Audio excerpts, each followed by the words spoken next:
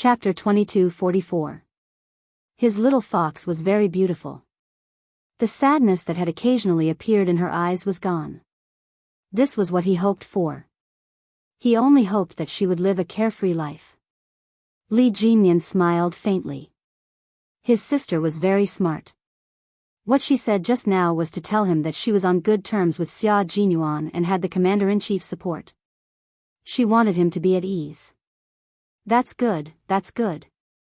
He only hoped that there would be no more haze or sadness in her life. Whatever she wanted to do, he would definitely support her. Whatever she wanted, he would do everything he could to get it for her. And if she wanted to be with the person she loved, he would also silently support her. Commander-in-Chief Xia's call interrupted the three of them. Yi Qian took out his cell phone, looked at it, and immediately picked it up. Commander-in-Chief Xia, who was standing in the ward, saw that Yi Qian picked up the call in less than 3 seconds. He was slightly relieved. Xiao Yi, where are you and old six? His mother is in the ward now. Come back and see her first. Madame Xiao was in the ward.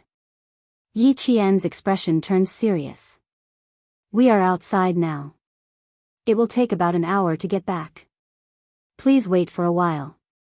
Then he quickly said to Xia Jinyuan, Madame Xiao is here to see you. Go back quickly. Give me the cell phone. Xia Jinyuan, who had a faint smile on his handsome face, stood up and took the cell phone from Yi Qian indifferently. He walked out. Li Jinyan saw this and could not help but frown. Commander-in-Chief Xia's divorce was not a secret in the military. He also knew a little about it. However, from what he saw just now, it seemed that Xia Jinyuan did not have any feelings for his mother. Madame Xiao is a woman with a strong personality. She left Captain Xia in pursuit of freedom, so Captain Xia did not have deep feelings for her. Yi Qian had already seen him frown slightly. He explained the reason implicitly and defended his boyfriend. Ms. Zhao's departure hurt Captain Xia a little. Later on, some things happened, so Captain Xia didn't have much motherly affection for her. Li Jinyan couldn't help but laugh when he saw her anxiously defending Xia Jinyuan. Sister, you're already so loyal to him before you're married. As his older brother, I might have to play the villain a few times. Xia Jinyuan is a soldier, and I respect him a lot. But if he wants to be my brother-in-law, it won't be that easy. As your elder brother, I have to take care of your marriage. I can't be careless. Who said that the Demon King was cold and taciturn? He was clearly good at talking. Yi Qian silently wiped the cold sweat off her boyfriend. She smiled sweetly and said, I didn't say that I would marry Captain Xia right away. He still has a shady identity. Other than those close to him and a few of our comrades know a little about it, the rest of the people don't know about my relationship with Captain Xia. The tall man had already walked out of sight. A trace of worry flashed through Yi Qian's smiling eyes. She turned serious and said, Brother, Captain Xia is more than just a boyfriend to me. All these years, he's been holding my hand and telling me what I should do and what I should do. I can't get to where I am today without him. Without Captain Xia, perhaps I wouldn't be where I am today. Brother, did you know? It was also Captain Xia's request to send me to train under you. He personally suggested to Major General Yang that I could train under you. He also told me that you're the soldier he admires the most. Being able to train under you for a few days is better than being able to train under you for a year. Chapter 22:45. Yi Qian's eyes were full of tenderness when she talked about Xia Jinyuan with her family. Li Jinyan could feel how much she loved Xia Jinyuan. If it wasn't for his arrangement, I might not have known about you, Grandpa, and Dad. I might still be living with the hatred of being abandoned because of Mom. Brother, Captain Xia is very important to me. He has become a part of my life that I can't let go of. My life has long been linked to his. I know you want to test Captain Xia for my own good, but I can't bear to do that. So, brother, I have to ask you to be magnanimous and let him go. When he heard Li Jinyan's serious expression, he couldn't help but reconsider the importance of Xia Jinyuan in his sister's heart. He didn't know whether to laugh or cry when he heard her say, "Be magnanimous and let him go." "Okay, okay, okay. I won't make things difficult for him. You can't bear for him to be sad, and I can't bear for you to be sad." Li Jinyan waved his hand. His cold, handsome face broke into a faint smile. "I know you're worried about him. Go take a look." Yi Qian got up and left. Li Jinyan looked at his sister's anxious figure and couldn't help but laugh. Then, he sighed softly. His sister was still too inexperienced. Sometimes, she would be at a disadvantage when compared to Xia Jinyuan, who was once the #1 playboy in the capital. Otherwise, he wouldn't have given Xia Jinyuan a warning on their first day together. Although his sister understood that he was doing it for her own good, she didn't understand why he said it. He was just telling Xia Jinyuan that the girl he loved now had her family backing her up. This was Li Jinyan's sister, who was pure and kind. Xia Jinyuan was a responsible man. He couldn't deny that he was relieved when he heard from his sister that the commander-in-chief knew about their relationship and was completely on his sister's side. Family Xia was different from the Fu family. Although the Fu family was wealthy, they were born into a business family. On the other hand, Family Xia was an aristocratic family with roots in the imperial city. After all, there was a difference between Family Xia and Family Xia. No matter how responsible Xia Jinyuan was, he would still be worried that his Family Xia would be wronged. Now that she had the approval of the commander-in-chief, her sister's life would undoubtedly be more comfortable in the future. With Xia Jinyuan's love, the commander-in-chief's approval, and his sister's extraordinary abilities, he really didn't have to worry about his sister being bullied by Xia Jinyuan. He might even get to see Xia Jinyuan being bullied by his sister.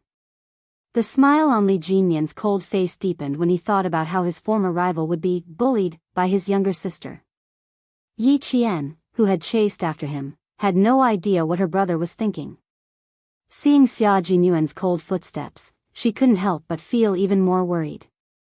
"Madam Xiao, I appreciate your kindness. I'm outside now and won't be able to come back in a short time. You don't have to wait for me."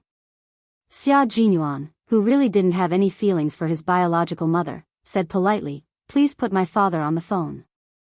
I'll ask him to send you away." He was very calm, but not indifferent. He was very distant, but he was also very polite. To him, she was just a stranger. Madame Xiao, who was holding the phone tightly, closed her eyes in pain. Fortunately, she turned around and didn't let her ex-husband see her gaffe. Unwilling to leave just like that, she said softly, "Ah Yuan, if it's not convenient for you to rush back to the hospital, I'll come and find you, okay? Your father said you were injured. I was very worried and wanted to see you." Chapter 2246. Xia Jinyuan wanted to laugh, but before he could answer, he heard familiar footsteps behind him. He could tell that she was worried about him. She turned around and smiled gently at Yi Jian, who was chasing after her, to reassure her. Then, she continued, "You really don't have to run back and forth. I can walk out of the hospital. What problem can there be? It's really nothing serious, just a flesh wound." Did he really have to tell her that he didn't want to see her? He didn't want to say it. After all, she had given birth to him. It would be too hurtful to say it out loud. Because of the Xia family's upbringing, they would not allow him to harm a biological mother who had given birth to him. The only thing he could do was politely distance himself from her. Yi Qian felt relieved when she heard his calm tone and the calm expression on his handsome face. Ms. Xiao was still Captain Xia's biological mother. His biological mother had hurt him in the past, so much so that he still couldn't forget about it. She was afraid that he would be upset when he recalled the past. After hanging up the phone, Xia Jinyuan saw that she was relieved for him. He put his phone back into his pocket and pulled her into his arms with his long arms. Yi Jian, who was 1.68 meters tall, was considered tall. However, in the arms of Xia Jinyuan, who was 1.80 meters tall, she looked especially petite. The tall and straight man was wearing a handsome military uniform. He was holding a girl who was also wearing a handsome military uniform. Under the blue sky and white clouds, the bright sunlight was especially eye-catching. They were also a perfect couple. "You're so worried about me?" "Ms. Xiao is so worried because of a phone call." Xia Jinyuan hugged his lover's petite body. The innate coldness between his brows was completely replaced by tenderness. "Don't worry. I told you last time that Miss Xiao is indeed an insignificant stranger to me. Although she gave birth to me, the things she did after that more or less offset the debt of giving birth to me. We don't owe each other anything." Yi Qian liked the feeling of being hugged by him. He arched his back slightly, and she only needed to tiptoe to rest her chin on his broad shoulders. She then wrapped her arms under his armpits and held on tightly to his shoulders. She liked this kind of hug. It was very reassuring and heartwarming. "You said that we have to talk about everything between us except for business matters.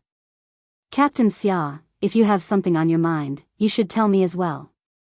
Yi Qian, whose waist was tightly held by him, spoke softly. She even rubbed her head against his neck like a puppy. "You know everything about me. I want to know about you too. You want to know why I don't have any feelings for Miss Shaw?" Xia Jinyuan guessed what she meant. He suddenly lifted her up as if he was carrying a child. Startled, Yi Qian immediately reached out to support herself on his shoulders, not daring to let him carry her. Your injury. Put me down." Yi Qian panicked. Her delicate face changed color. However, he did not let her go. He used a little more force to lift her up. Yi Qian was suddenly half a head taller than him. She had to lower her head to look at him and talk. "If you don't move, my injury will definitely be fine." Xia Jinyuan laughed deeply. He loved the way she panicked when she saw him. She was like a little bird that could only flutter in his palm, inviting him to love her tenderly. Could it be that his brother-in-law, Li Jinyan, noticed that he liked to tease little Fox, so he gave him a warning on the first day? Suddenly, Xia Jinyuan felt a chill in his heart. He liked to tease little Fox because his heart was itching. However, in the eyes of the devil and old master, it would be seen as him bullying little Fox. Chapter 2247. That would not do. He had to restrain himself. Now that his little Fox had a family, he had to respect his father-in-law's family. Xia Jinyuan did not dare to be presumptuous anymore, especially since they were still in Li Jinyan's territory. He had to restrain himself even more. "Put me down first. You're injured and yet you're still so naughty." Yi Qian was worried about him and stopped struggling, but he did not let him do as he pleased. "Put me down, or I'll call my brother out to teach you a lesson." This was the benefit of having a brother. As soon as he called out, someone would immediately rush out to protect him. Xia Jinyuan's laughter became deeper and more joyful. "My little ancestor, you're already so naughty." Major Xia, who had just regained his senses, gently let go of Yi Qian's smug expression. He looked at her bright eyes and white teeth under the sunlight, and his heart went numb. He could not help but lower his head and kiss her cheek. "You're getting bolder now that you have someone to rely on." His future life would be tough. He had a brother-in-law who kept a close eye on him, and a father-in-law whom he had never met. He did not know what his father-in-law's personality was like. The Fu family had always kept a low profile, and he did not even know what his father-in-law did. He heard from his brother-in-law that his father-in-law had not returned home for a few years, just like his third brother. He had been transferred to the Northwest for 4 years and had not returned home. He had not even called. Those who did not know would think that he had been missing for a few years. His father-in-law's situation was similar to his third brother's. He had to ask the devil about it later. Yi Qian had already looked around and said nervously, "Be careful. There are old scientists living nearby. It's not good to be seen by them." Then, his face turned serious again. "You don't pay attention to the injury on your waist. I'll handcuff you to the hospital bed later. Let's see if you can still do anything. I'll handcuff you too. I won't go anywhere." Xia Jinyuan, who had stolen the kiss, smiled and did not do anything else. He was also worried that his brother-in-law would rush out of the house. Thinking of the devil's warning, Xia Jinyuan chuckled. The devil said that I'm not allowed to hug you casually in the future. What should I do? I'm a little scared that we have to be supervised when we're dating. Was he scared? Otherwise, he wouldn't have hugged and kissed her just now. Yi Qian smiled and glared at him. What are you afraid of? Are you trying to get me to coax you again? She raised her eyebrows slightly, and there was a sly and proud smile in her bright eyes. Captain Xia, I already have a brother, and he just told me that if you dare to bully me, my brother will seek justice for me. So, Captain Xia, don't tease me in the future. Otherwise, I'll tell my brother. As soon as she finished speaking, Xia Jinyuan did not say anything. Instead, she laughed heartily. Perhaps it was because she was so happy that tears came out of the corners of her eyes. Gradually, tears flowed out of her eyes, and her bright eyes became watery. Captain Xia, I have a grandfather and an older brother. I haven't seen my father, but I've been looking for him. Captain Xia, I'm so happy. What should I do? I'm so happy that I want to cry again. She laughed and cried again. With one hand holding the corner of Xia Jinyuan's shirt, she kept wiping her tears with the other. Why am I crying again? I don't want to cry. I want to laugh. I'm too happy. He knew that she was too happy. Although she was crying, her dark eyes were especially bright. Raising his hand to wipe away her tears, Xia Jinyuan smiled gently. I'm happy for you too. Sometimes, the tears that flow out are not because you're sad, but because you're too happy. Chapter 22:48. Look at how happy you are. You're like a little kitten, crying and laughing at the same time. Do you really want to ask brother-in-law to teach me a lesson? Little fox, you found someone to back you up. You're even more daring now. Why don't we cry inside? I'm sure brother-in-law will send me flying with a punch.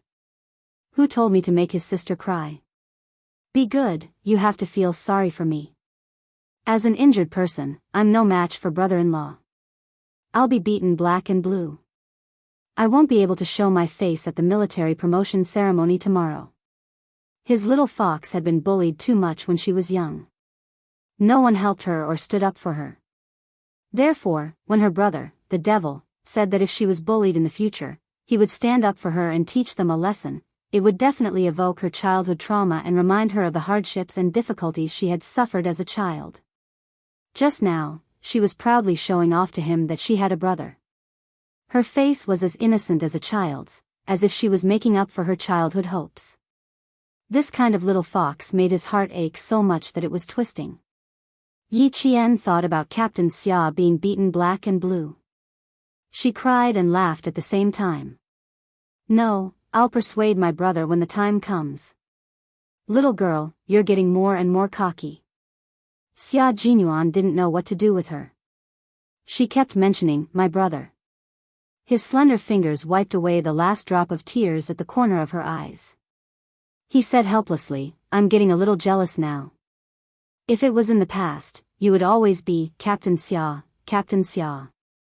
You would look for Captain Xia if you needed anything, and look for Captain Xia if you didn't need anything. Now, you're looking for your brother. Little fox, I'm starting to get jealous. Hearing what he said, Yi Qian didn't know whether to laugh or cry. My brother is different from you. He's my family's pillar of support, and you're the pillar of support I can't live without. What's there to be jealous of? This was a little tricky.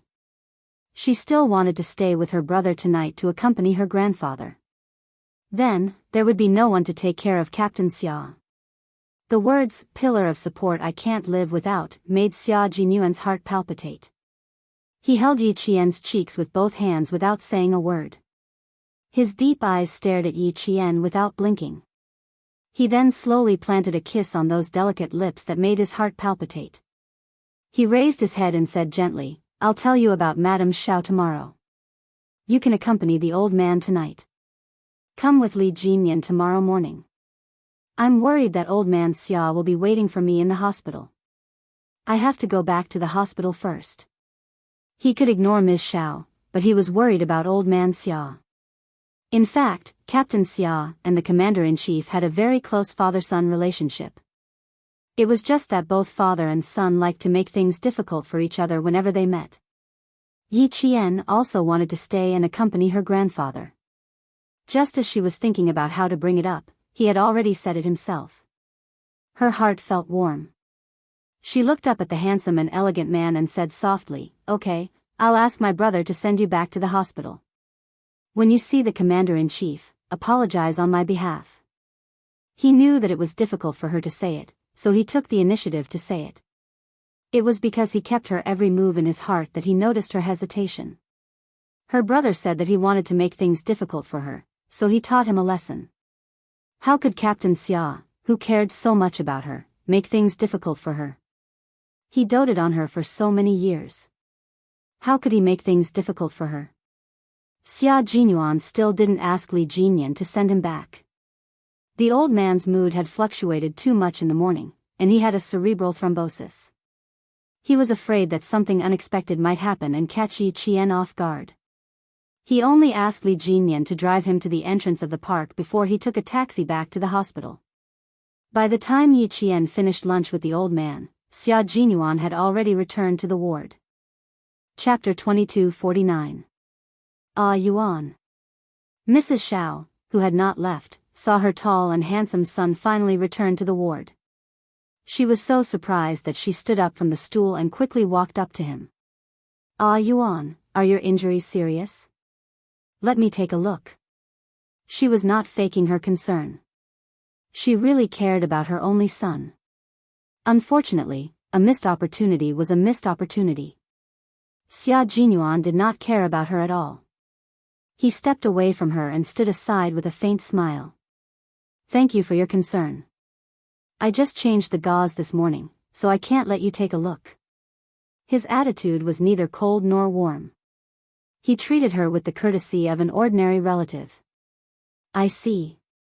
Then I'll take a look when I change the gauze."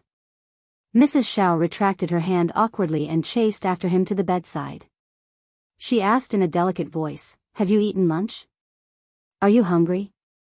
I brought some fruit, including your favorite banana. Let me get it for you." She wanted to mend the relationship between mother and son, but Xia Jinyuan refused. He sneered and said lightly, "You're welcome. My father and I don't like bananas. It's a waste for you to buy them. But you used to." She remembered that Yuan used to like bananas very much. Only old Xia did not like bananas.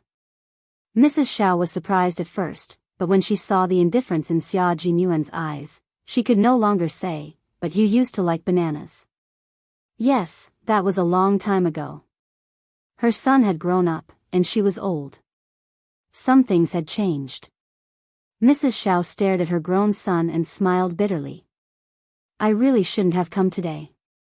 I thought about whether I should or not, but I still came." Looking at her unmoved and indifferent son, Mrs. Xiao knew that she should leave. She got up and said to Commander-in-Chief Xia, "Old Xia, sorry to trouble you today." Commander-in-Chief Xia, who had already gotten over his ex-wife's actions, nodded slightly and said to Xia Jinyuan, who looked indifferent, "Your mother is also worried about you." "I know." Xia Jinyuan smiled and turned to Ms. Xiao, who was so upset that she turned away. "Thank you for coming to see me today, but this is how I am. Please understand." Mrs. Xiao, who couldn't stand her son's politeness, nodded her head carelessly. She clutched her bag tightly and said, "I'll leave first." Then, she staggered out of the ward. Commander-in-Chief Xia sighed softly and turned around to send his ex-wife out of the hospital. If he had known this would happen, why did he do it in the first place? By the time he thought about making it up to her, sixth brother was already past the age where he needed maternal love. When he ran out of the ward, he saw that his ex-wife had not left. Instead, she was leaning against the cold wall with her head raised high, trying hard to force back the tears in her eyes. Commander-in-Chief Xia approached and stood in front of his ex-wife. He said in a deep voice, "Sixth sister has grown up. There are many things that I can't control. I know. Today. Thank you." Mrs. Xiao forced her tears back and pressed the corners of her eyes with her hand. When she stood still, her face returned to its usual dignified state. She said in a dry voice, "I didn't expect him to be so polite to me like a guest. He wasn't fierce, he didn't scold me, and he was very polite. Old Xia, you taught Yuan well. You've worked hard all these years." Commander-in-Chief Xia smiled. "I didn't take care of him much. He grew up on his own." He paused for a moment and his face became serious. His voice was much deeper. "You haven't answered my previous question. How did you find out that sixth brother was in the hospital?" Chapter 2250. Mrs. Xiao froze for a moment. "Why are you so serious all of a sudden? Is it important that I know Yuan is injured?"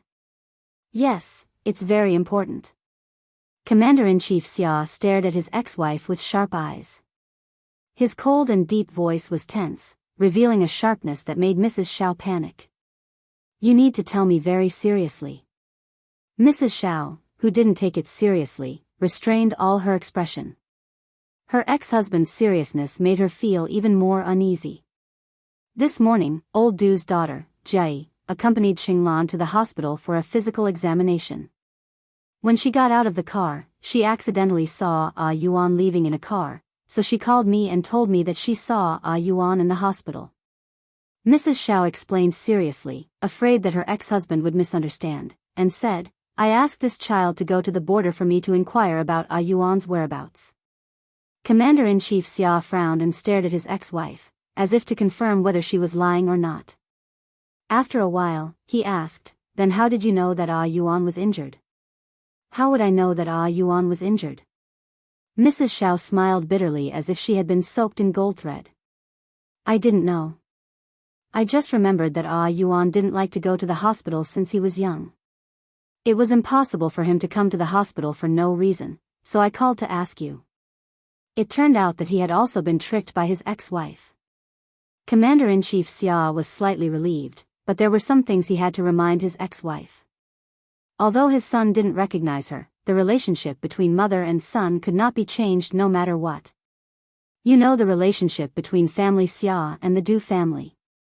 Although you have been good friends with old Du's wife for many years, I hope you can distinguish between your good friend and your son."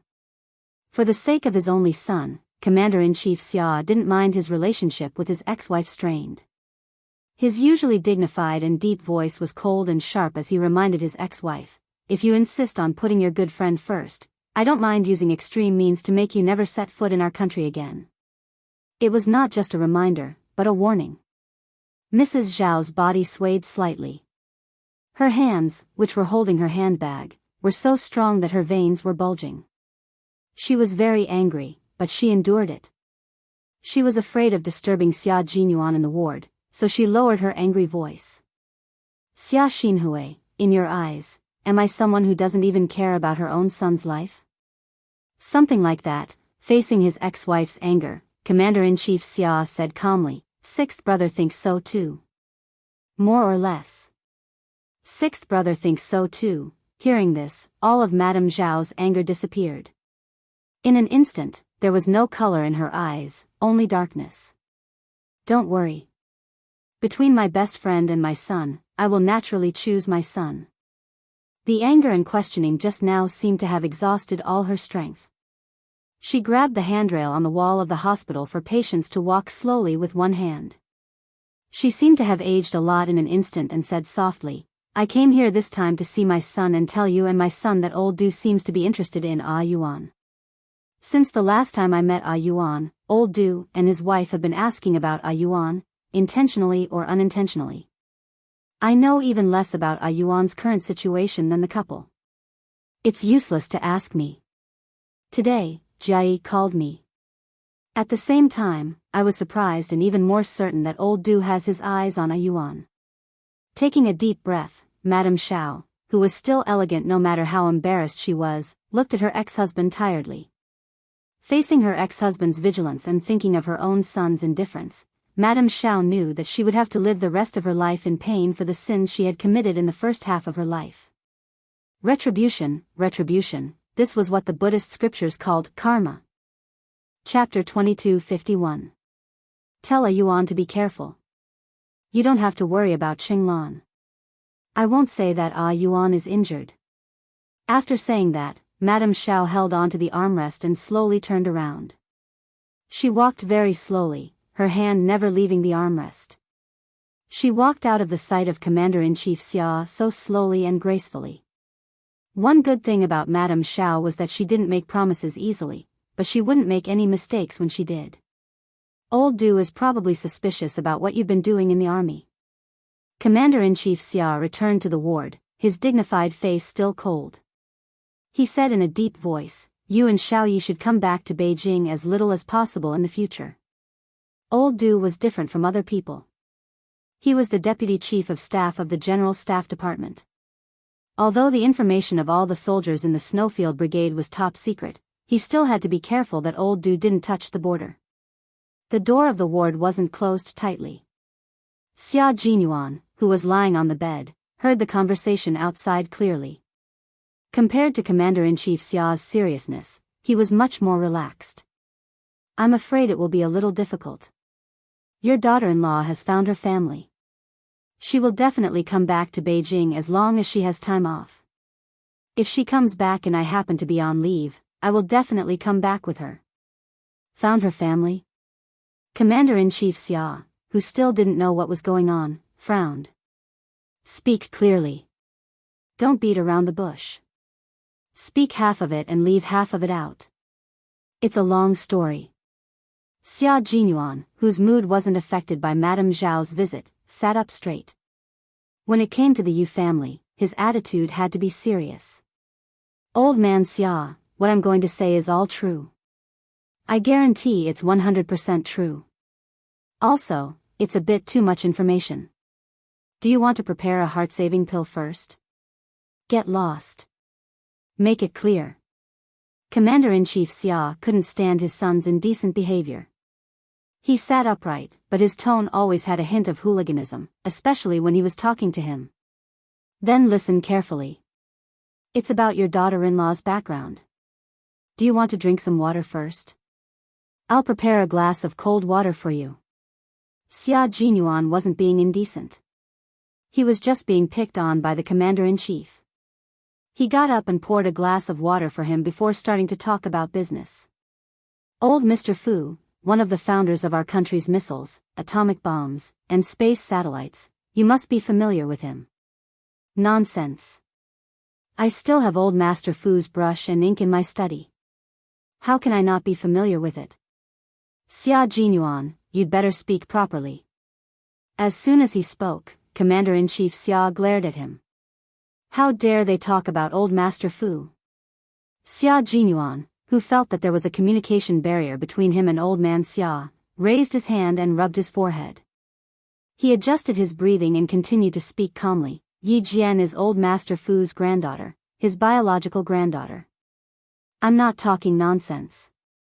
It's you who doesn't have the patience to hear me out. His daughter-in-law was old Master Fu's granddaughter." Commander-in-Chief Xia's first reaction was to splash the water in the glass on his son, who was giving him a headache. His hands trembled and he stopped himself.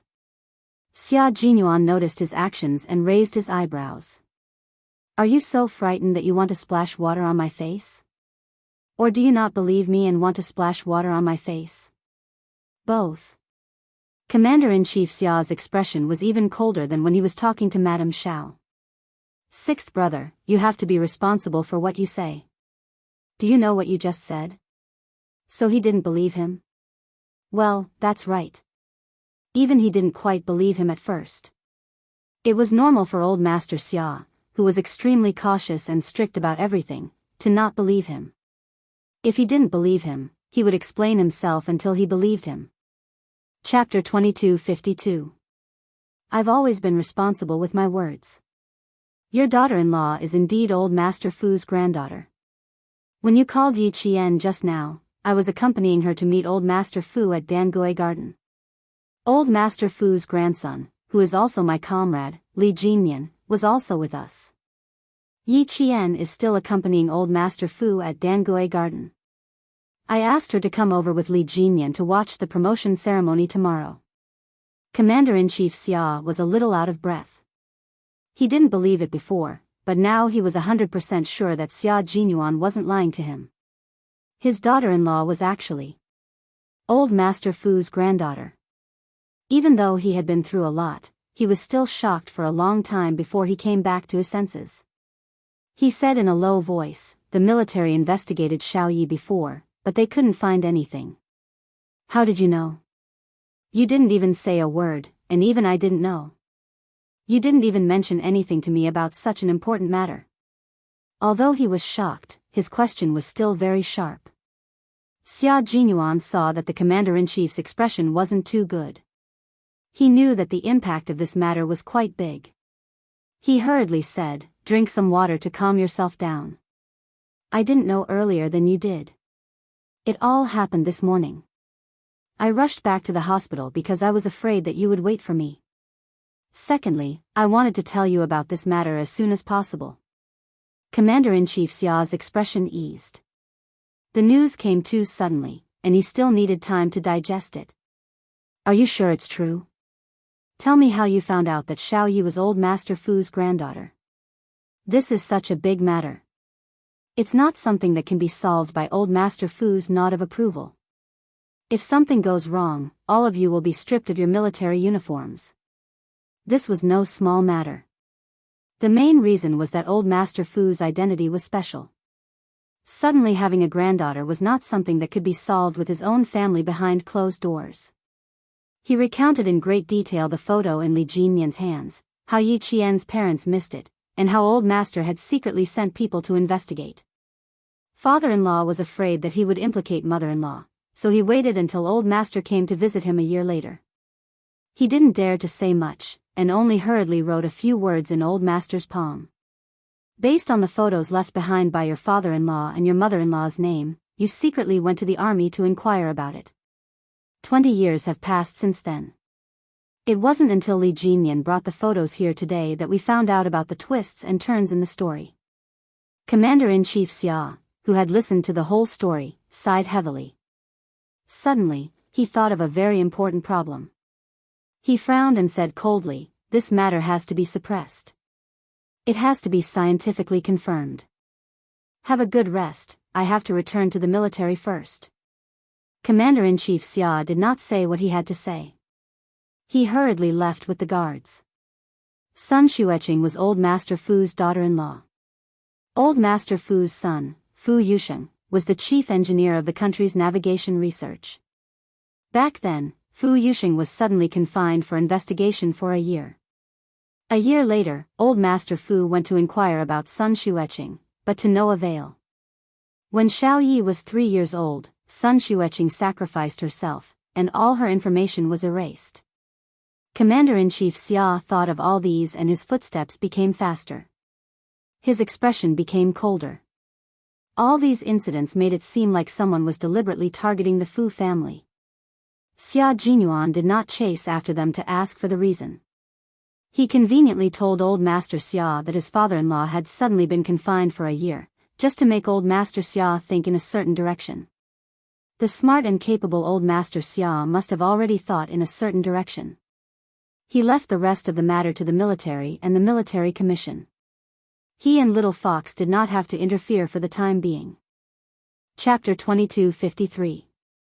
Because Xia Jinyuan's eyes flashed with a cold light. There were some things that he and his Little Fox could not interfere with. Sigh, what was his Little Fox doing now? Chatting with the old man with the Devil King? He never thought that the Devil King, whom he had warned to be one step too late, would become the Little Fox's brother, and he would be the one who brought the two siblings together. He had to admit that this was the fate between him and his Little Fox. Yi Qian spent the entire day with the old man. He did not go anywhere except home. The old man, who had just reunited with his granddaughter, was so hale and hearty that he even spoke with vigor. When it came to dinner, he ate half a bowl of rice more than usual. He also went to bed 2 hours earlier than usual. Usually, he would only go to bed after 12, but tonight, he was already sleepy at around 10. In the old man's words, a long life of 100 years is too short. I have to at least live to 110 years old. Yi Qian and Li Jinyan laughed when they heard this. Li Jinyan even said, "You're only 88 years old now. You should live to 120 years old." The old man was born in the first year of the Republic of China. I don't expect to live to 120 years old. I'll try my best to live to 110 years old. I'll be happy to see the two of you start a family, get married, and have children. I'll be able to hold my great-grandchildren. The old man, who was originally a little sleepy, became energetic again when he talked about future generations. He said excitedly, "I became a grandfather at 61 years old. I'm 88 years old this year. Let's see if I can become a great-grandfather again when I'm 90 years old. Little Miss Jian is still young. I remember that female soldiers can only get married and have children at 24 years old. Junior officers can only get married at 26 years old. Let's see if I can hold my grandchildren then. Then I'll have to wait another 6 years. I have to live well and strive to live to 110 years old. I'll live to have children and grandchildren." The old man's greatest wish was to have children and grandchildren.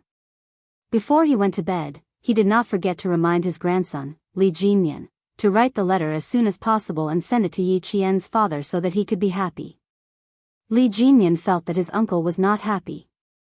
He should be so excited that he was dancing with joy and tears. She gently closed the door and said to Yi Qian, who had a gentle smile on his face, "When I was 24 years old Mr. mentioned that he wanted to have a great-grandchild. Now that you're here, we can share the responsibility and reduce the pressure by half." He joked very seriously. Yi Qian tried so hard to hold back his laughter that his shoulders twitched. "Then you have to continue bearing the burden. You're 7 years older than me. It's time for you to get married and have children." Li Jinyan was 27 years old this year. It was time for him to get married and have children.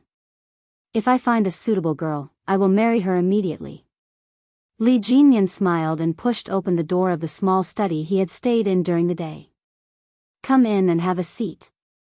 I will tell you about the history of the Fu family. Then you will know why grandfather wants us to get married and have children." Li Jinyan knew that she was bold. In the past, because of his status, she didn't dare to tease him. Now that he was her brother, she was bold enough to tease him directly.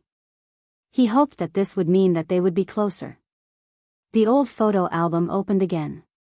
Li Jinyan pointed at the photo taken in front of the Fu family's old mansion. His cold voice filled the darkness of the night as he said in a low voice, "The Fu family was a wealthy merchant family. They started their business in the late Ming and early Qing dynasties, and they declined when the old man was 28.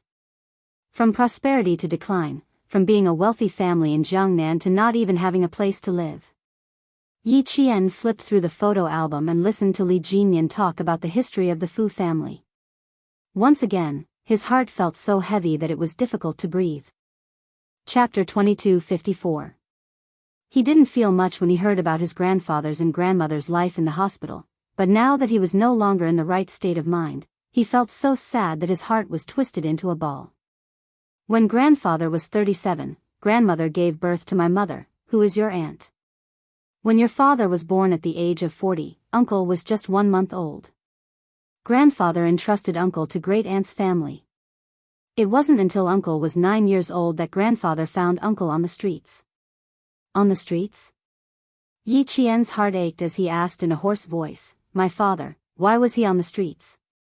Uncle didn't mention it, and grandfather didn't say either. "If you want to know, you can ask uncle." He knew everything about the Fu family, but he didn't know the reason for this. "Actually, it doesn't matter whether you know or not. If you ask again, it might be another sad story." Yi Qian pursed his lips. His brother was right. Grandfather had gone through too much. Why should he bring up the sad past? After closing the album, Yi Qian's heart was so heavy that he had to drink several glasses of warm water in order to slightly ease the pressure in his heart. After putting away the album, Li Jinyan took out a pen and a letter and placed it in front of Yi Qian. Under the warm light, a faint smile appeared on his cold, handsome face. "Write a letter to uncle." "Do you have a photo?" Send a photo to uncle and let him see you. He works at a missile research center in the northwest. He hasn't been home for 4 years. Works at a missile research center. Yi Qian, who had never met his father, was full of respect for him. I don't have a photo. I only have a photo on my student ID. Scan it and send it to Dad. Yi Qian took out the student ID that he always carried with him. It's a photo from the front. It's very clear. After taking the student ID, Li Jinyan carefully looked at the photo on her ID. It was very clear and beautiful. Her gaze was cold and strong.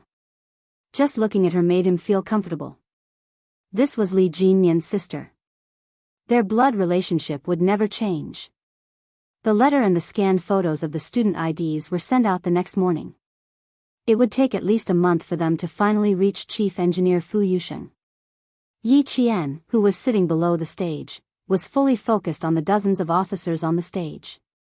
Yi Qian knew all of them. They were his comrades from the Storm Commandos and the Snowfield Brigade. You must cherish your honor and never forget your original intentions. You must remember your mission and take responsibility for your actions. You must never let down the people, the military ministry, the military commission, and the chairman's trust in you. Be loyal, always remember what your responsibilities are and what your responsibilities are. Always remember that you are a soldier who protects the country. Serve the country, be loyal to the people, be loyal to the country. Commander-in-Chief Xia stood in front of the rostrum and spoke in a solemn voice, full of military might. He told all the promoted officers that a military rank was the highest honor bestowed upon a soldier by the country, and that they should remember their mission and responsibility as a soldier at all times. The promotion ceremony began with the solemn national anthem. The officers lined up neatly in front of the rostrum. Commander-in-Chief Xia, Major General of the Army, and Major General of the Navy respectively presented them with their military ranks. Yi Qian watched as Commander-in-Chief Xia personally removed the major rank from Xia Jinyuan's epaulet and fastened the lieutenant colonel rank epaulet. At that moment, Yi Qian was so excited that it was as if he had been promoted himself.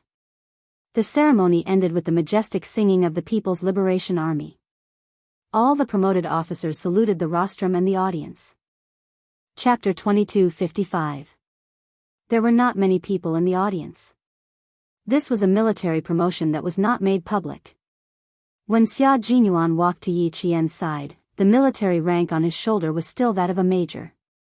To outsiders, he would always be a major. Yi Qian's gaze softened as he looked at the man walking towards him.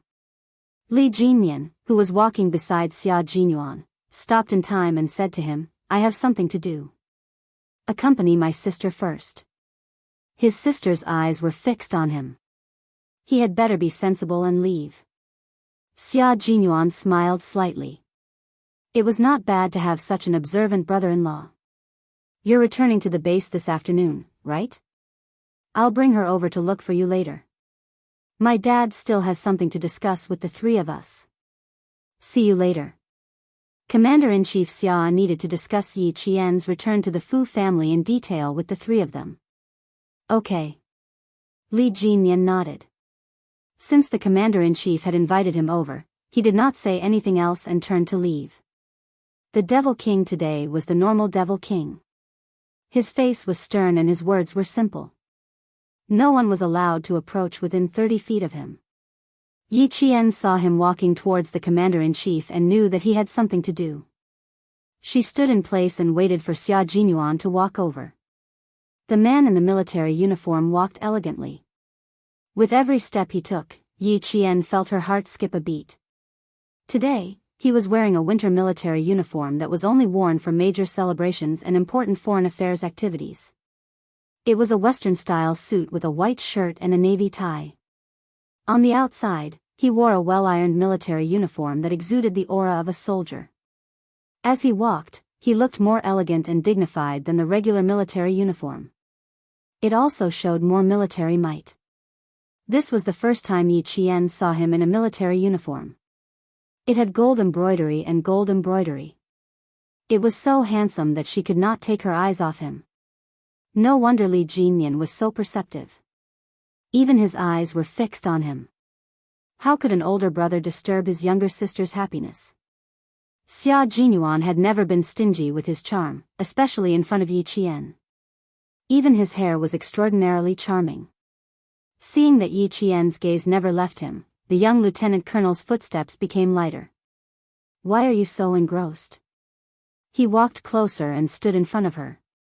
Under the military cap, his handsome face had a gentle smile. Indeed, even the strands of his hair had their own charm. You have to be more reserved, little fox. You're almost drooling. Your brother wanted to come and look for you, but he was too embarrassed to come with you when he saw you staring at me. The young lieutenant colonel became even more charming. His every move. Yi Qian, who was engrossed by his teasing, couldn't help but blush. Her. Very, very handsome. Is the kind of handsomeness that makes me mesmerized. Xia Jinyuan couldn't help but laugh. The little rascal's guts were almost as big as the sky now. Now, even my hair is showing you my manliness. If this doesn't make you mesmerized, I'll be very sad. The auditorium was not a suitable place for chatting. When Yi Jian muttered, shameless, Xiao Luo chuckled and said, there will be times when I will be even more shameless. When that time comes, don't be scared away by me. Yi Qian suddenly realized what he was implying. Blushing, she glared at the shameless young lieutenant colonel. What nonsense are you talking about? I'm not talking nonsense. Why are you blushing? Lieutenant Colonel Xia, who was pretending to be innocent, chuckled softly. Oh you become naughty too. Come, let's talk outside. Chapter 2256. Yi Qian didn't respond and just followed him. If he did, he would say something else. Yi Qian glanced at his shoulder, pursed his lips, and took a few steps forward. He frowned and hesitated for a while before he asked, Captain Xia, why does the Snowfield Brigade keep their military ranks the same? Because they carry out too many dangerous missions. Once captured, the higher the military rank, the more dangerous it is. Sometimes, not only do we have to guard against the people outside, we also have to guard against the people inside. The missions carried out by the Snowfield Brigade are state secrets, and spies are everywhere in our country. Keeping the military ranks the same is also a form of disguise. It wasn't a secret that the military ranks didn't change to the public. He could tell Yi Qian. As you can see, the only people who promoted us are Major General, Commander of the Navy, and Commander-in-Chief Xia. The Snowfield Brigade and the Trihabitat Frogman Assault Team don't belong to any army. The only leaders we face are these three, and it's also for the sake of our safety. And you, if you are awarded the rank of captain after graduation, with your military achievements, you can actually be promoted to the rank of major. However, according to our country's military rank promotion system, each promotion from first lieutenant to colonel takes 4 years. You may be promoted to major directly after joining the team, or you may have to wait 4 years before you can be promoted to major. Next time, I hope I'll be the one to watch you get promoted. Before they walked out, Xia Jinyuan said solemnly. Yi Qian smiled and looked at the man she admired. I also hope and look forward to that day. Then let's look forward to it together. He looked at her and smiled. Their gazes intertwined with each other. The love between Yi Qian and Xia Jinyuan was never about one side being strong and the other being weak. They pursued a love that was evenly matched. They could be each other's support when the other was in danger, and they could also stand shoulder to shoulder when the other was at the peak of glory. The love they pursued was such a love. Soon, the two of them met up with Li Jinyan and went to Commander-in-Chief Xia's office together. At this time, the Deputy Chief of Staff Du was at home with Madame Li, who had been angered by Ying to the point that she had an old illness, a headache. Don't worry too much about the outside world these few days. Focus on recuperating. Deputy Chief of Staff Du sighed as he placed the boiled Chinese medicine on the bedside table. I have enough to deal with in the company and at home. Let's talk about the outside matters after you've recovered. What can a little girl do? She's already back in the southern province.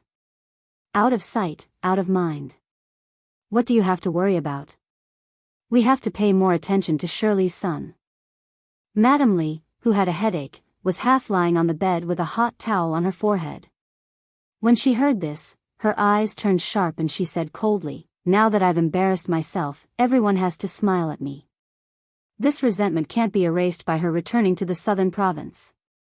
She dares to play tricks on me and make me lose face. If I don't let her know how powerful I am, I can't guarantee that anyone will climb up and step on me in the future. You don't have to worry about me. I know what I'm doing. As for Shirley's son. Madam Li removed the hot towel from her forehead and her expression became much more serious. I asked Schumann if she went to the hospital for a checkup. She said she did, but she couldn't find him. Shirley said he probably went to visit his comrades. Aren't you thinking too much? It's not like you don't know how bad Shirley's son is. Now that he's wearing a military uniform, if he doesn't act like a decent person, how can Shirley show his face? Deputy Chief of Staff Du shook his head. He's not pretending. It's the aura he exudes. He's a thug. He doesn't look like he's just idling around in the army. Chapter 2257. Mrs. Li didn't say anything more, but raised her hand to cover her forehead and closed her eyes tiredly. She had a nervous headache, which couldn't be controlled by drugs. Rest was the best treatment. But with so many things at present, how could she be allowed to rest? Well, you'd better rest more and think less. I'll ask Li Yuan to accompany you to the sanatorium in High Province for a month. The Deputy Chief of Staff Du had always respected his wife, and he didn't feel good when he saw her having a headache and suffering. The nanny knocked on the door with a hot towel in her hand and came in. The Deputy Chief of Staff Du asked the nanny to leave and served her by himself. The hot towel was put on her forehead, and Mrs. Li said, comfortably in a low voice. She pressed the hot towel with the back of her hand and replied weakly, "I'll ask Schumann to find old Xia later. You can only rely on yourself in the army. I'll help you if I can. Family Xia is really the nemesis of our Du family." Kai Wei was not suppressed by old Xia's son, but he was suppressed by Xia Anbang's son. My eldest daughter was also suppressed by Xia Anbang's daughter. I'm angry when I think about it. Mrs. Li, who was strong by nature, was a little angry when she thought that her children were being suppressed everywhere. The only thing that made her feel a little comfortable was that she was not suppressed by Xiao Shuman's son. Otherwise, she would be so angry that her life would be shortened. The Deputy Chief of Staff Du was also helpless that his children were always inferior to family Xia, but what could he do? After all, the foundation of the Du family was a little shallow. How could it be compared with family Xia? Master Xia had 5 sons and 1 daughter. Except for the second son, Xia Anbang, who had been the Minister of Public Security, who died in the line of duty, the eldest son, Xia Angua, the third son, Xia Xinhui, the fourth son, Xia Jiaza, and his daughter, Xia Sujuan. Which one of them wasn't a powerful figure who would shake the ground 3 times when they went out? The Du family was no match for family Xia. The Deputy Chief of Staff Du knew very well, but he didn't dare to say it out loud. Otherwise, he would make his wife, who worked hard for the family, angry. But with his wife's temper, he couldn't change the topic if she wanted to talk about something. He had to continue with the topic. After pondering for a while, Deputy Chief of Staff Du comforted Madam Li with a smile. "You didn't say that before. You always mentioned that as long as our eldest son, Kai Wei, is better than Shirley's son. Now Kai Wei is a regiment commander while Shirley's son is a major. You've already won. If I want to win, I will win for the rest of my life." At the moment when Madam Li slowly opened her eyes, a strange cold light flashed through her deep eyes. Didn't those people often say secretly that Xiao Shuman was luckier than her? She wanted to let them see who was more fortunate between her and Xiao Shuman. She was a divorcee who didn't even acknowledge her only son. How could that be considered a blessing? This was called bad luck. You're already a grandmother, but you're still so stubborn. The Deputy Chief of Staff Du was a little helpless. He didn't know why his wife wanted to compete with Shirley's ex-wife, Xiao Shuman. They had been in contact with each other for decades and had a good relationship. Xiao Shuman was far away from home. Whenever she needed his wife's help, his wife, who couldn't get away from abroad, would try her best to help her regardless of money or manpower. Speaking of a good relationship, his wife's expression would be a little gloomy every time Xiao Shuman was mentioned. He really didn't understand why. Xiao Shuman is all alone now. Why do you still want to compete with her? You, don't worry about it. I'll keep an eye on Shirley's son. Don't worry about him. Chapter 2258. Madame Li snorted coldly. With a sneer on her tired face, a few sharp wrinkles appeared at the corners of her mouth. People live to fight for their dignity. When I was young, there were always people who liked to compare me with her. After the comparison, they said that I, Li Qinglan, was not as good as Shuman. I don't believe that she, a lady who has no relatives and is in trouble, can beat me. I'm determined to fight for my dignity. Look, haven't I won now? When she was in trouble, I helped her without hesitation. When she was in trouble, I worried about her. Now, who dares to compare me with her? Who dares to say that she is better than me? She is divorced, and even her son doesn't recognize her. But what about me? I have children, and even my eldest grandson is 4 years old. But what does she have? Nothing. Except for herself, she doesn't even have a close friend. The deputy chief of staff Du was stunned. After a long while, he laughed and said, Madam, I really admire you. You can fight for your dignity for decades. I have no choice but to admire you. Our Du family can be where we are today because of your help. So, you are not in good health now.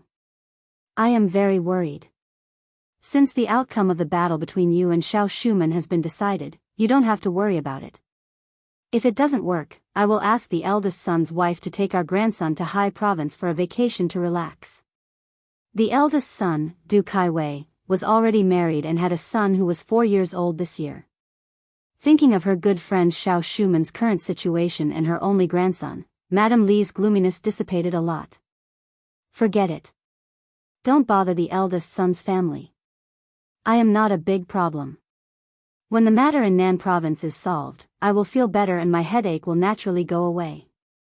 Madame Li, who had a slight headache after applying several hot towels, could not help but think of Yi Ying when Nan province was mentioned.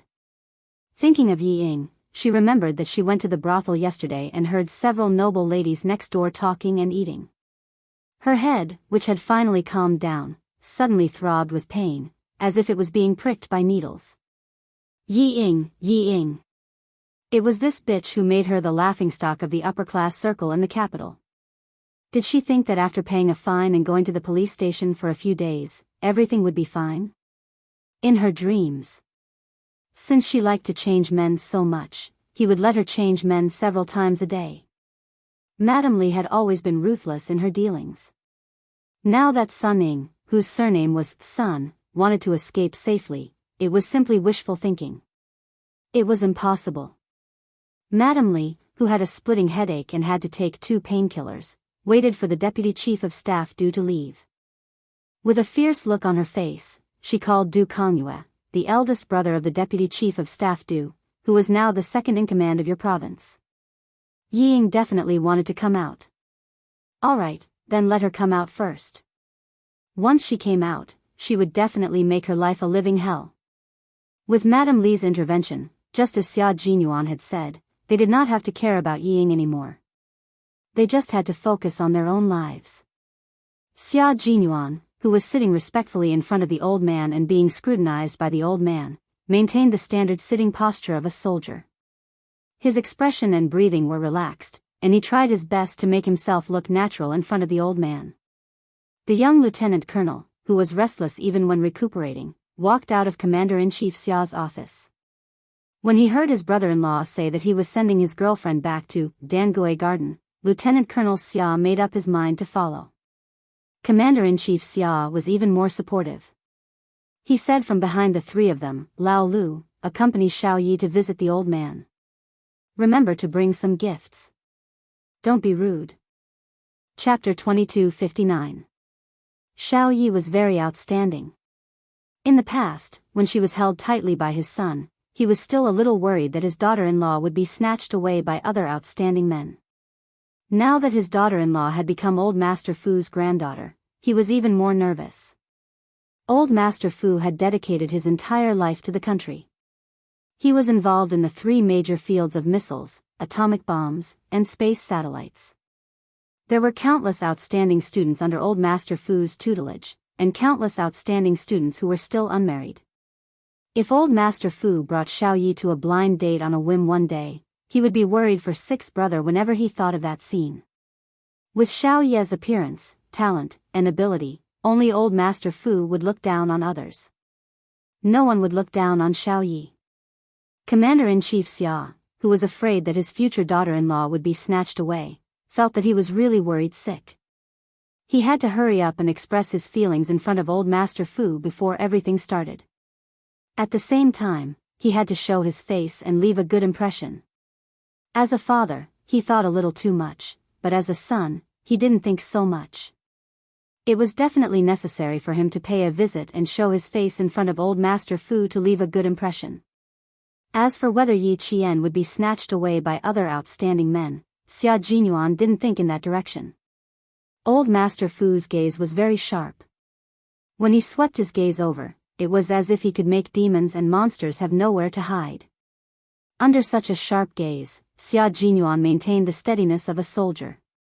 He didn't move or sway and was as majestic as a mountain. Yesterday, Old Master Fu, who was in a bad mood, only looked at him briefly and focused all his attention on Yi Qian. Today, facing Xia Jinyuan, who was obviously related to Yi Qian, Old Master Fu's gaze was not only sharp but also quite detailed.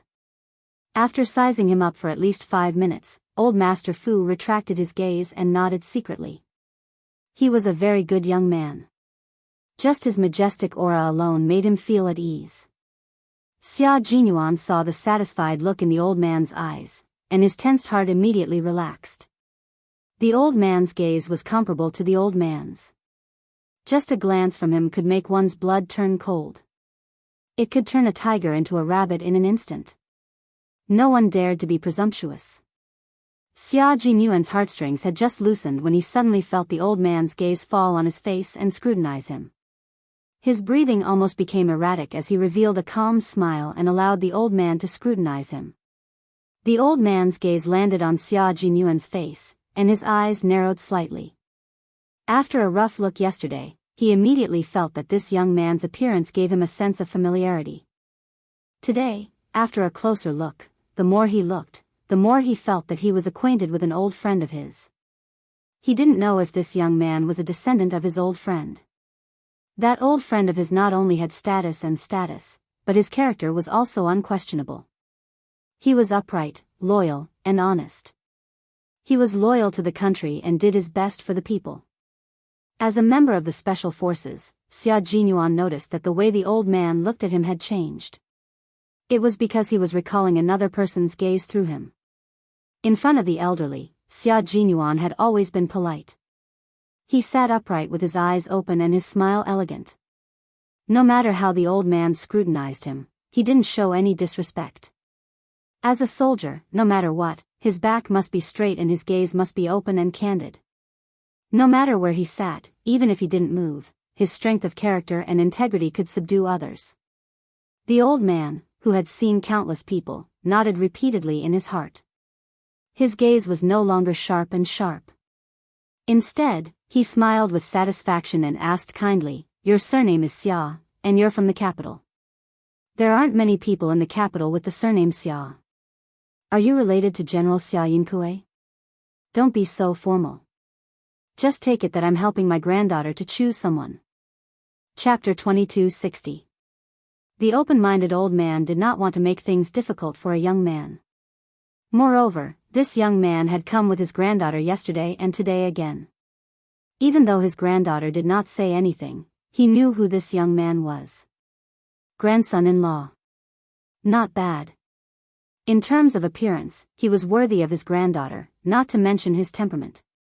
He was very satisfied with the young man's calm temperament. In addition, he was similar to an old friend, so he liked him even more. Yesterday, Xia Jinyuan was only there to boost Yi Qian's courage. Today, he was visiting as his grandson-in-law. His state of mind was completely different. While he appeared calm, he also revealed the elegance of a century-old family history. Faced with the old man's question, he smiled and said, "Yes, it's my grandfather. He retired 15 years ago. Now, he and my grandmother are at home tending to flowers and fish. So you're General Xia's descendant. No wonder you're so imposing." The old man nodded slightly. He was indeed the descendant of an old friend. Only the descendant of an old friend could be so outstanding. General Xia was a righteous man. Back then, he had almost been unable to return to the aerospace department. It was General Xia who had stepped in and single-handedly made him stay in the aerospace department. Thinking that this young man was the grandson of an old friend, the old man was even more satisfied. The smile on the old man's face became even more benevolent as he smiled and said, "Your grandfather and I are old acquaintances. Back then, he even helped me. I didn't expect that after going around in circles, General Xia's grandson and my granddaughter would become a pair." Actually, Xia Jinyuan's palms were sweaty. When he heard that the old man and his grandfather were old acquaintances, the last trace of nervousness in his heart disappeared. When he heard the last sentence, "they were a couple," the wetness in his palms gradually disappeared. Their grandfathers were actually old acquaintances. As expected, he and the little fox were not from the same family. They would not enter the same house. Although he knew that the old man was satisfied with him, Xia Jinyuan did not dare to be careless. He smiled and said, "If you didn't mention it, I wouldn't have known that you two were old friends. Grandfather likes to stay at home now. Today, he tends to the flowers and plants. Tomorrow, he carries a hoe to cultivate a small piece of land to plant some fruits and vegetables. In the spring, the flowers and plants in the backyard bloom delightfully. In the summer, green fruits hang on the branches. When the fruits are harvested in the autumn, there are some that can't be finished. Grandpa sends some to the neighbors to share the fruits of his labor." Old Master Fu, who loved to listen to such things, laughed heartily. His old voice was rich and strong. "General Xia told me before that when he retires, he will go back home to farm. He can't farm, but he can cultivate the land. You even have surplus grain to give to your neighbors. It can be seen that General Xia is quite healthy." Yi, good." Hearing the laughter from the study, Li Jinyan's cold eyes narrowed slightly. It seemed that his grandfather approved of Q King's identity. Yi Jian took the supplies in his hand and put them aside. She smiled and said, "He's very popular with the old man." When Grandpa Zhen was still around, the old man didn't quite agree with him coming over to pursue me. Later, Grandpa Zhen told me that Captain Xia is a good man and that he's worth a try. Uncle Chen also tested him and was very satisfied. He also advised me to discuss things with him and not make decisions on my own, so that we won't be at odds. Chapter 2261. Therefore, she was not worried at all when her grandfather said that he wanted to talk to Captain Xia alone. Li Jinyan finally understood how much his sister trusted Xia Jinyuan. He had originally wanted to test Xia Jinyuan, but now, he had completely given up on it. He raised his hand and patted her head. The cold devil revealed a faint but gentle smile. "As long as he continues to treat you well, grandfather and I won't have any objections. I won't go in and disturb grandfather. I'll take my leave first." The devil had returned to the team today. It was already past 2 in the afternoon, so he had to leave to catch his flight at 4. "You have to go back to school tomorrow. Be careful. Also." Li Jinyan was a little reluctant to part with her. He picked out the important things to remind her. "Also, there are only a few months left before you go abroad for the competition. You have to hurry up and train when you get back, especially in terms of physical fitness. If there's anything, call the duty room first. I'll call you back when I'm back." This was her brother, whose blood was thicker than water. He cared for her in every possible way, afraid that she would be wronged. Yi Qian felt warm inside. She nodded and replied seriously, "Brother, don't worry. I'll take care of myself. I'll go back to school tomorrow afternoon. I'll keep grandfather company and make him happy." After all, women were more attentive than men. Li Jinyan completely believed that she would make the old man happy. The old man was indeed very happy. Knowing that his grandson didn't want to disturb his mood, he quietly returned to the team.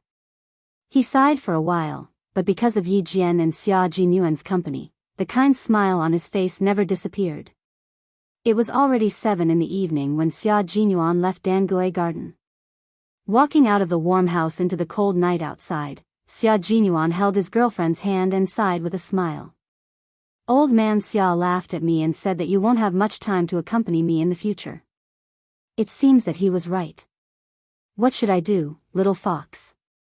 I can't bear to leave. I can't stay overnight in Dangui Garden. I have to leave even if I don't want to.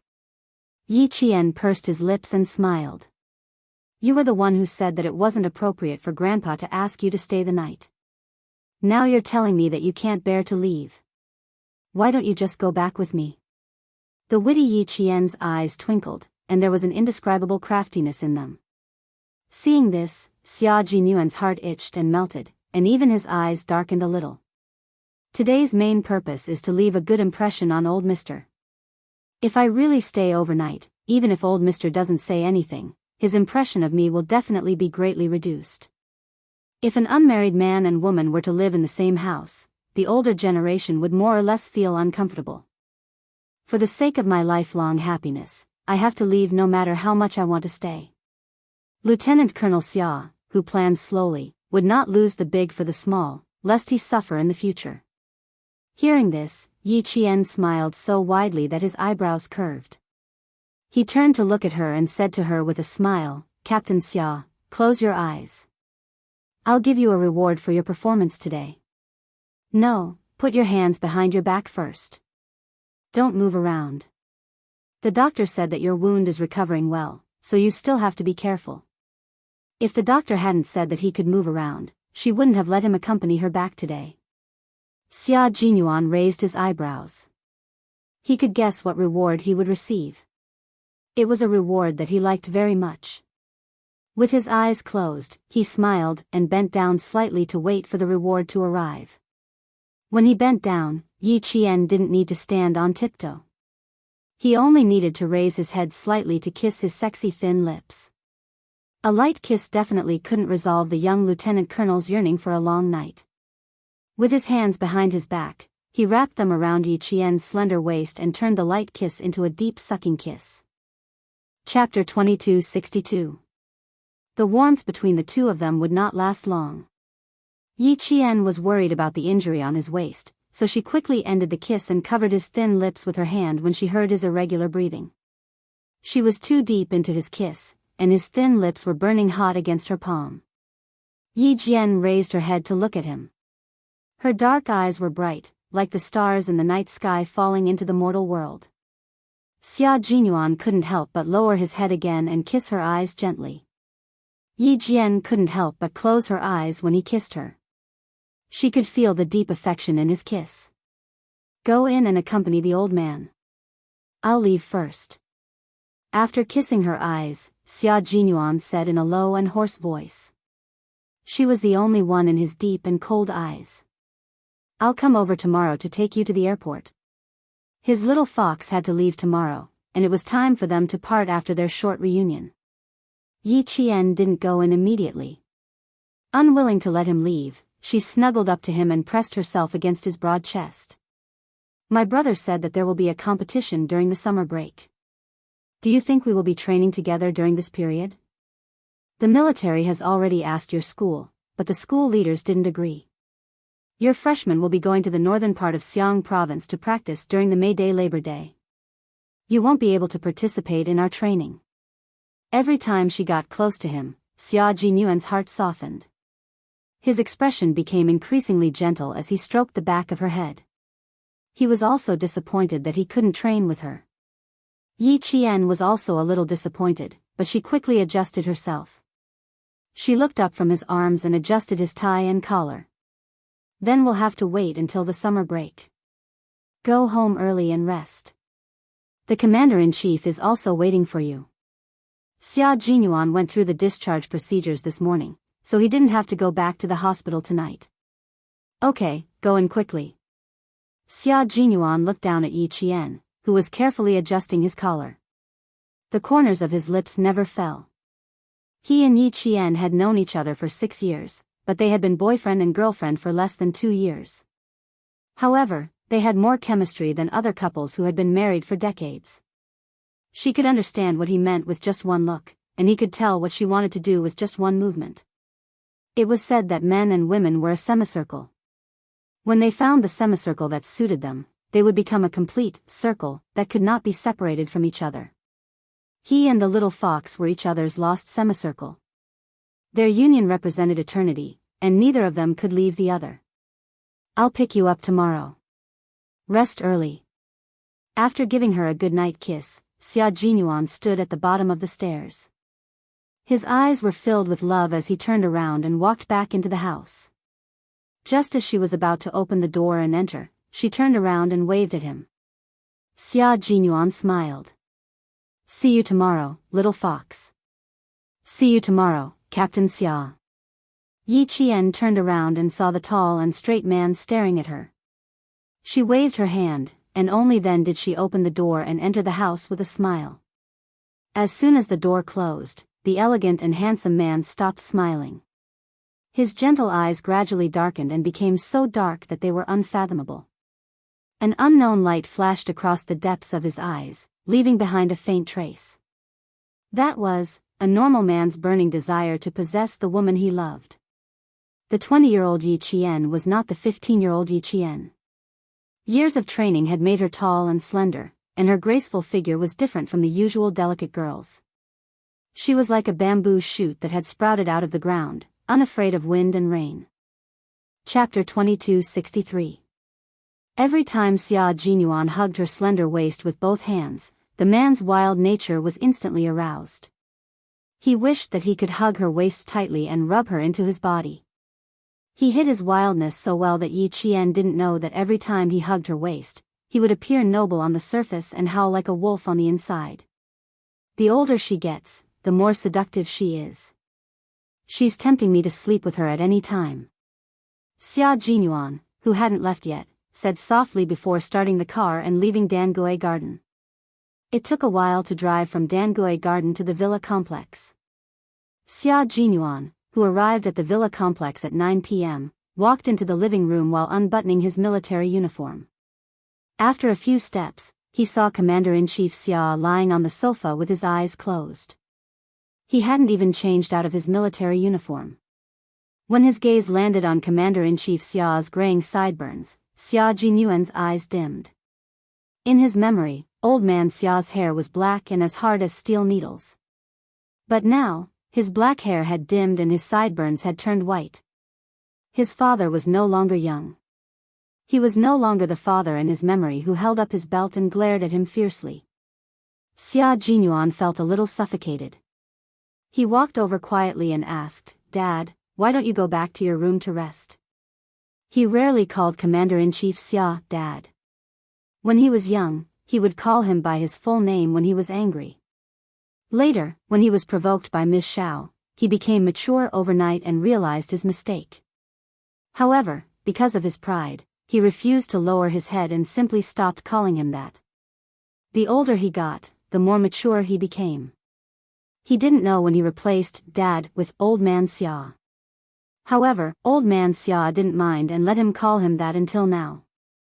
Little Fox said that Old Man Xia wanted to hear her call him Dad.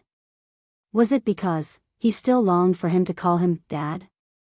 Perhaps it was because of Old Man Xia's understanding of birth, old age, sickness, and death, that he naturally called him Dad. Commander-in-Chief Xia's tired face was clearly illuminated by the white light. He was in a deep sleep, so Xia Jinyuan called out, "Dad," again. Only then did Commander-in-Chief Xia open his eyes. Commander-in-Chief Xia opened his eyes like a lion that had just woken up. Although he was no longer young, his gaze was sharp and dignified. As he sat up straight, there was no longer any tiredness on his face. "You're back. Have a seat and tell me about your visit to Xiao Ye's house." Commander-in-Chief Xia sat up straight. After many years of military service, he had engraved the military posture and manners into his soul. No matter what, his back was straight. In Xia Yiwei's words, wherever Commander-in-Chief Xia was present, a family chat would be as tense as a military meeting. Commander-in-Chief Xia, who was sitting up, was a little thirsty. He picked up the thermos on the coffee table and unscrewed it. He glanced at Xia Jinyuan and said uncertainly, "I think I heard you call me Dad just now. Did I hear wrongly?" "You didn't hear wrongly. You're my dad. Why can't I call you that?" Xia Jinyuan sat on the sofa next to him and buttoned up his military uniform again. Old man Xia couldn't bear to see him take off his military uniform and only unbutton it. It was better not to provoke him in the middle of the night. The guy who liked to provoke him the most suddenly became obedient. Could it be that he ran into trouble at old man Xia's place? Could it be that old man Xia was dissatisfied with old man Xia? Commander-in-Chief Xia's expression became a little serious. One who is unaccountably solicitous is hiding evil intentions. "Tell me, what happened?" Chapter 2264. Xia Jinyuan didn't know whether to laugh or cry. "Why does it sound like you're waiting for me to get snubbed in front of old master?" After saying that, he paused for a moment and didn't say anything. He quietly looked at the stern-looking Commander-in-Chief Xia with an obvious look of inquiry. What else could it be? Commander-in-Chief Xia replied faintly, clearly telling Xia Jinyuan why he had waited so long. This kid was getting more and more powerful. As his father, he actually felt a little pressured when his gaze landed on him. He was on guard against Xia Jinyuan seeing through his thoughts. Both father and son were stubborn, so a serious conversation was very unsuitable. If they weren't careful, the smell of gunpowder would fill the air. Only by ridiculing and attacking each other could they continue the conversation. Xia Jinyuan's deep eyes revealed an obvious smile when he heard Commander-in-Chief Xia's reply. "Dad, it seems that I haven't called you that for too long. You're so flattered that it's inappropriate, right?" "Flattered?" Commander-in-Chief Xia's face darkened. He was indeed a little surprised, but what words did he use to describe it? He reprimanded, "Xia Jinyuan, are you itching for a beating? You'd better save your energy. If you can't hit me later, you'll be so angry that your face turns blue." Xia Jinyuan saw that the Commander-in-Chief's face was faintly darkening, so he didn't continue joking. Instead, he lowered his voice and sighed. "When I saw your gray hair just now, I suddenly wanted to call you that. You have to get used to it. When Yi Qian marries into the family, she'll also call you Dad like me. I prefer Xiao Yi to call me Dad. As for you, go away." Commander-in-Chief Xia, who had a smile in his eyes, sneered in disdain. He glanced at Xia Jinyuan, who was standing upright, and said in a deep voice, "What's old master's impression of you?" He was more concerned about this matter. Xia Jinyuan raised his eyebrows. Under the light, there was a faint smile on his handsome face as he replied, "For now, it's not bad. I'm basking in old master's glory. For now, old master's impression of me is not bad." Basking in old master's glory? Commander-in-Chief Xia frowned slightly, then relaxed in an instant, and a faint smile appeared on his serious face. Old master and old master are old friends. Sixth, you're indeed basking in old master's glory. Did old master first recognize you as old master's descendant? Or did you take the initiative to mention to him? The former showed that the two elders were not ordinary old friends, but old friends who had a good relationship with each other. Old to me to you, old masters to old master to twos to stay to be to leave to stay in the past. The old man told me that he wanted to invite the old man out for a walk, so he asked me to arrange the time. To be or to be's to him. To be. To it to be, old's old. He. Of old. Of, old. Old tease, to old to be, ye was old to old ye. Although OL6 acted frivolously in front of him, he was actually just putting on a show in front of him. When he was outside, he had never heard anyone say that Old Six was not good enough. Old Six's comrade in arms, former military school classmate, Major General Yang of the Army. Whenever Old Sixth was mentioned, he would give him a thumbs up. Therefore, when he asked Old Sixth to accompany Xiao Yi to visit Old Master, he was confident that Old Sixth would be able to catch Old Master's eye. Now that Old Master was satisfied with Old Sixth, and he was old friends with Old Master, Commander-in-Chief Xia felt that it was better to strike while the iron was hot. Chapter 2265. Commander-in-Chief Xia's expression became more and more serious as he said, "Since you can walk around with your waist injury, you can drop by the old mansion tomorrow after you send Xiao Yi to the airport and talk to the old man about this." He was also worried that Xia Jinyuan's wound would reopen, so he added, "Let the guards drive tomorrow. You can rest." Xia Jinyuan couldn't help but laugh when he saw this. "You're more impatient than I am." "Of course I'm impatient. You're so unreliable. You're lucky to be able to marry Xiao Yi. Strike while the iron is hot. Let the old man be satisfied with our family first." Commander-in-Chief Xia discussed this matter seriously, but when he saw that Xia Jinyuan was happy and not anxious at all, his face darkened again. "Xia Jinyuan, I'm seriously discussing your marriage with you now. You'd better correct your attitude. Dad, do you think that Yi Qian and I still need to rely on family connections for our marriage?" Seeing that the commander-in-chief was getting angry, Xia Jinyuan, who had taken a step back, stopped smiling and revealed a rare coldness. "In your eyes, am I a man who needs to rely on his family to solve his marriage? Dad, aren't you underestimating your son too much?" The last sentence was a little cold, as if it was wrapped in ice shards. Commander-in-Chief Xia choked. He had never underestimated Old Six. Although this kid has been muddling along since he was little, he was very opinionated. When he did bad things, he was able to cast himself clean, so that other people could not find any weakness that could be used against him. The old master once joked, "Lao Lu is someone who can do big things, he can hold his temper." Reality had proven that Old Sixth was indeed someone who could accomplish great things. He had gotten into the military academy on his own without using any connections. He had applied to join the Special Forces on his own accord and immediately became the team leader of the Special Forces. In the past few years, he had achieved countless military exploits, big and small. Everything he had done was done with an indomitable spirit and a clear conscience. However, no matter how capable Old Six was, he was still a naive child in his heart. For some reason, the words that should have been in his heart slipped out of his mouth. Suddenly, the living room was silent. The father and son looked at each other and felt awkward. Commander-in-Chief Xia, who had been through a lot, was the first to come back to his senses. Seeing Xia Jinyuan's surprised expression, the commander-in-chief cleared his throat and said with a straight face, "What, aren't you my son?" Cough, cough, yes, yes, yes, I am your son. You are right. Xia Jinyuan, who was trying to hold back his laughter, choked. It was rare to see old man Xia so embarrassed. As his son, he had to laugh, but as his father, he would have to keep a straight face for the next few days. The pressure would be so low that it would double the pressure on the guards. Other than laughing in his heart, there was also a trace of lament. His old man was indeed old. When a person was old, his state of mind would be smoother and firmer.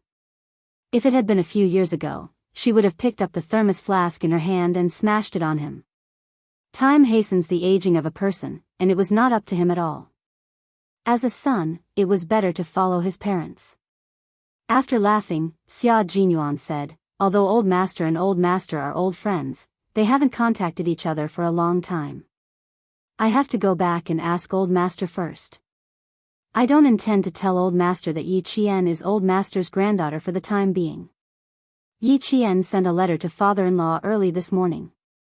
I think it won't be too late to tell him when he comes back. You see, the military commission is currently investigating my mother-in-law's death. I personally think it's better not to do anything for the time being to avoid complications. He was referring to the fear that someone would do something if they found out that Yi Qian had returned to the Fu family. Chapter 2266. The commander-in-chief pondered for a moment and nodded. As long as you know what to do. The commander-in-chief looked at his son, who was already taller than him. Seeing his calm and confident face, the commander-in-chief revealed a kind smile that he only showed to Yi Qian. Sixth brother, I'm very relieved to see you like this. Then, without waiting for Xia Jinyuan to say anything, the commander-in-chief stood up with a kind smile and solemnly said, "Rest early." Then, he turned around and strode away. Xia Jinyuan covered his forehead and laughed so hard that his shoulders trembled. He and Xia Jinyuan were really not suitable for father-son tenderness. Both of them felt uncomfortable. You pick on my thorns, I pick on yours. This kind of father-son relationship was more suitable for him and Xia Jinyuan.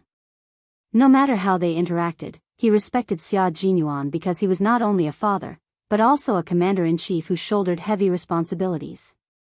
The next day, Xia Jinyuan woke up early and learned from the guards that the commander-in-chief had received an emergency call and left. The military situation was so urgent that he didn't even bother to wash his face and brush his teeth and left in a hurry with 2 guards. Xia Jinyuan's eyes turned cold. He immediately turned on the TV and called the team. There was a coup in a neighboring country that affected our borders. A mortar fell into our sugarcane forest.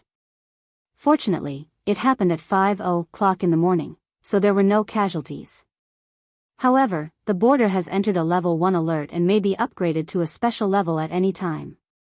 The J5 in the army had received the news within half an hour, which was less than 5 minutes after the mortar fell into their country. At this time, an assault team of the Snowfield Brigade had been formed and was ready to go. How many brothers are you going to bring over now? Since he knew so much, he must have received the mission.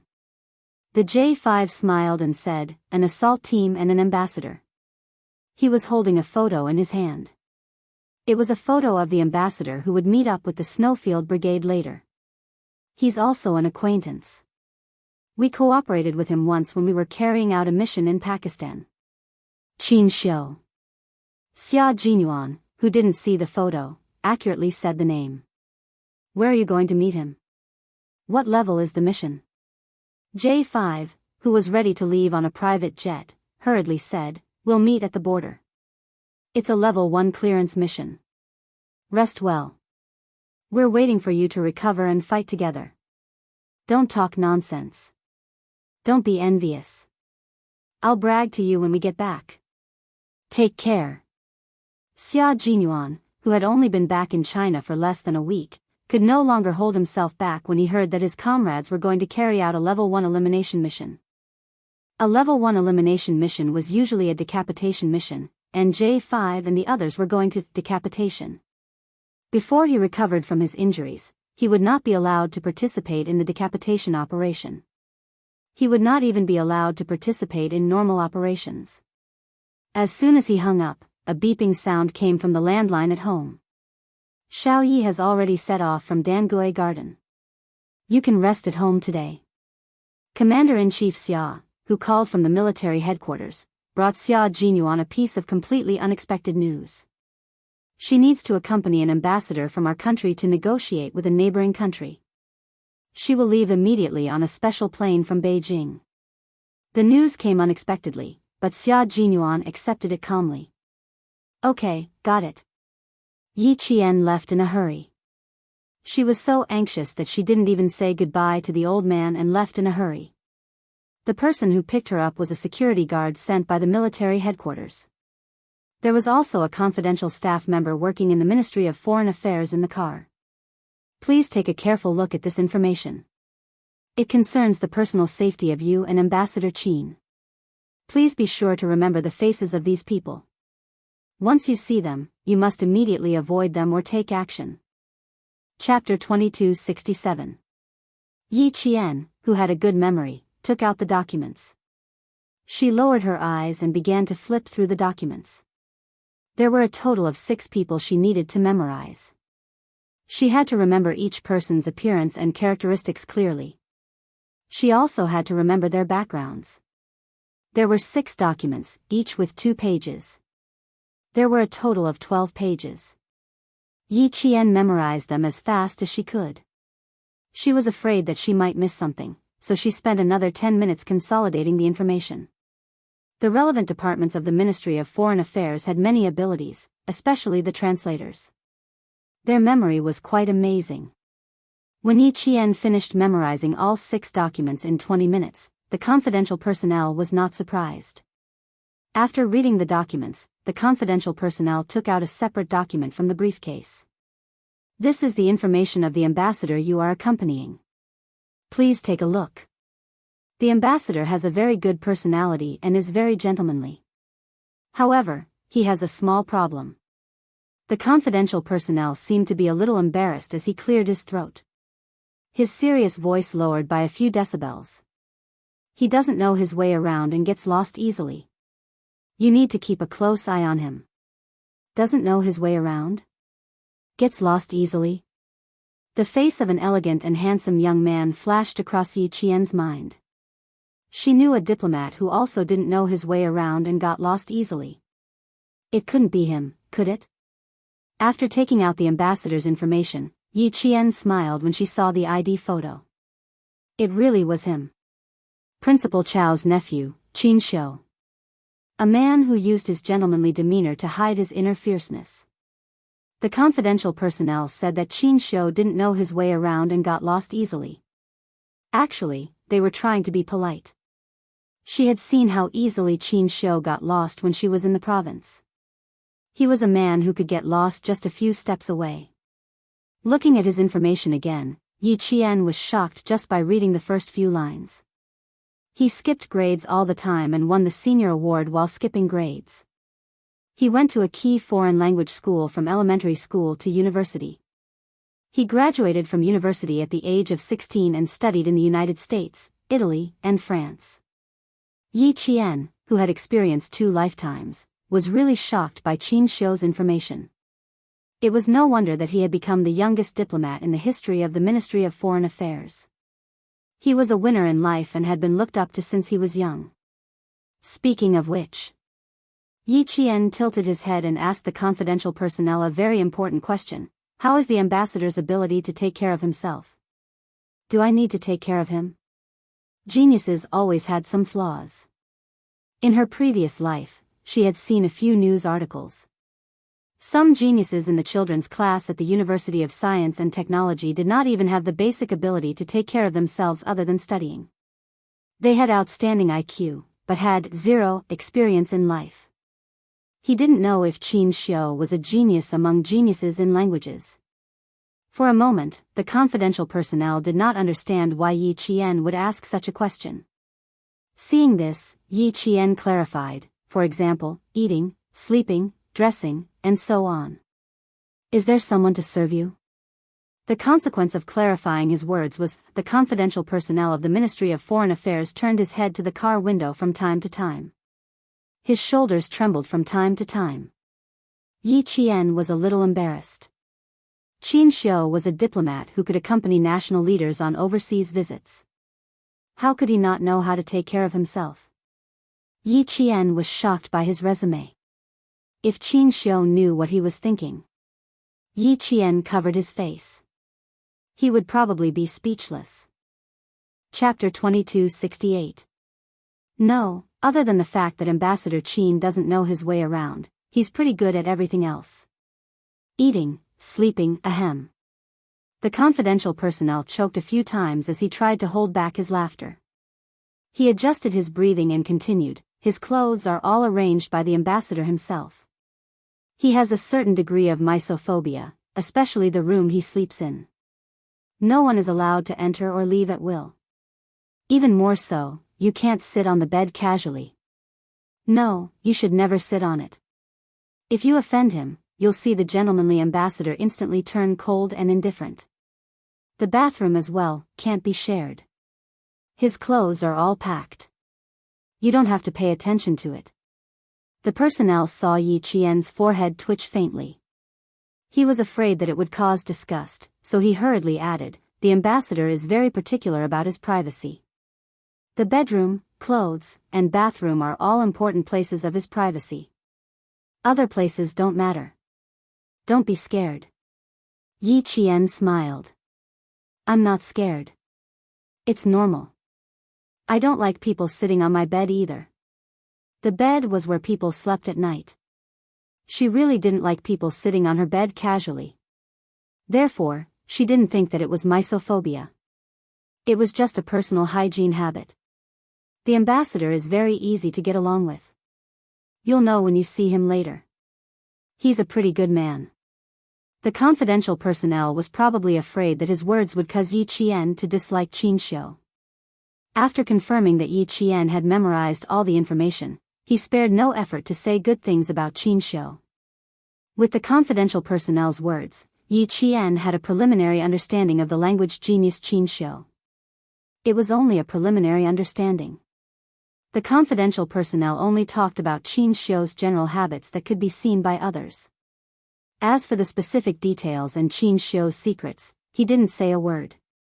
Qin Xiu, who was holding a paper bag in his hand, was already waiting for Yi Qian in the lobby of the Ministry of Foreign Affairs. He had received Yi Qian's information half an hour ago. Although there was no photo, when he saw the familiar name and her brief introduction, he knew that this was the girl he had fallen in love with. She was accompanying him to the neighboring country. He was a little surprised. Going back to the neighboring country wasn't an easy task. According to his own analysis, it was very dangerous. It was the most dangerous trip he had gone abroad in recent years. After all, there was a coup in the neighboring country. He was surprised that Yi Qian was accompanying him, but he was also looking forward to her arrival. They hadn't seen each other for about 40 days. Ever since he returned from the border, he had dreamt of her walking over a snowdrift. She was tall and straight, like a goddess walking from the top of a snowy mountain, bringing with her the hope of survival. That scene was still unforgettable, so much so that he would dream of it at night. Yi Jian. He muttered softly as he stared at the door.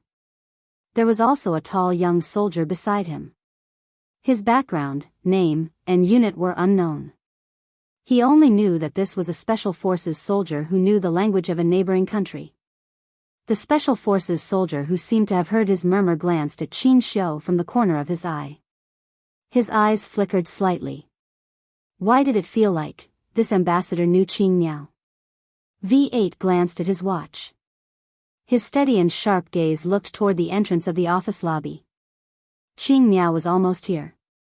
2 minutes later, Yi Qian's figure appeared at the spacious and bright entrance of the Ministry of Foreign Affairs. She was wearing a student's military uniform and walked calmly against the light. He couldn't see her face clearly. He could only see her slender and straight figure walking step by step into his world. Chapter 2269. Qin Xiu couldn't help but hold his breath. He could hear the sound of his heart beating. He could hear her light footsteps, which sounded like the sound of a drum or a guqin, hitting his heart. He thought that at this moment, he would fall in love with her even more. His world would be invaded by her. Looking at the figure walking towards him step by step, Qin Xiu's elegant and handsome face had an even more refreshing smile. He didn't stay in place to wait, but went up to greet her. We meet again, Yi Qian. They meet again, the girl who made him fall in love with her. His gaze landed on her face in a reserved and polite manner. It was so gentle that it didn't offend him at all. As he got closer, Qin Xiu realized how much Yi Qian had changed. Her life in the military academy didn't make her skin tanned. Instead, it was as fair as before. She had the fair skin that most girls dreamed of. She would probably attract a lot of attention in school. Her eyebrows had also completely grown out. When they were at the border, the light was dim, so he didn't look at her carefully. Now that he saw her fully grown eyebrows, they were like pink lotuses poking out of the vast expanse of green leaves. The petals were beautiful and delicate. He didn't deliberately look at her. He only looked at Yi Qian's eyes. Yi Qian, who had always been sensitive, faintly felt that Qin Xiu was looking at him, but he quickly looked away and didn't think too much about it. He politely shook his outstretched hand and smiled. I saw your information in the car just now. Ambassador Qin, I look forward to working with you. I look forward to working with you. Qin Xiu calmly retracted his hand and gracefully and naturally let it fall to his side. He could still feel her softness in his palm. It was dry, warm, and soft as if it was boneless. As a diplomat, it was a compulsory course to hide one's emotions. In his eyes, his expression was very natural, as if he was meeting an ordinary friend. He was polite but didn't lose his manners. It made people feel comfortable and at ease like they were bathing in the spring breeze. V8, who was standing beside Qin Xiu, secretly winked at Yi Qian. When Qin Xiu introduced him, V8 reached out his hand with a cold expression. He simply greeted Yi Qian when they shook hands and didn't say anything else. V8 was a special forces soldier, and Yi Qian was a military academy student whose identity needed to be kept secret. Naturally, the two of them couldn't know each other. Go and change first. We'll wait for you downstairs. Qin Xiu handed the paper bag in his hand to Yi Jian. You are all escorts, so you need to change your attire. She was wearing a slim-fit suit for the female staff of the Ministry of Foreign Affairs. When Yi Jian went upstairs to change, the confidential staff who picked her up told Qin Xiu what she had asked with a smile and joked, Ambassador Qin, you have to behave well. You can't let her misunderstand that you can't even take care of yourself. Qin Xiu rubbed his forehead with a helpless expression. Could it be that Yi Qian's impression of him was that he couldn't take care of himself? That's not good. I have to change that impression. So, after they got into the car, Qin Xiu smiled and said to Yi Qian, I've been undergoing intensive training for the past 2 years. I don't recognize the way and get lost easily. Just like when I went to your school that year, I didn't get lost after walking around the back of the school. Yi Qian quickly realized why he said that. She suddenly felt a little uncomfortable. I said something wrong. Please forgive me, Ambassador. Qin Xiu. I'm Qin Xiu. You can call me by my name. Qin Xiu didn't like to be addressed as Ambassador. He smiled and said, We've known each other for a few years. Although we haven't met many times, we're already acquaintances.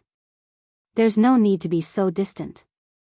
Chapter 2270. If he wanted to get closer to her, he would have to start by calling her his name. Qin Xiu started to chat. Last time, we went through hardships together. Yi Qian, I thought we were already familiar with each other. V8, who was sitting in the front passenger seat, lightly flicked his finger on his knee. School? Last time? Could it be the time when Avalanche rescued him? He did not guess wrong. Qing Miao and the ambassador knew each other, and they had known each other for a long time. It had been several years. The expressionless V8 glanced at the two people who were 1 seat away from each other through the rearview mirror. He even took a second glance at Yi Jian before retracting his gaze. Although they were familiar with each other, it was not as familiar as their relationship with Qing Miao. Yi Qian, who was lamenting in his heart, did not notice V8 sizing him up. A diplomat was a diplomat. He gently and elegantly put forward a request that no one could refuse. That's true. We have known each other for a few years. Although we haven't seen each other much, at least we are not strangers. Then I won't pay attention to the formalities. Qin Xiu, if I do anything wrong, please correct me. Yi Qian readily called out, Qin Xiu. He saw the young diplomat sitting next to him, who seemed to be carefully sculpted. His flawless handsome face rippled with an elegant smile like the spring breeze. Although we have only met a few times, but in my impression, you have always been reliable. You don't need other people's advice. Qin Xiu's smile was very faint, but very penetrating. You could see the spring breeze, but you could also see the sharpness of an arrow. This was the temperament of a diplomat. When communicating with friends, it was like the spring breeze. When competing with other countries, it was as sharp as an arrow. Looking at his elegant smile that was like a painting, Yi Jian's mind flashed with a sentence that she had heard from 2 girls in a hotel in her previous life. The words, take care of the facade, take care of the face. At this moment, Qin Xiu could be described perfectly. It's still better to call me by my name. Ambassador sounds unfamiliar to me. With an elegant smile, Qin Xiu took out her phone from her pocket, glanced at it, and said to Yi Qian, "Sorry, I have to take this." It was a call from home. When Yi Qian heard him call out, "Mom," he took the initiative to increase the distance between the two of them. His whole body was pressed against the car door. Yi Qian looked towards the front passenger seat. Through the gap between the passenger seat and the door, he could see the V8 making a gesture to him, meaning, "We can fight side by side again." Yi Qian, who couldn't open his mouth to answer, responded with a faint smile. His fingers lightly tapped the side of the car door 3 times, just enough for the V8 to hear. There was no verbal communication. A hand gesture and an action completed a short communication. "Yes, I have some urgent business that requires me to go on a business trip for a few days. It's not a big deal. I'm not sure when I'll be back." Noticing Yi Qian's little movements, Qin Xiu put the phone to his left ear to answer the call. There was a faint but gentle smile on his face as he patiently answered Mrs. Qin. Mrs. Qin, who had just woken up, found out from the housekeeper that her son went out before dawn.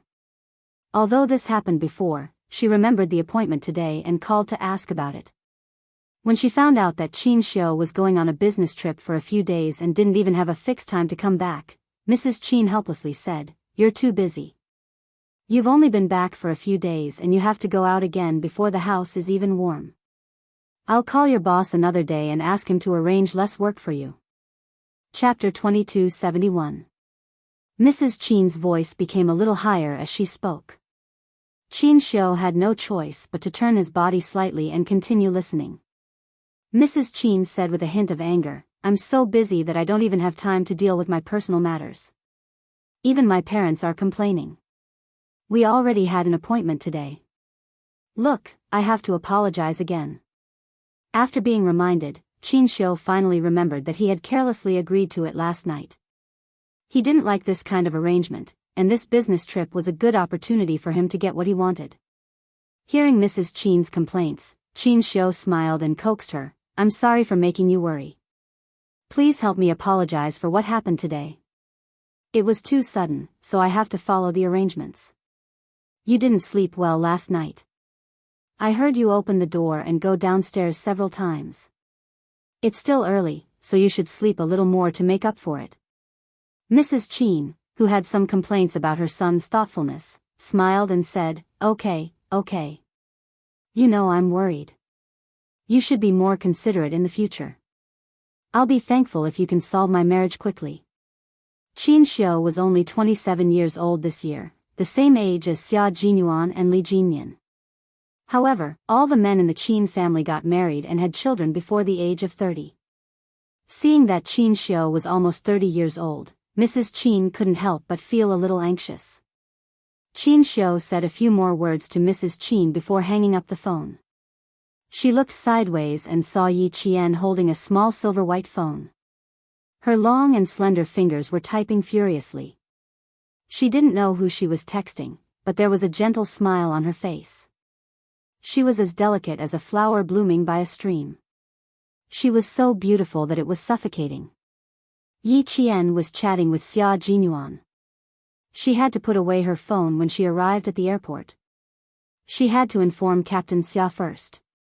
Xia Jinyuan, who received the text, replied very seriously and reminded her, "Be careful. If there's anything urgent, you can contact J5 at any time." Although Commander-in-Chief Xia didn't tell him in detail, when J5 mentioned going to a neighboring country, Xia Jinyuan guessed that J5 and Yi Qian were on the same side. Seeing his reply, Yi Qian's cold eyes revealed a gentle smile. She replied with an "okay" and turned off her phone. They were already at the airport, so she had to hand in her phone. Qin Xiu's heart sank because of the tenderness in her eyes. Who was Yi Jian talking to just now? Classmate? It didn't seem like it. Family? Of course. He didn't seem like a classmate or a relative. Instead, he seemed like he was chatting with the person closest to him. Of such an outstanding girl. Yi. Maybe. He had been too careless and overconfident. Qin Xiu. Fortunately. I realized it. It's not too late. I realized it. Without asking who Yi Qian was talking to, Qin Xiu saw that her phone was turned off. He smiled and said, "Phones will only be handed in for safekeeping when we reach the border. Once you're there, tell your family that you're safe." He shook his phone and smiled helplessly. "I left home in a hurry. I didn't tell my parents. They're already here to ask what happened. You left in a hurry too. Remember to tell them that you're safe." Qin Xiu was indeed a very gentlemanly man. His meticulousness could be seen from the details. He was the kind of meticulous man who didn't bat an eyelid. With his reminder, Yi Qian knew that she wouldn't have to hand in her phone for the time being. She could also tell them that she was safe when she got off the plane. Chapter 2272. Before boarding the plane, Yi Qian sent a message to Xia Jinyuan that she had boarded the plane. Yi Qian left a note for the old man. She didn't want the old man to worry, so she planned to call home after the plane landed. It took nearly 4 hours to arrive from Beijing by plane. The plane had to take off at 8 in the morning, so Yi Qian and the others didn't arrive at the border until noon. She sent a message to Xia Jinyuan and called the old man. When she walked out of the special passageway, she handed her phone over. Yi Qian didn't feel nervous on the plane.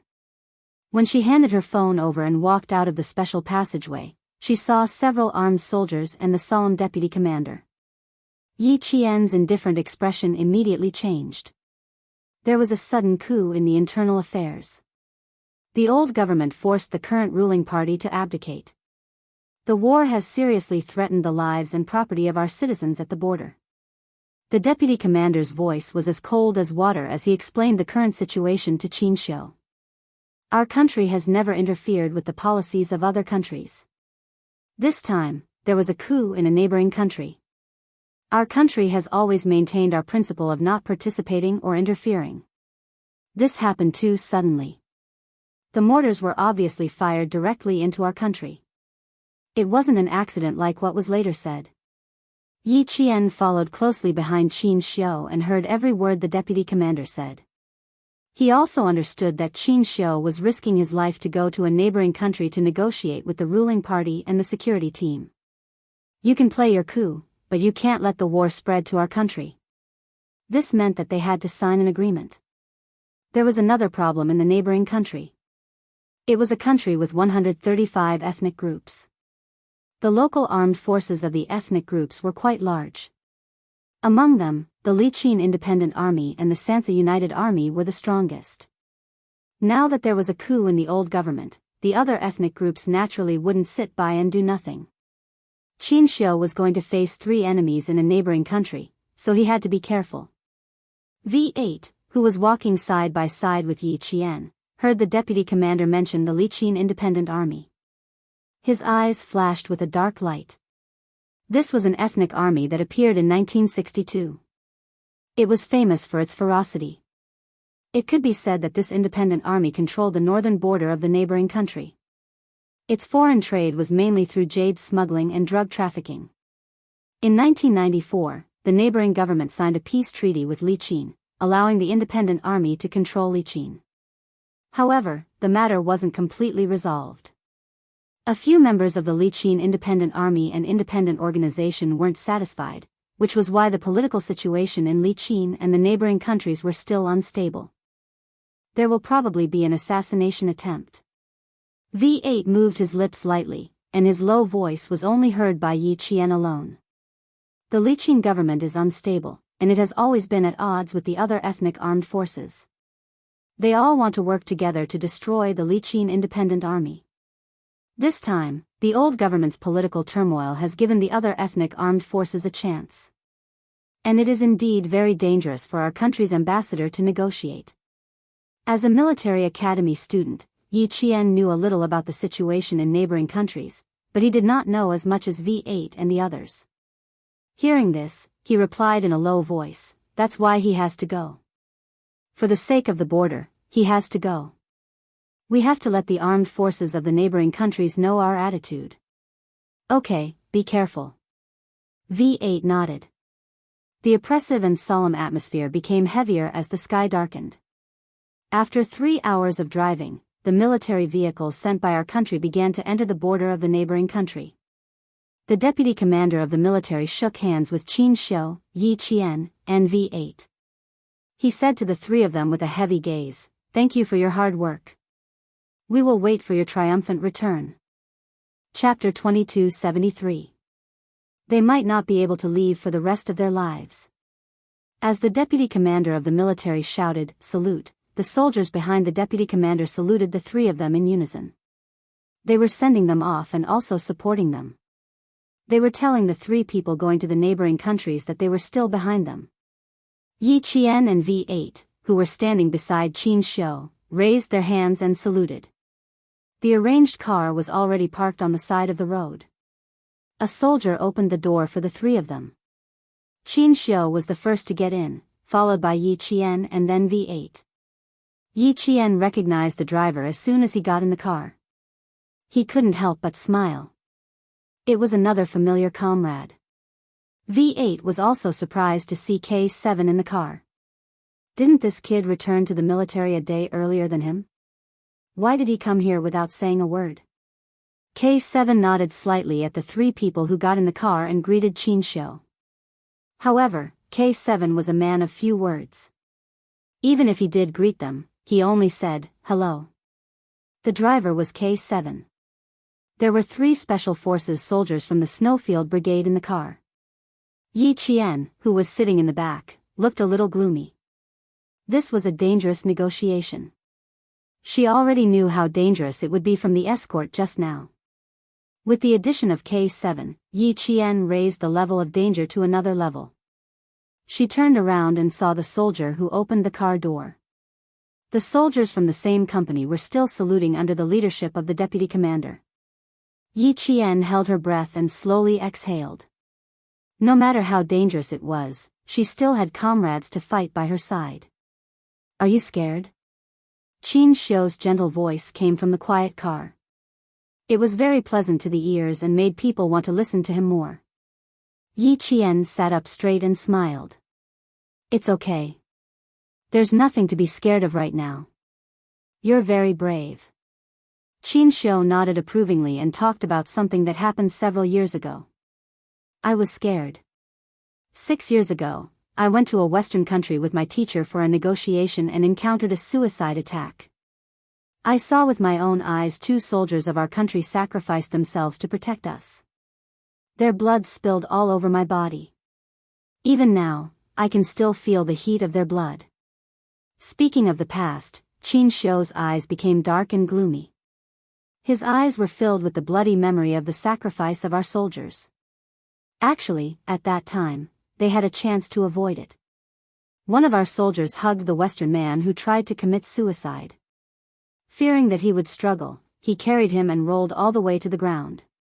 At that time, the soldiers of this country were also present, but they did not realize that danger was coming. They did not even realize why our soldiers suddenly hugged the man who was waving the small flag in his hand. I didn't realize it either. When I realized that there was danger, there was an explosion. The glass on the street was shattered by the impact of the bomb. My only reaction was to hear someone shout, "Get down." Then, one of our soldiers tackled me to the ground. He used his body to block all the shrapnel for me. My ears were shaken until I lost my hearing. I only felt a sticky liquid on my neck. It was the blood of the soldier who sacrificed himself to protect me. His carotid artery was directly cut by the shrapnel. Several pieces of shrapnel pierced his back. The deepest part was directly buried in his spine. After Jing finished speaking, the car fell into a long period of silence. K7 and V8 who were sitting in the front looked at each other. They knew about the past that Ambassador Qin mentioned because the 2 soldiers who sacrificed themselves were martyrs of the Snowfield Brigade. Chapter 2274. After a long silence, Qin Xiu sighed, "If I had your calmness back then, I don't think that soldier would have sacrificed himself. To this day, I still don't know the name of the soldier who sacrificed himself to protect me, or which unit he was from. After listening to the heavy past, Yi Qian said softly, their duty is to protect their home and country. You don't have to blame yourself. That's why I said you're very good. You're 2 years younger than I was back then. You know the dangers ahead, but you can still face them calmly. Yi Qian, you're really good. Qin Xiu smiled and said to the 3 people in the car, I'm going to rest for a while. Wake me up if you need me to drive. No one would disturb his rest. Yi Qian, who was sitting in the car, could faintly smell the smoke of gunpowder in the night wind. He looked through the car window and saw the endless rolling mountains that connected the neighboring country and our country. The concave peaks between the mountains were like the giant mouth of a monster, quietly waiting for its prey to come into its mouth. Yi Qian gently tightened his grip on the pistol in his hand. His dark eyes looking into the distance were steady, sharp, and suffused with a cold light. No one spoke in the car. Qin Xiu closed his eyes and rested, waiting for the next negotiation. V8 sat in the front with a gun in each hand. He would shoot immediately if he noticed anything unusual. The roads in the neighboring country were not as good as in our country. The roads leading to the neighboring country were rugged and bumpy. As the car drove past, yellow dust rose. The negotiation was not public knowledge. It was a secret trip. Due to the unstable situation in the neighboring country due to the coup d'état, they did not directly arrange for a private plane to fly to the neighboring country for the negotiation. Instead, they sneaked in secretly. Even the governing body of the neighboring country, the old government, and the armed forces of the various ethnic groups did not know the specific itinerary of our ambassador. In terms of security and confidentiality, our country has always been known for its stringent security measures. The car drove along the road that extended into the neighboring country, but it was extremely stable. Next, it would enter the road that merchants from the 2 countries used for trade. The car would blend into the merchants' vehicles and drive through the 2 cities. It was estimated that they would arrive at the negotiation location around 2 in the morning. The negotiation would officially begin at 7 tomorrow. As the negotiation ambassador, Qin Xiu's safety had to be guaranteed. At the same time, he had to maintain a good mental state. No one woke him up. Even Yi Qian did not have a chance to drive. K7 and V8 took turns to drive. The night insects outside the car, night, and the night breeze. Under the dark night sky, the K7 drove the car with its headlights shining straight ahead, heading towards the first city they were about to reach. Because of the war, the neighboring cities were quiet at 10 o'clock in the evening. Only a few street lights were lit. The sentry posts in the market were shrouded in the darkness of the night. Only one light was on at the post, illuminating the tall and simple sentry post.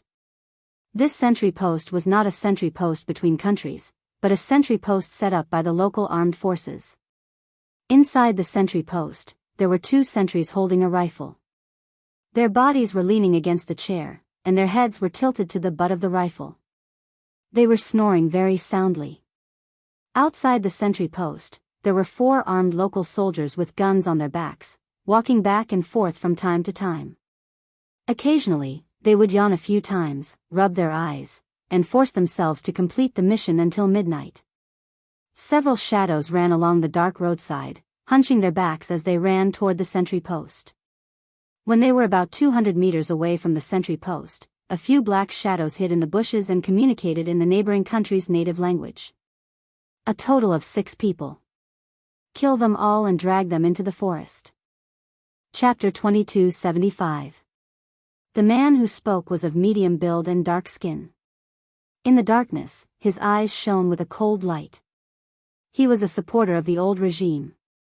They wanted to control the city to have more bargaining chips. Now that the entire city was infiltrated by armed forces, they were just waiting for the order to start the war. The darkness of the night was always the best camouflage. The war to start the armed forces started as the sentry post was taken down. K7 stepped on the brakes slowly. He stared coldly at the flickering fire in front of him. Is there any other route to take? He asked V8, who had also noticed the problem. 2 cars passed by them. They continued driving toward the city without noticing anything. V8 shook his head and said in a low voice, "No, we can only continue driving forward." There were only 3 routes to take from the port, but there was no time to go back now. "Keep driving forward." Qin Xiu, who had just woken up, did not hesitate. He looked at the flickering fire and said calmly, "We have to reach the negotiation point at 6 in the morning." The negotiation was at 7. They had no choice but to drive forward. 10 minutes later, more and more cars turned around. They shouted at the cars that were driving forward, "There are gunshots! There are gunshots! Leave! Leave!" Soon, more and more cars turned around on the road that connected the 2 countries with the most traffic. However, there were also cars that continued to drive forward. When they passed by a car that was parked on the side of the road, Yi Qian saw the driver talking on his phone. He was so excited that he did not know what to say. Not long after, the car overtook the car at a high speed and sped toward the city. Most of the cars that were driving forward were city locals. They had families and had to bring them back. The cars that turned around drove very fast. The cars that were driving into the city also drove very fast. This gave K7 the opportunity to speed up and shorten the estimated time to reach the city. The gunshots were especially intense near the edge of the city. As a bomb landed, a huge fire rose from the center of the city with a boom. The entire city was in chaos. Countless civilians who were affected by the gunfire and artillery hurriedly packed up their clothes and rushed out of their homes with the only money they had.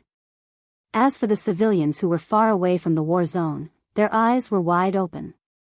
Their families gathered together with their palms together, praying for the war to end quickly and for their families to be safe. Many civilians rushed out of the sentry post, not daring to stay in their hometowns any longer. Some drove their cars all the way out, but when they realized that the road was blocked, they had no choice but to abandon their cars and leave.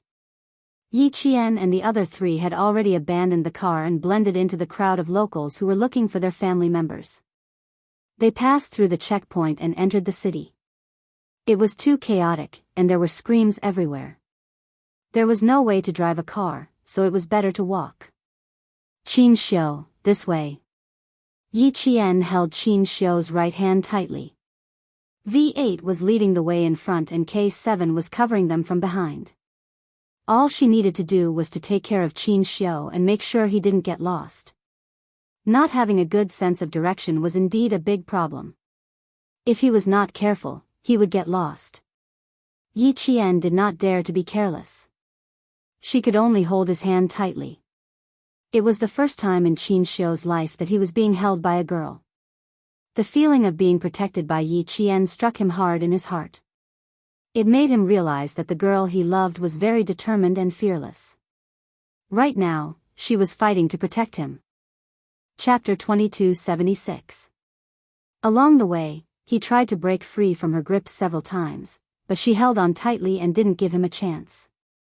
In the end, he chose to give up and let her hold his hand as they quickly walked through the alleys of the city. Yi Qian was very fast.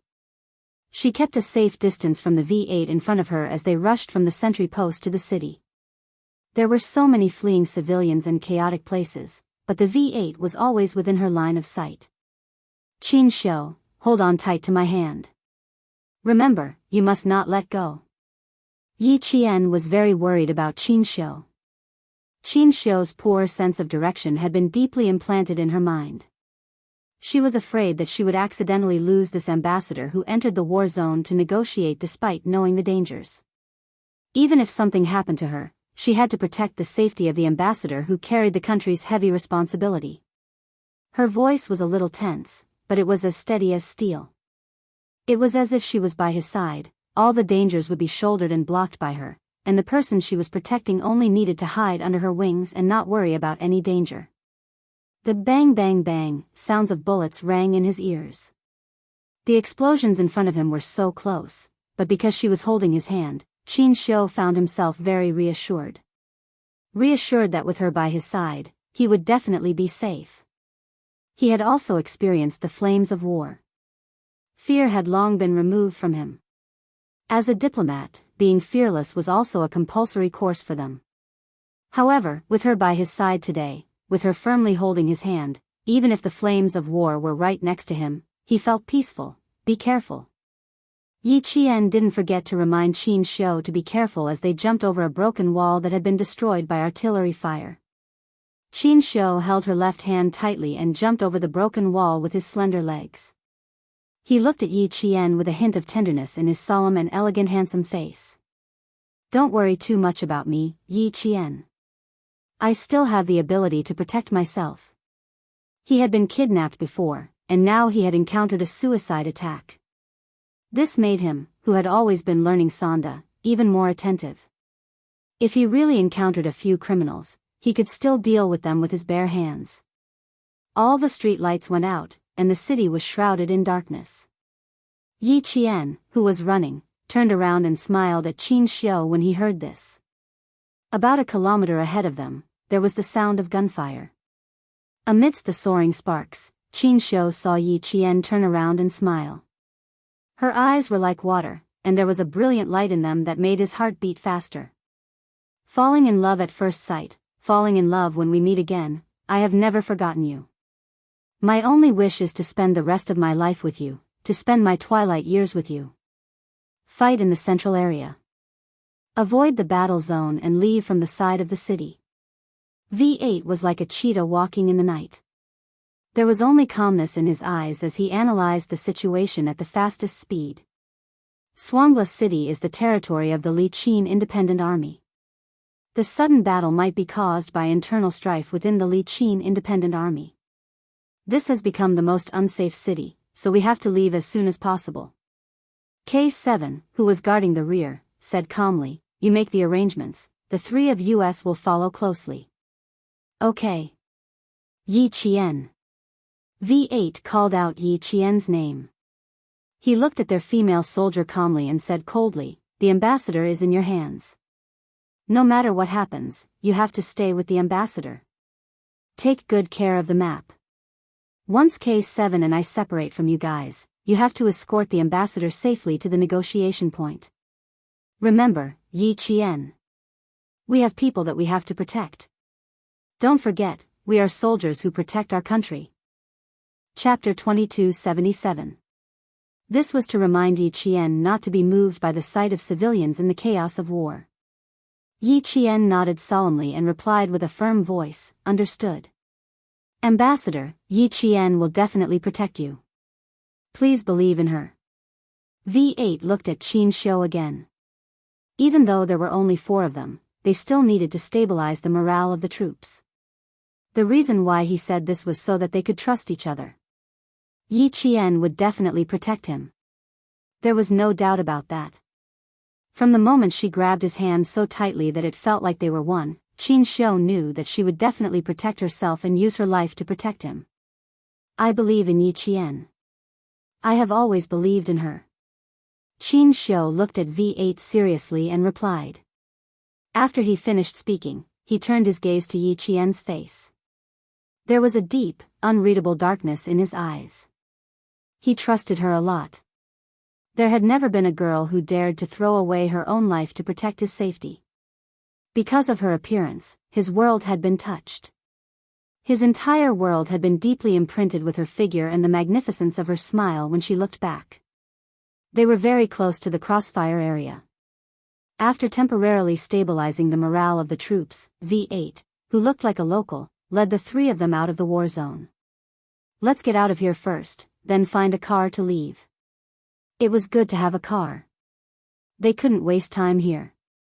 They walked very quickly, but they didn't attract any attention. The entire city was in chaos. The civilians in the center of the crossfire area were screaming, crying, and stumbling as they ran. Their homes were no longer safe. The soldiers with guns were no longer their protectors. The city was no longer their refuge. Escaping became the only option for the civilians in the city. More and more civilians ran out of their homes. The language of the neighboring country turned into a mournful tide. More and more people screamed, making more and more people feel hopeless. Who can save us? Who can save us? God, please save us. A middle-aged woman from the neighboring country who believed in Christianity hugged her child and cried as she ran into the crowd. The state religion of the neighboring country was Buddhism, but a small number of people believed in Christianity. As Yi Qian listened to these desolate cries, her dark eyes grew colder and colder. Through the occasional flash of gunfire, one could see that her eyes were as clear as the cold stars. This is not an era of peace. It is just that we live in a peaceful country. The four of them had solemn expressions on their faces. They had to leave as soon as possible and arrive at the negotiation location on time. Tonight's chaos and the mournful cries of the people might happen in their own country one day. This way, away from the crowd. V8 no longer blended into the crowd. He walked to an alley and nimbly entered it. K7, who was at the back of the group, saw Yi Qian holding Qin Xiu's hand as they entered the alley, so he followed closely behind. They all knew that Qin Xiu was a bad ambassador. Even with Yi Qian keeping an eye on him, K7 would still keep an eye on him from time to time. Even though they had left the central war zone, the area around them was not safe. The local armed forces were divided. Occasionally, they would see soldiers rushing towards the central war zone with guns. They needed to avoid direct confrontation with the soldiers. The sound of gunfire kept coming from the sky above the city. Some of the gunfire came from nearby, but the distance was less than a few meters. The city in the neighboring country was not a large one. The roads were narrow, and small houses could be seen everywhere.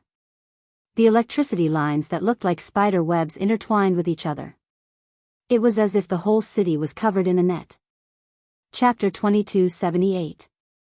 The smell of gunpowder thickened in the air, and the sound of bullets and cannons became more intense.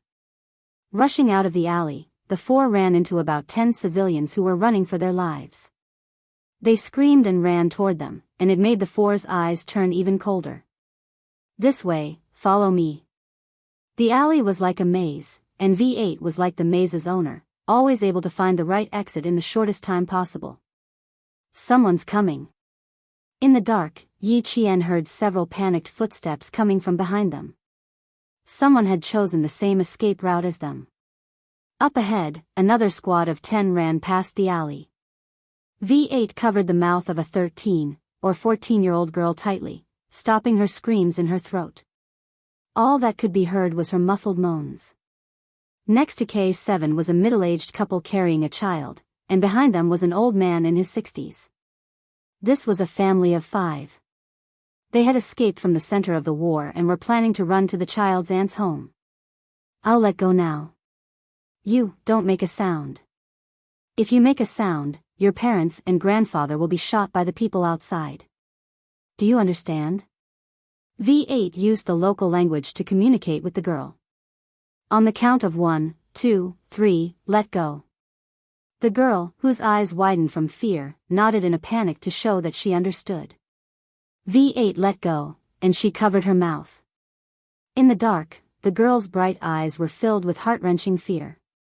She was afraid, but she was responsible for scouting the way and protecting the family. It was only then that Yi Jian noticed that the middle-aged couple, each carrying a child, were unable to walk. Their legs were crippled. Can you take us with you? Can you take us with you? The old man in his 60s said with a trembling voice, if that's not possible, can you take the 3 children with you? Is that okay? The middle-aged couple's eyes were filled with hope. They stared at the 4 people who had saved them with tears. The appearance of Yi Qian's group made them feel safe. V8 looked at the 2 children who were still in his arms. They were about 4 or 5 years old, young, and crippled. V8 sighed softly. I'm sorry, but we can't take you with us. You'd better find a place to hide. I suggest you don't cross the city. If people run into you, they might shoot you. For your safety, you'd better find a place to hide. They had to refuse. Once they agreed, they would be a burden on their journey. They were not there to represent themselves, and they could not be heroes. The reason they were taking the risk to enter a neighboring country was because the country's border and the safety of its citizens were at stake. There was no choice.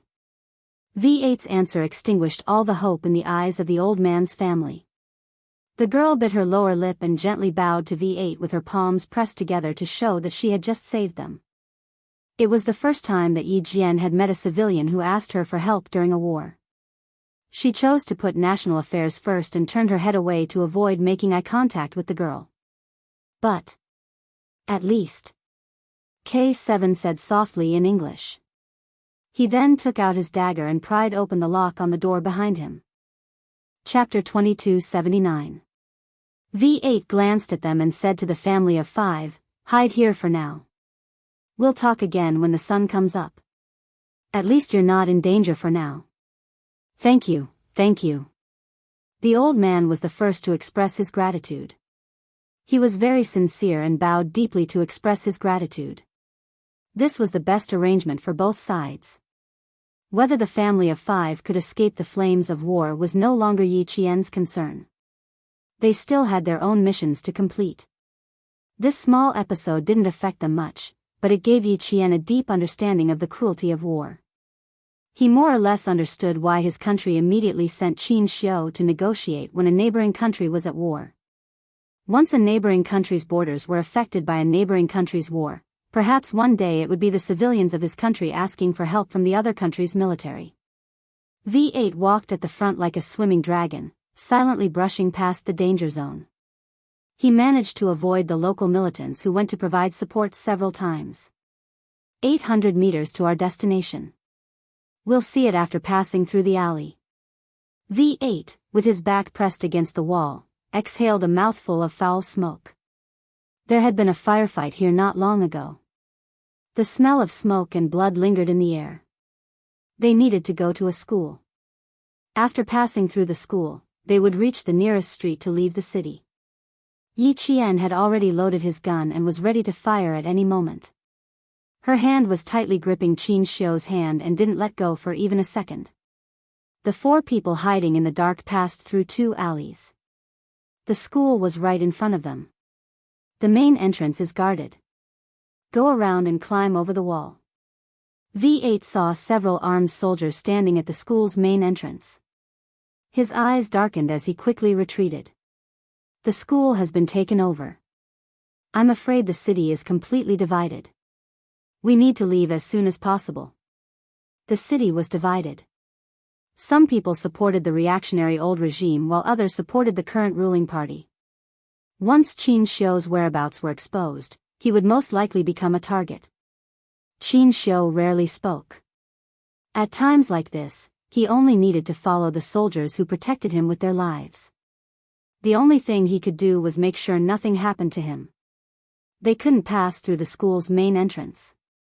They had to climb over the wall. V8 was very familiar with the school. He went around the main entrance and arrived at the wall on the left.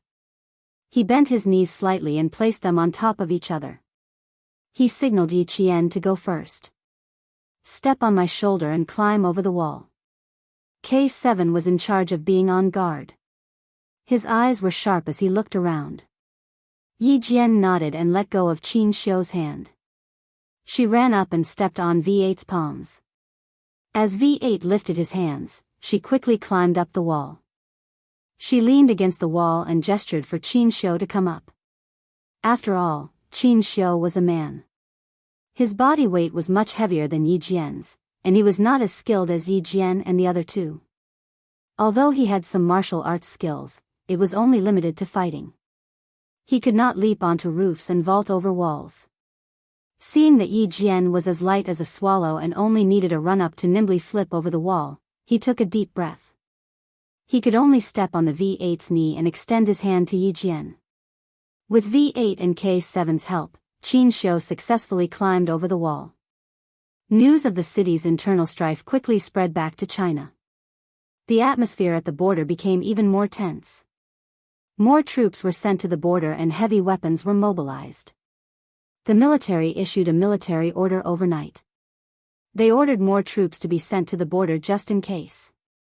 Send 1 armored regiment and 2 infantry regiments to the northern border for a drill. Increase the number of troops at the border. Evacuate all citizens 30 kilometers away from the border. Chapter 2280. Report. The local ethnic militants have split. Our ambassador and 3 accompanying people have called. They have driven out of the civil strife city. Good. Keep in touch with the ambassador at all times. Hearing the news, the deputy commander of the Yun province military region relaxed a little. Now the neighboring country was in chaos, and several cities had become the focus of the war. It was always the civilians who suffered in the civil strife. The sound of gunfire scared them, and the sound of gunfire scared them even more. The unarmed civilians didn't dare to stay. They had to leave if they didn't want to leave their homes. There was still a faint smell of blood in the car, which couldn't be washed away even if they washed it several times. This was the smell of blood left by the car owner who was killed by a stray bullet. Qin Xiu sat upright with his thin lips tightly pursed. His initial elegance was gone, replaced by coldness and sharpness. Please speed up. We need to get to the negotiation point in advance. The civil strife in the neighboring country was deeper than imagined. The split of the ethnic militants in the city meant that the old government had instigated the ethnic militants. Once the war broke out, the border of our country would definitely be in chaos. Instigated without warning. It was not only the power of the old government and the anti-militants, but also the support from the outside. Qin Xiu had quickly adjusted the negotiation plan in his mind. He had to express his determination to defend the country's territory and protect the safety of our citizens with an absolute position and a strong attitude. Morgenthau talked about diplomacy in the book Politics Between Countries, Power Struggle and Peace. He pointed out that diplomacy was the art of persuasion, compromise, and using coercive force. He wouldn't compromise this time, only coercive force. Moreover, he was going to negotiate instead of talk. The difference between the two was like heaven and earth. Negotiation had a very obvious purpose. He had to fight for every benefit for his country. Talk was like a chat in a tea room. No matter the result or other gains, the whole process was to understand and find out what other people thought. The former was clear, while the latter was vague. Halfway through, the Ministry of Foreign Affairs called and once again clarified the purpose of the negotiation. This is a political negotiation, which involves the homeland security of our country and the safety of our citizens. We hope that the neighboring countries can sit down and negotiate with each other first to achieve mutual understanding and understanding. Our country doesn't participate in the politics of other countries, so we will always adhere to the idea of peace. The neighboring countries must fight with each other and ensure the peace of our borders. If you disturb the peace of our borders, our country will take necessary protective measures when necessary. When the Minister of Foreign Affairs said this, Qin Xiu turned on the speakerphone, the only phone that could be used to communicate with China, so that the 3 people in the car could hear it clearly. Qin Xiu was in charge of the whole negotiation, and the 3 of them swore to protect Qin Xiu with their lives. At 2:00 in the morning, the car with bullet holes on the door finally arrived at the negotiation location on time. Someone had already come to pick them up. Yi Qian saw another familiar comrade. J5. He winked at Yi Qian quietly, and then shook hands with Qin Xiu with a serious expression. Let's go in first. I'm afraid there might be some changes in the negotiation. A deputy commander came to us 10 minutes before you and only asked if you were here. He didn't tell us the details. There was a change in the negotiation? Qin Xiu, whose face suddenly darkened, walked with a swift and fierce wind, and the corners of his suit fluttered even though there was no wind.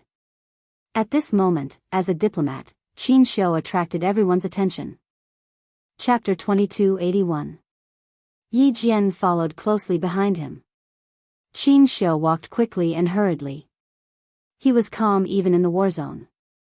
When he reached the top of the stairs, he moved his long legs and took 3 steps with each step.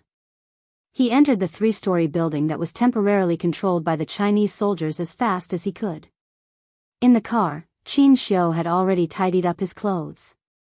His bow tie was carefully tied and his collar was meticulously smoothed. His black suit jacket was so smooth that it looked like it had been ironed.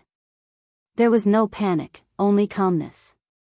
Only then did Yi Qian remember that Qin Xiu had been running with his suit jacket hanging in the crook of his arm. So when he appeared at the meeting point, his neat clothes made him look even more composed. A diplomat represented the country. The details of his attire and appearance had to be meticulous. Just like a soldier, he gave people a sense of calmness and inviolability. As a diplomat, Qin Xiu had done everything perfectly from the very beginning. He walked very quickly. His shiny and dust-free leather shoes stepped on the wooden floor, making thump-thump sounds. When he reached the second floor and approached the room where someone was waiting, Qin Xiu slowed down his footsteps and adjusted his already slow breathing. Then, he turned around and said to Yi Jian, "Is there anything wrong?"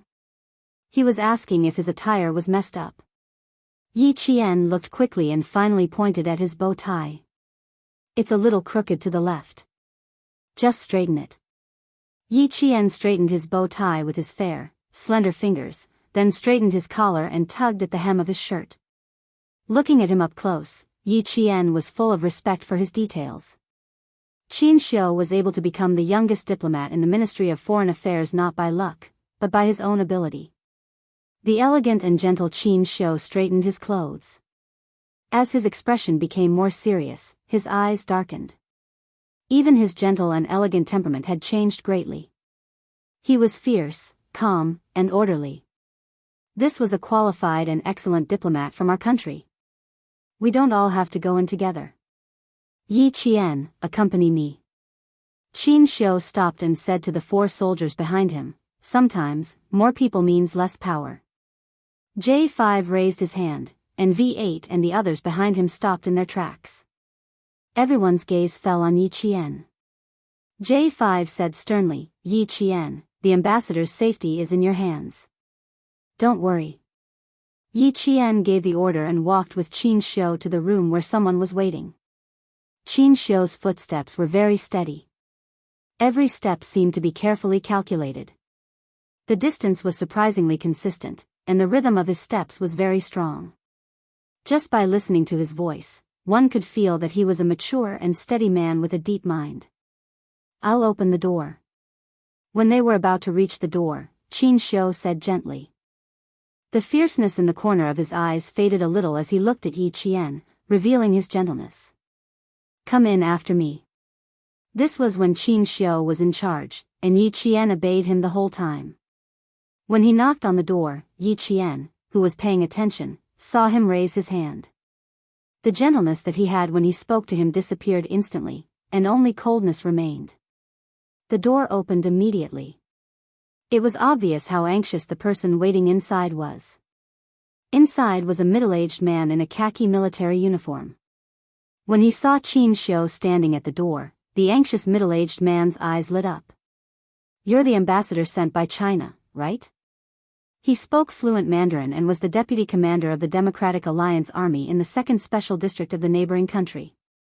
"I've received news that the old regime has no intention of negotiating.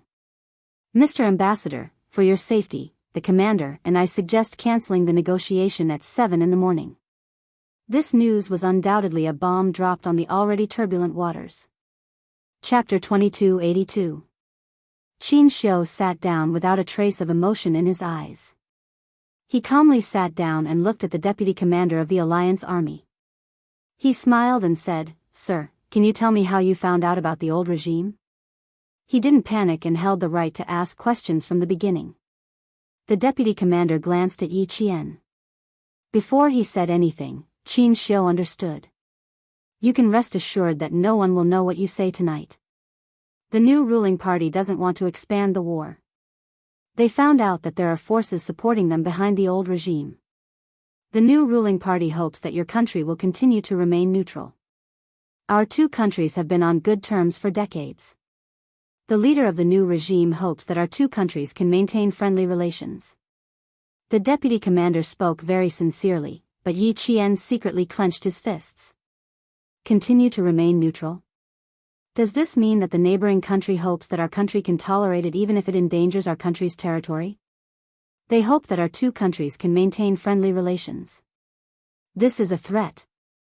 They are telling China that if China insists on interfering, the diplomatic relations between our two countries will be broken at any time.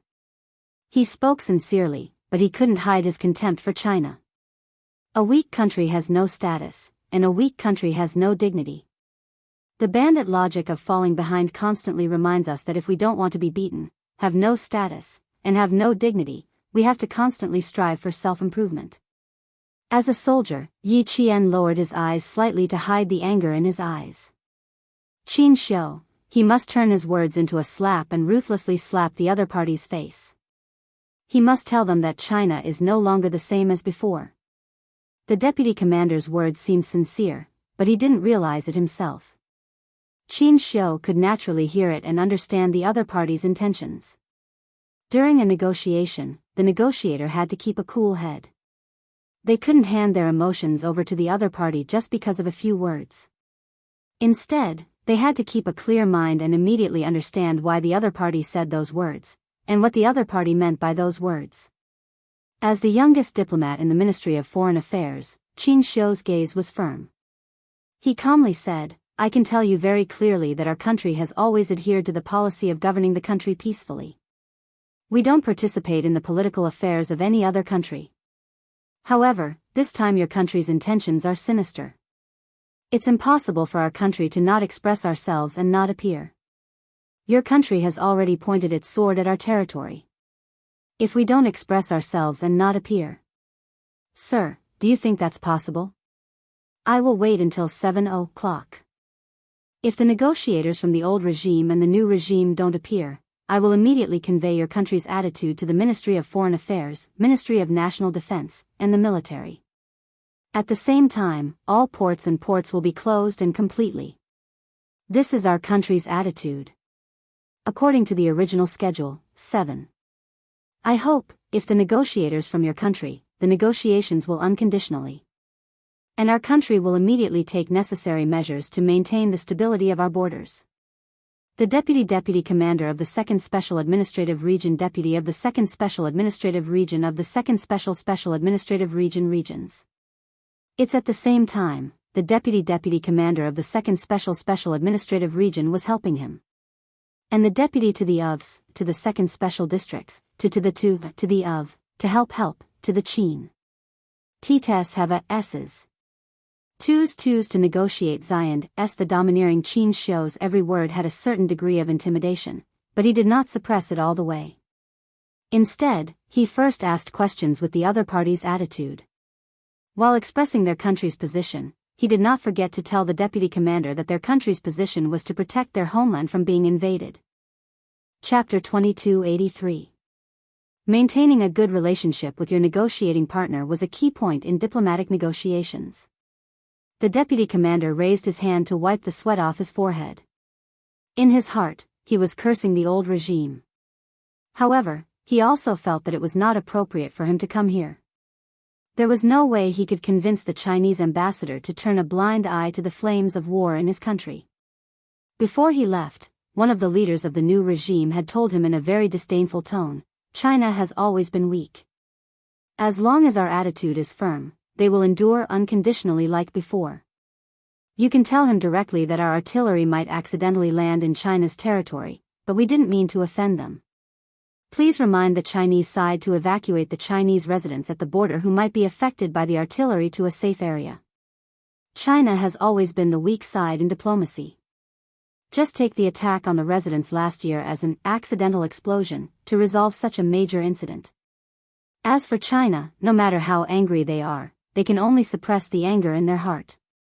China insists on governing the country peacefully. We don't want the two countries to go to war, and we don't want to go back to the era where we can't even fill our stomachs.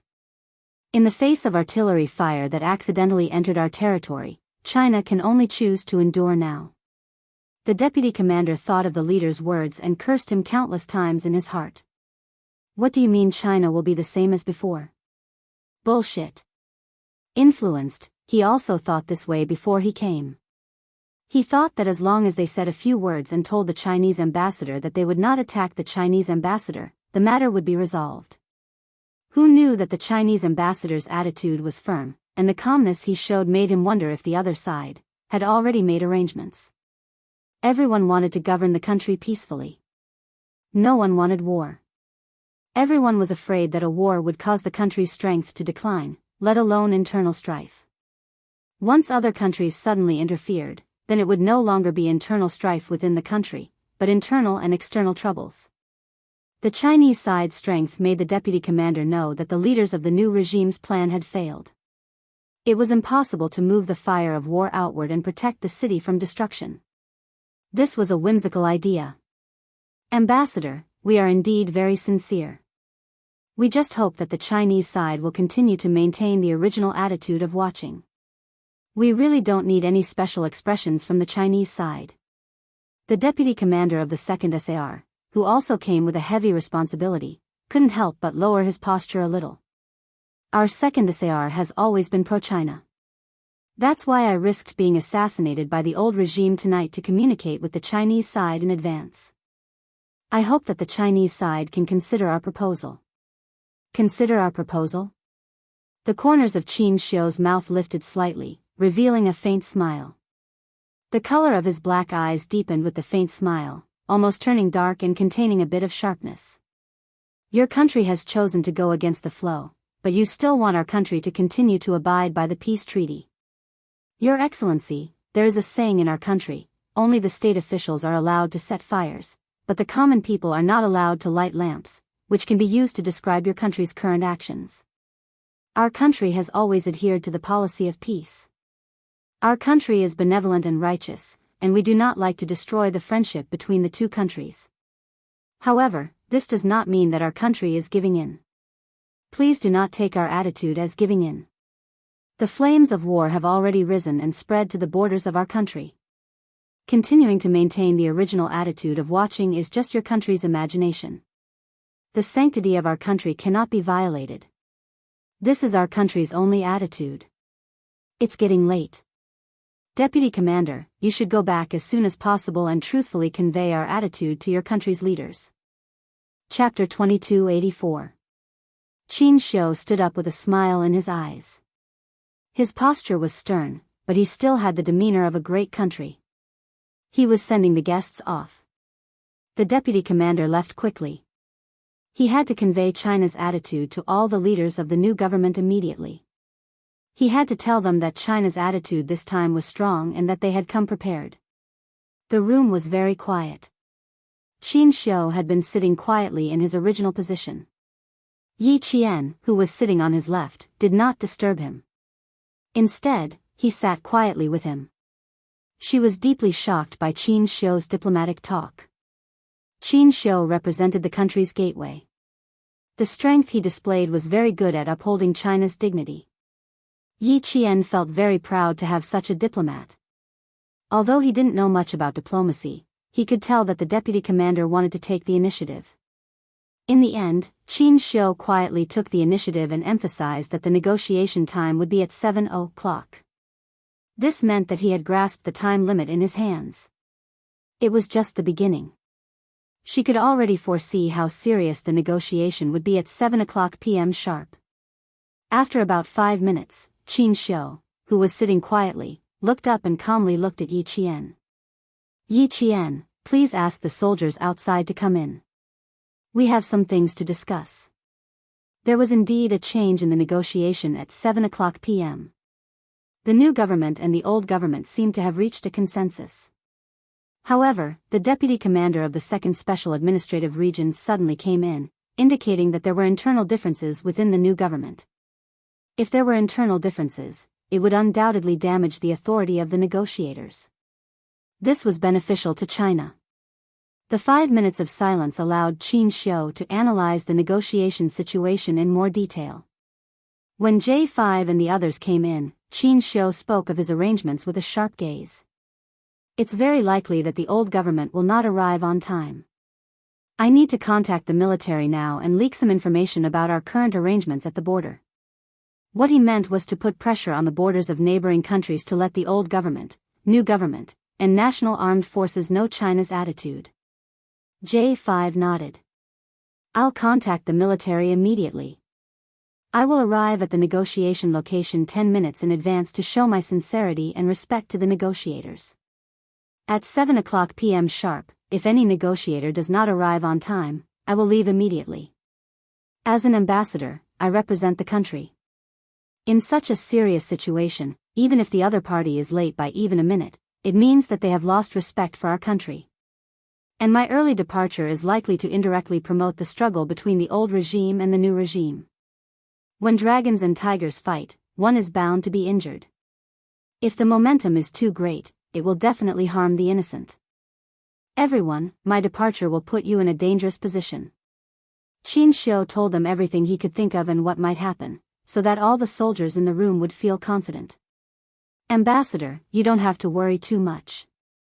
Before we came here, we already knew that the situation was dangerous. Everything you do represents the dignity of our country. As soldiers, we have to fight for the dignity of our country. J5's words were cold and heavy, revealing a fearless military might, telling Qin Xiu of their determination.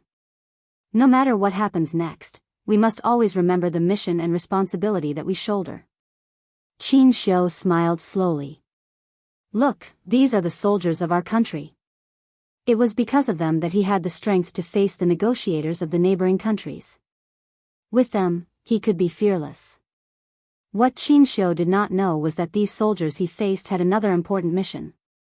The military learned that the old government was supported by a certain country in America, and this country secretly sent someone to contact the old government in the neighboring countries. J5 was responsible for assassinating this person directly. Chapter 2285. J5 and K7 looked at each other and knew that they could begin their mission now. They could tell from Qin Xiu's words that the negotiation would not go smoothly at 7 in the morning. China did not interfere with the politics of other countries. Similarly, they would not allow anyone to destroy the peace of China. Since it was all done in secret, then let's do it in secret. Soon, the news of the deployment of additional troops at the border of China spread. There were also a few blurry photos of armored weapons and new missiles that were half covered. The photos were released at 6:40 a.m. The military media had not reported it yet, but the old government, the new government, and the armed forces of various ethnic groups already had these photos. In the building occupied by the old government, a group of people sat around a large conference table with cold expressions and gloomy eyes. One of the leaders sitting at the head of the table had a dark expression on his face. He threw a few photos on the table and said angrily, "What do you think is our attitude? Do you see it? New missiles, armored weapons, they are all here. What else do you have to say? In Chinese terms, you are a group of frogs in a well. China is weak. Can only endure. Can only swallow this humiliation. Do you see it? These are the surface-to-air missiles that China used during last year's celebration. If a few missiles come, you will all be finished. China says it is a drill. Do you believe that this is a drill? Missiles, tanks, armored weapons, 3 regiments, thousands of people suddenly appeared in a drill. Do you think this is a drill?" The leader was so angry that he slammed the table. The people sitting below all held their breaths and endured the anger silently. The ambassador sent by China told the new government that if he does not see any negotiators at 7 sharp, he will leave on time. "Commander-in-Chief, why don't we wait a little longer? If the Chinese ambassador does not leave at 7 sharp, we can send someone over immediately." "That's right, Commander-in-Chief. The Chinese ambassador and the others are used to waiting. Since they are used to waiting, let him wait a little longer this time. They want to use a drill to intimidate us. China is not a Western country. We can let him wait. Our negotiators are leaving now and will arrive at around 7:20 a.m. Call them first and say that there is an emergency that needs to be dealt with immediately. That's why they can't arrive in time. Yes, we will call at 6:50 a.m. and ask the Chinese ambassador to wait for us for 20 minutes. I think so. Something came up at the last minute, so we called in advance to explain the importance we attach to this negotiation and our respect for China." At 6:50 p.m., Qin Xiu arrived at the negotiation site. At 6:51 p.m., Old Zheng called, saying that there was an urgent matter that needed to be dealt with. He hoped that the Chinese ambassador would understand. He asked the Chinese ambassador to wait for 20 minutes. They would arrive at 7:20 p.m. on time. The call from the old regime made the negotiators of the New Deal and the National Armed Forces heave a sigh of relief. It wasn't that the negotiators of the old regime didn't want to come, but something came up at the last minute and couldn't arrive on time. "I'm very sorry, Ambassador. Please wait for another 20 minutes. The negotiators from the old regime will definitely arrive. We are very grateful for the Chinese side's understanding and support. We hope that the Chinese side can forgive us for this hurried meeting. Sometimes, there are some things that can't be avoided. We can only do our best." The negotiators of the old government did not arrive on time. The negotiators of the two sides had already expressed their goodwill to Qin Shi and China, hoping that China would continue to support the neighboring countries and jointly maintain the stability of the border between the two countries. Chapter 2286. Before the official time, Yi Qian, who had come in with him, knew that the informal negotiations had already begun. They were facing a pincer attack from two foreign ambassadors from two neighboring countries. They were trying to make things difficult for Qin Shi by saying that the two countries should work together for peaceful development. They were even trying to use peace to force Qin Shi to agree with them before he even entered the formal negotiations. Yi Qian's expression was calm, but there was anger under it. Now that Yi Qian was facing difficulties, especially those who were trying to make things difficult for him, the more difficult it was for Yi Qian. His expression was as calm as a mirror, without the slightest ripple. Right now, this was Qin Shi's home ground. She was only there to ensure his safety. It was up to Qin Shi to deal with the difficulties of the foreign negotiators. For some reason, Qin Shi's behavior outside seemed to have reassured everyone. J5 and K7, who were guarding outside, were not worried at all. Yi Qian and V8, who were accompanying him inside, were not nervous at all. They believed that Qin Shi could handle everything well. Since the Ministry of Foreign Affairs had only sent Qin Shi, and only the youngest ambassador in the entire Ministry of Foreign Affairs, wasn't this a strong declaration to the outside world? There was no need to send an experienced ambassador. Our country's young ambassador could fight a group of heroes. Qin Shi could indeed fight a group of heroes. Right now, he was no longer an individual, but an ambassador representing his country. He was facing the two foreign ambassadors from neighboring countries who had yet to officially start using sincerity to hide their arrogance. His gentleness when he sat down was swept away. He stared at the two people across from him with a sharp gaze. His polite tone was firm. "Your Excellency has completely subverted the true meaning of, the two countries should work together for peaceful development!" The two countries represent both neighboring countries and China, not just China alone. Our countries, the two countries should work together for peaceful development. Just like in the beginning, we advocate the supreme concept of peace, harmony, and harmony. We have always been working hard for the peace and development of mankind. As Your Excellency said, when faced with your artillery fire that has landed on our territory, do we still need to understand and support you? Your Excellency, working together for the peaceful development of the two countries, means that the two countries can only achieve peace if they work together. In the face of your country's invasion of our territory, your country's meaning is that if we don't express our understanding and support, it will be a breach of peace. Your country's bandit logic has really opened my eyes. Her clear and elegant voice was loud and clear. Facing Lin Guocheng, who was deliberately making things difficult for her on the surface, she directly replied, "Our country advocates peace, but we will never tolerate the invasion of our territory." Yi Qian gently loosened his clenched fists under the table. The intentions of the two diplomats from the neighboring countries were extremely sinister. To put it simply, if China insisted on pursuing the matter of the artillery fire that landed on China's territory, then China would be destroying the peaceful development of the two countries. Using the peace between the two countries as a conspiracy theory, they were still testing the bottom line of the Chinese side. Since the victory of the anti-Japanese war, China had been concealing its strength and biding its time. In the face of some provocations, large and small, it chose to remain silent because of its military strength. As a result, when the artillery fire spread to our territory, the wrong party still dared to turn around and challenge us. Today, China's military strength had made a breakthrough, and it had developed high-end weapons on its own. Qin Shi's strength was to tell the neighboring countries not to take China's, concealing its strength and biding its time, as a step back. The two diplomats from the neighboring countries were indeed shocked. Before this, they had never thought that China would be so strong. It was even several times stronger than last night. Chapter 2287. Last night, the deputy commander of the 2nd Special Administrative Region conveyed Qin Shi's attitude. The leaders of the New Deal and the leaders of the Allied forces quickly convened an emergency meeting to discuss countermeasures. In order to suppress Qin Shi's strength, the two of them used the excuse of disrupting peaceful development to make the Chinese side have no choice but to agree to their proposal. Unexpectedly, when they launched their attack, the Chinese ambassador's momentum was so strong that it shocked them so much that their backs were covered in sweat. The Chinese ambassador misunderstood. "We never thought of unilaterally disrupting peace." Absolutely not. The ambassador of the Allied forces was the first to speak.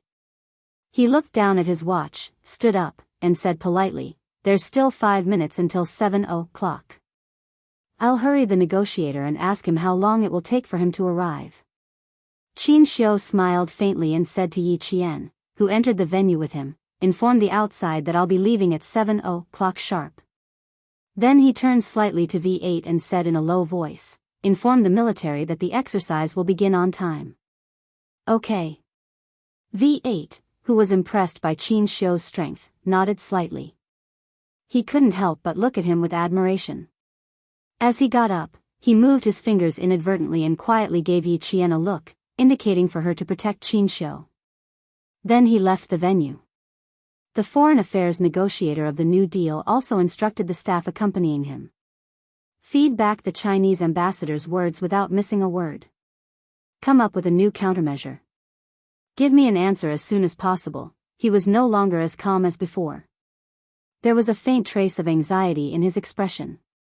In the diplomatic negotiation field, the development of the situation and the severity of the situation could change at any time. The neighboring countries took the initiative to launch an attack on Qin Shi's side with the reason of peaceful development together. As soon as Qin Shi's side relaxed a little, the neighboring countries would move forward to attack. Qin Shi didn't give them a chance, which was equivalent to blocking their reasons.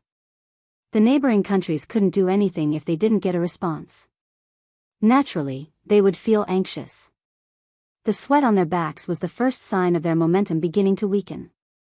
Yi Qian cheered for Qin Shi and felt even more proud. There were outstanding diplomats like Qin Shi, who fought for the interests of the country, and excellent soldiers like Captain Xia, who protected the country when it was invaded.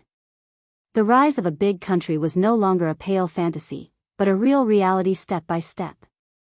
Other than the ambassadors of the V8 and the Alliance, there were 6 other people in the meeting room. There were 2 on our side and 4 on the other side. Each ambassador was accompanied by a staff member and a soldier. The soldier was responsible for the ambassador's safety. Yi Qian's attention was on the 2 soldiers protecting the ambassadors. The ambassador of the neighboring country didn't speak casually anymore. After smiling at Qin Shi, he flipped through the information in his hand. He looked calm, but in fact, even his palms were sweating slightly at this time. He was a little worried about how the diplomatic negotiators of the Alliance army would communicate with the negotiators of the old government. The old government was influenced by Roy Lila. Their central thinking was quite extreme. They were the only ones who could betray others, but others couldn't betray them. He didn't know if there would be any changes in the future, but the situation at hand wasn't good. The unprecedented strength of the Chinese side came at the wrong time. It messed up all their plans. So much so that the secret agreement between them and the old government would be changed again. This was the situation they didn't want to see the most. Chapter 2288. If the Chinese side cooperated as usual, there wouldn't be so much trouble. But they didn't cooperate, and their attitude was even stronger than last night, so they were now in a passive position. The neighboring country's ambassador, who was dissatisfied with the Chinese side's attitude, couldn't help but purse his lips. Yi Qian, who was sitting opposite him, saw this and glanced at him indifferently.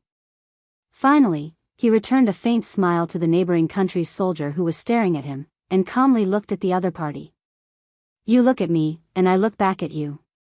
This was, courtesy demands reciprocity.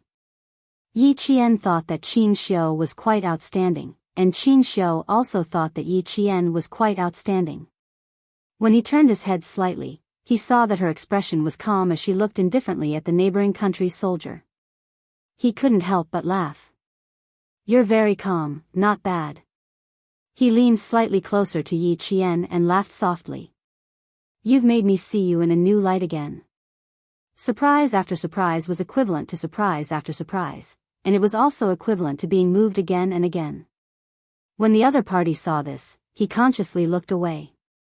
Yi Qian turned sideways, lowered his head, and replied with a faint smile, same here. I don't know how many times I've applauded your answer just now. If I could clap my hands, my palms would definitely be red. The girl smiled sweetly. Her lips were as red as cherry blossoms, which contrasted with her fair skin and rosy skin. She was like a ripe fruit, tempting people to take a bite to see if there was too much juice or too much sweetness inside. It wasn't time for formal negotiations yet, so Qin Xiu, who was appropriately relaxed, calmly hid the darkness in his eyes. When he suddenly smelled a faint fragrance, he realized that as Yi Qian leaned over and lowered his head, the two of them were very close to each other. They were so close that her soft hair brushed against his forehead. That faint, soft touch caused Qin Xiu's eyelids to droop a little. After hiding everything well, he smiled faintly and said, It seems that you quite admire me now. If he said this outside, it would be a bit ambiguous, but at this time, it was as if he needed to be acknowledged. Yi Qian nodded and looked sincerely at the outstanding diplomat in front of him. Everyone admires you, including me. You stepped forward and defended the dignity of our country. You too, Yi Qian. Qin Xiu answered with a smile as he put some distance between them. He couldn't do anything inappropriate in an inappropriate situation. Although the delicate fragrance was tempting, it was not worth mentioning compared to national affairs. Outside, the diplomatic negotiator sent by the alliance was trying to suppress his anger as he spoke to the negotiator sent by the old regime. Where the hell are you now? The Chinese ambassador won't budge an inch, and the time will be completely according to the agreed 7 o'clock. Your delay is the most foolish behavior. There are still 2 minutes left before 7 o'clock. If you don't show up immediately, you don't have to come again. No one will wait for you here. You will also pay the price for your foolish actions. The old regime's diplomatic negotiations were still in the car. He didn't dare to be too careless when he entered the new regime's territory. There were a total of 4 cars, but he didn't sit in the most luxurious car in front. Instead, he sat in the staff car in the back to avoid being targeted by the new regime snipers. Hearing this, he snorted softly. The Chinese side's attitude suddenly became strong because you are weak. Do you still need to be afraid of a country that doesn't dare to do anything? Peace, peace. Tell the Chinese side that they hope for peace between the two countries. It's best to cooperate. Chapter 2289. There was nothing to be afraid of. Commander Ruolila had the support of Western hegemonic countries behind him. There was no need to be afraid of a country that didn't even have much international standing. Moreover, it was the new government that was in charge of foreign affairs. If anything happened, the new government would be responsible for it.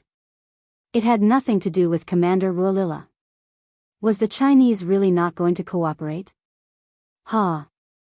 With Commander Ruolila's methods, the Chinese ambassador wouldn't be able to leave easily. The old regime's diplomatic negotiator's indifference made the alliance's diplomatic negotiator very angry. There's 1 minute left until 7. If you don't show up, this negotiation will be terminated. If Commander Ruolila doesn't terminate the negotiation, no one will. Tell the Chinese ambassador that I'll be there at 7:20. Since you want to cooperate with the old regime, now is the time to show your sincerity. The old regime's diplomatic negotiator was firm in his words.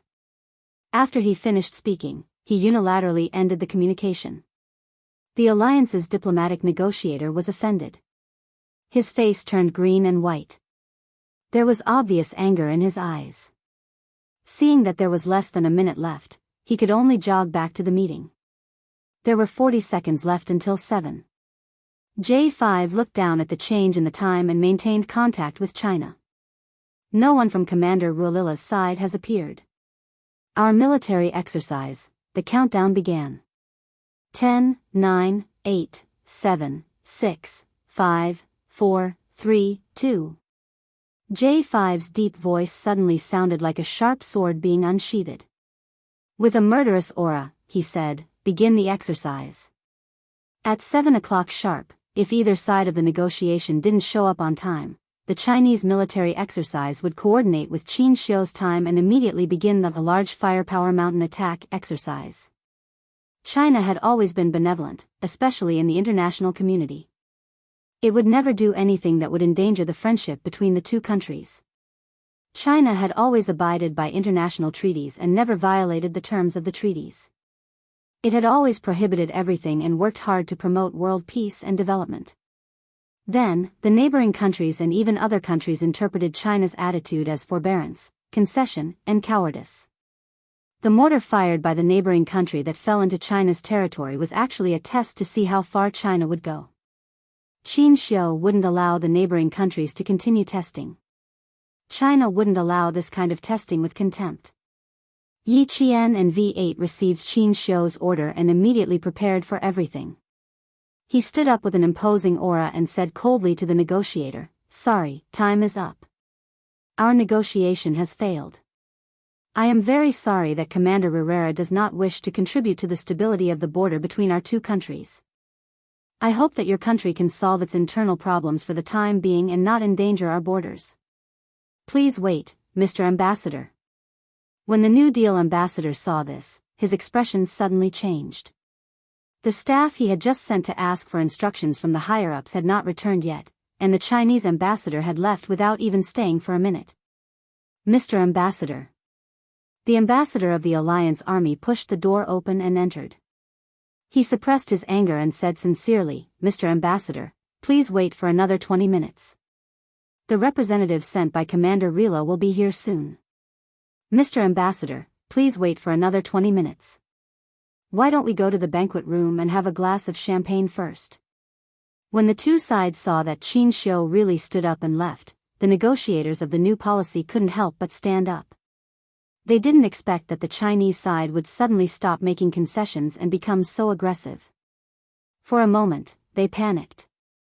One of them walked around the conference table and hurried over, while the other stood at the door, trying to persuade Qin Shi to stay. Chapter 2290. The two soldiers who were in charge of protecting the neighboring countries' negotiations strode over and stared at Qin Shi. They were very rude. The rudeness of the neighboring country's soldiers made Yi Qian's eyes darken. She stepped out from behind Qin Shi and swept away her previous calmness. Her dark eyes were filled with a murderous aura. Her gaze was like a bullet as it swept straight towards the two soldiers who were rude to Qin Shi. She didn't walk in front of Qin Shi but stood side by side with him. She didn't block Qin Shi's fierce aura and also let the other party know that she wasn't an ordinary staff member. The two neighboring countries' soldiers probably didn't expect that the Chinese woman who had been silent all this time, who looked delicate and didn't even have a sense of existence, would suddenly have a big change in her aura. She was like a general who had returned from the battlefield bathed in blood. The bloody and murderous aura made the two neighboring countries' soldiers' pupils contract slightly. They ignored this Chinese woman. She wasn't an accompanying staff member at all, but a Chinese female soldier. Moreover, she was a Chinese female soldier whose hands were stained with human lives. Her gaze was like a bullet passing by, bringing with it a sharpness that made the cerebral cortex tense. The two neighboring countries' soldiers' right hands couldn't help but slowly reach for their waists. Yi Qian said to Qin Shi, "You go first. They are outside." V8 went out and didn't come in. He was standing at the door to support Qin Shi. When he got up, his fingers moved inadvertently. This was a secret gesture to Yi Qian, indicating that he was in charge of the outside and she was in charge of the inside. Hearing her words, Qin Xiu didn't seem to notice the sudden hostile atmosphere in front of him. He nodded indifferently and calmly walked towards the door. Qin Xiu had already shown the neighboring country's ambassador the strength that couldn't be offended. At this time, Qin Xiu's indifferent gaze swept over, emitting a sense of oppression that made the Alliance Army's negotiation ambassador who was blocking the door a little tense. "Mr. Ambassador, you'd better." Seeing that Qin Xiu was about to walk out of the door, the ambassador of the Alliance Army was unwilling to give up and wanted to persuade him to stop again. However, Qin Xiu, whose handsome face was cold, walked past him without even looking at him. When the New Deal ambassador saw that there was no way to stop Qin Xiu from leaving, he couldn't help but chase after him anxiously. Yi Qian stopped him and said politely, "Your Excellency, please wait. This is not a problem with our country. It's just that some people are not cooperating. Our ambassador's intentions are very clear. He hopes that your country can resolve its internal problems for the time being and not endanger our borders." With Yi Qian blocking the way, the V8 escorted Qin Xiu out. Yi Qian's appearance made the two soldiers from the neighboring country tense up instantly. Their right hands were already touching their waists, as if they were going to pull out their guns and force them to stay in the next second.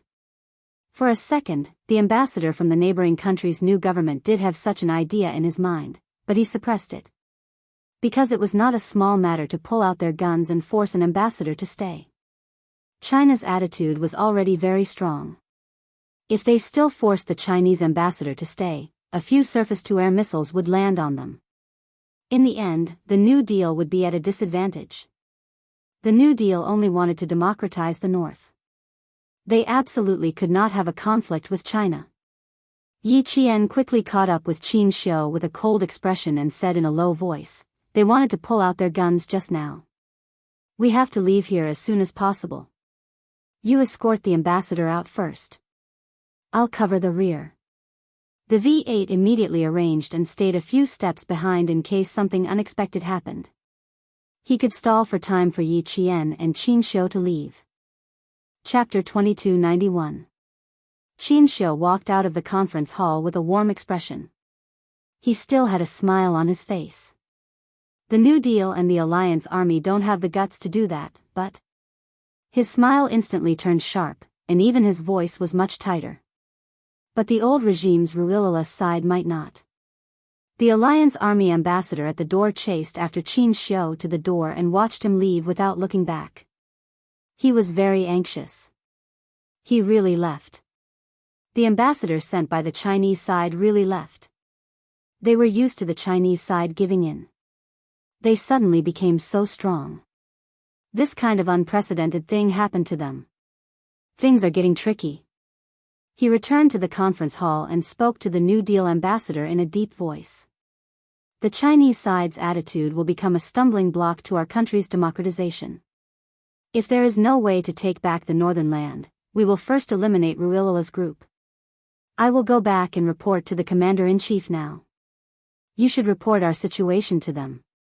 We need to express our position as soon as possible and come up with the next step of the plan to completely eliminate the old regime's Ruilala armed forces. Report the current situation as soon as possible. Otherwise, we will be passive. Hearing this, the New Deal ambassador's eyes flashed with a haze. He said in a deep voice, "Now the old regime is giving us a big problem. I don't know if Ruilala will be able to appease the Chinese side's anger by coming out personally." "You mean?" The Alliance Army ambassador seemed to have guessed something. He frowned and showed a disapproving expression. "No, this is undoubtedly." Someone hurried in and interrupted the Alliance Army ambassador. It was the staff sent out by the New Deal ambassador who had returned. He looked at the conference hall where the Chinese ambassador was no longer present. He walked over to the New Deal ambassador and said a few words softly. The Alliance Army ambassador saw the New Deal ambassador's frown disappear. The haze on his face also gradually faded. In the end, he even smiled. Could it be that the New Deal leaders have a solution to the current predicament? The Alliance Army ambassador's eyes narrowed. Seeing that the other party was afraid that he would hear, his eyes flashed with a dark light. He simply sat aside and watched coldly. "Okay, tell the higher-ups. I know what to do. The New Deal ambassador nodded. The smile on his face deepened. After the staff left, the New Deal ambassador sat back in his chair with a smile. He smiled at the Alliance Army ambassador who had a cold gaze. The higher-ups already have a countermeasure. Did he have a countermeasure? The ambassador sat up straight and asked, "What's the plan?" It's similar to the countermeasure I thought of before. The moment the New Deal negotiator opened his mouth, the Allied Army negotiator on the other side frowned even more. However, the new policy negotiator was very excited. He lowered his voice and said, "If we want to eliminate the old regime and temporarily stabilize the Northlands, this is the best way." The old regime broke the agreement first and offended the Chinese ambassador. It's also the best time for us to send troops to wipe out the old regime. But this is not a very good countermeasure, a countermeasure that will put our country at the heart of the struggle. Did General Wu Wenu of the New Deal military group say anything? I would like to hear what the general has suggested. The ambassador of the Allied forces knew that their commander was close to the Chinese side, and he was opposed to the new policy of playing dirty behind the scenes. However, if General Wu Wenu of the New Deal military group agreed, then the alliance would have nothing to say. At most, they would not participate. Chapter 2292. Before he came, Commander-in-Chief Dan Su had told him that if the negotiations failed, the alliance would not participate. The Northern Territory could be dealt with later. The ambassador laughed and nodded. That's right. General Wu Wenu agreed. He was the one who first proposed the countermeasures here. The Allied Army's diplomatic ambassador's heart sank. Even the military group dared to do this. Did they eat a bear's heart or a leopard's gall? Even if they wanted to achieve national democratization, they shouldn't use such a radical strategy to offend China. Outside, a soldier from the neighboring military group strode into the venue with a cold expression. He met Qin Xiu and Yi Qian face to face and walked straight toward the venue. Then the soldier met V8, who was a few steps behind. Both of them were wearing military uniforms. They nodded to each other as a sign of politeness and left after a brief exchange of glances. The ambassador who was about to leave opened the door of the conference room and met the person from the military group. Seeing the other party's serious expression, his heart sank and he immediately turned back to the conference room. This expression was not a good one. One look at it and one would feel that something was wrong. The Chinese side is 50 kilometers away from our border and is conducting a strong firepower exercise. According to the report, this exercise is an army exercise and there are no air exercises for the time being. However, there are air-launched missiles at our border, so we can't rule out air exercises. The soldier with a cold expression described the current situation at the border to the two negotiators. At the same time, he conveyed the opinions of the two top leaders. Immediately leave the war zone, what? The ambassador who was smiling just now was shocked. He looked at the equally shocked ambassador and asked anxiously, "Did you send someone to keep an eye on them? Is there any other news? Are there any signs of them advancing toward our border?" Now, he was anxious. Two exclamations came from the conference room. V8, who was a few steps behind, had a ruthless sneer in his eyes. You want the Chinese side to continue to remain silent? What a joke. The door of the conference room gradually closed, cutting off the sound of the soldiers of the neighboring country. Yi Jian, who had walked a few meters away, walked beside Qin Xiu. Her pace was a little fast. Now they needed to leave the heavily guarded negotiation point as soon as possible. J5 greeted the three and walked side by side with V8 as they escorted Qin Xiu out of the building. Outside, the K7 had already opened the door for Qin Xiu. There was a certain distance between the venue and the outside. Qin Xiu noticed that Yi Qian's expression was exceptionally cold as a sword. He deliberately slowed down his steps and asked with a smile, "Were you nervous for a few seconds just now?" It referred to whether they were nervous when they pulled out their guns. A little. Yi Qian pursed his lips and smiled. Then, he asked with some doubt, "Why do I feel like you were referring to something when you said that you wanted Lin Gua to solve the problem internally?" Qin Xiu, who had a cold expression on his face, stared at Yi Jian for a moment. Then, he smiled and said, "When you stopped the negotiator for the new policy and said those words, I thought you understood my intention. It turns out that you didn't. You were just following along with what I said. I hope that your country can solve its internal problems for the time being and not endanger our border." Yi Qian was indeed following Qin Xiu's words, but his intentions were unclear. He needed to explain. Chapter 2293. Qin Xiu walked down the stairs calmly and left calmly. He was so calm that even V8, who was following closely behind him, did not notice the cold hostility flashing in his eyes. The new policy of the neighboring countries has ulterior motives. They want to spread the flames of war to speed up the destruction of the armed forces of the northern region. They dare to do so because they believe that our country will concede to the benevolence of the international community. His gentle voice was like the sound of a zither that could break through a battle formation. It was low and elegant, but also contained the restrained murderous aura of a scholar. The old regime and the new policy had an internal conflict.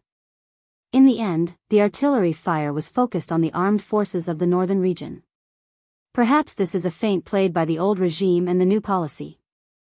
As a military academy student, Yi Qian knew of the existence of the armed forces of the neighboring countries. They were an important national armed force that was involved in the division of the neighboring countries and was not westernized. They were of great value to China. After listening to him, she said softly, "As long as the armed forces of the northern region exist, it will be difficult for the neighboring governments to achieve full democratization.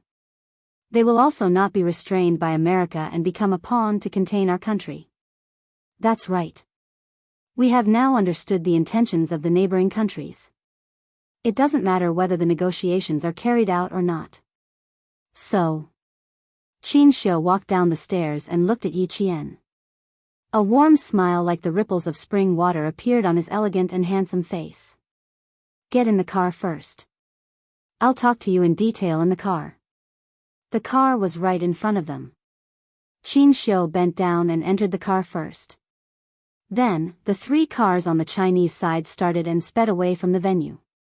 In the car, Qin Xiu said to Yi Qian with a solemn expression, "They used a mortar to test our country's bottom line and tried to spread the flames of war to our borders to maximize their benefits. This mortar is a direct wake-up call for us. If we don't make a strong statement immediately, more shells will land on our borders and cause casualties to our citizens. Although my departure will bring about certain danger, it will also make the new policy and the alliance wary. The new policy and the old regime were originally fighting for power, but it also invisibly pushed their unspeakable thoughts. So, I've completed half of my mission." This was an explanation to Yi Qian and the others in the car. It was also a form of consolation. What she had expected last night really happened today, so she could face it calmly. What Qin Xiu said now was the height that Yi Qian lacked. His explanation opened a window that had never been opened before for Yi Qian, broadening her vision. Diplomacy is to deal with countries all over the world. A good diplomat not only has to understand the world, but also has to have a certain understanding of the overall situation and have their own unique views. When it came to diplomatic negotiations, he could immediately analyze the other party's intentions and fight for the benefits that his country should get from the overall situation. Confucius said, "A gentleman is slow in speech, but quick in action." It was indeed not suitable for a diplomat. A diplomat indeed needed to think thrice before speaking, but this thrice had to be done quickly. Otherwise, it would be easy for the other party to take control of the situation. Qin Xiu's words were sharp and sharp. Even if the deputy commander of the 2nd Special Zone of the neighboring country came prepared last night, he could easily face him. However, there were too many twists and turns in this matter that Yi Qian couldn't understand with her 2 lives of experience. In her previous life, she was, after all, a person at the bottom of society. Although she had a good memory and outstanding intelligence, she had been oppressed for too long and had never received a proper education.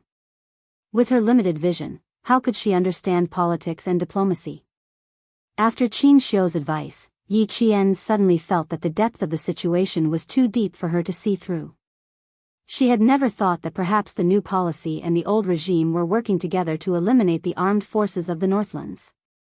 If that was really the case, wouldn't they really be targeting the Chinese side? Chapter 2294. In that case, Qin Xiu said that he had completed half of his mission. Then what was the other half? Next, let's look at the next steps of the old regime, the new regime, and the alliance army. When two regimes fight, one side has to be defeated. Yi Qian asked a question, but Qin Xiu didn't end the topic out of courtesy. Instead, he continued to chat with her with a smile. Now, can you guess which half of my mission is unfinished? Guess the other half of Qin Xiu's mission? Although it was difficult, Yi Qian still thought about it seriously. After a moment of silence, Yi Qian deliberated and replied, I don't know if I'm right. You're waiting for the two regimes to fight again and pass on the old regime and the new regime to the Northland ethnic armed forces. The three sides will each have their own regime and further prevent the neighboring countries from democratizing. When you said, I hope that your country can solve its internal problems for the time being and not endanger our borders, the main point was actually the first half of your sentence. After saying this, Yi Qian pursed her lips and smiled. I feel like I'm showing off in front of an expert. I didn't get it right. Please don't take offense. Discussing politics in front of an excellent diplomat, she really lacked confidence. She felt like she was showing off in front of an expert, but Qin Xiu was deeply shocked. He had only asked her to join the conversation out of politeness. Who knew, the girl he had fallen in love with would really answer. It really shocked him. This was the girl Qin Xiu had fallen in love with. She was outstanding enough, confident enough, and capable enough to look down on those delicate girls who only knew how to flirt. Yi Qian, you're very smart. So smart that I'm shocked. Qin Xiu smiled and shook his head. He was very good at hiding his thoughts. He praised, what you said is indeed the other half of my mission. But there's one thing you're wrong about. It's not that we passed on the old regime and the new regime to the Northland ethnic armed forces, but that the Northland ethnic armed forces figured it out themselves. Don't forget, our country is a country that never interferes in the politics of other countries. Now it is, and maybe in the future, it will be, but it's not certain. If the country's strength increased in the future, it might be able to influence a country. With a smile on his face, Qin Xiu thought to himself, once our country reaches the status of being able to control another country, we will be the overlord of the world. He was also looking forward to that day. His answer caused Yi Qian's eyes to gradually darken. Qin Xiu, he wanted to spread the news that he had entered the neighboring kingdom to negotiate, so as to achieve the goal of letting the armed forces of the Northlands guess the conspiracy of the old government and the new government. Qin Xiu was putting himself in danger. If he released the news now, he would have a slim chance of survival. For the country, he had disregarded his own life and death and did everything to protect the dignity and interests of the country. Such a diplomat made the two special forces soldiers in the car respect him. V8, on the other hand, looked deeply at the diplomat who was also fighting for his country through the rearview mirror and said in a low voice, Ambassador, Yi Jian and I are here to ensure your safety. Please rest assured that we will return to our country safely. I always thought that we would return to our country safely. Qin Xiu smiled. This diplomatic negotiation process was not very pleasant. However, with these special forces soldiers protecting him by his side, his mood would always recover quickly. Qin Xiu's phone kept vibrating. When he saw the number, he knew it was from the Ministry of Foreign Affairs. He did not answer the call. V8 and Yi Qian consciously shifted their attention away to give Qin Xiu some personal space. Only the Ministry of Foreign Affairs would call at this time. Chapter 2295. Qin Xiu pressed the answer button. As soon as the phone was pressed to his ear, the familiar voice of the Minister of Foreign Affairs came through. Qin Xiu, you have completed the important task given to you by the country. The country's top leader personally called the Ministry of Foreign Affairs and told me that you have returned to China. Knowing that the negotiation had failed, the Minister of Foreign Affairs did not wait for the voice on the phone to come through. After the call was connected, he said seriously, we are all waiting for you to come back. This was the most serious concern, telling Qin Xiu that the Ministry of Foreign Affairs knew about his great feat and was waiting for him to come back. The familiar voice was filled with trust, concern, and hope for him. Qin Xiu slowly raised the corner of his mouth and smiled slightly, making his elegant and handsome face look exceptionally noble. This was the reason why he was so strong and had strong backing. His motherland sent him out and was waiting for him to come back. Qin Xiu smiled faintly and said calmly, "You still owe me a meal. You have to fulfill your promise when I come back." "Of course. You can choose whatever you want to eat from the 4 famous cuisines of our country."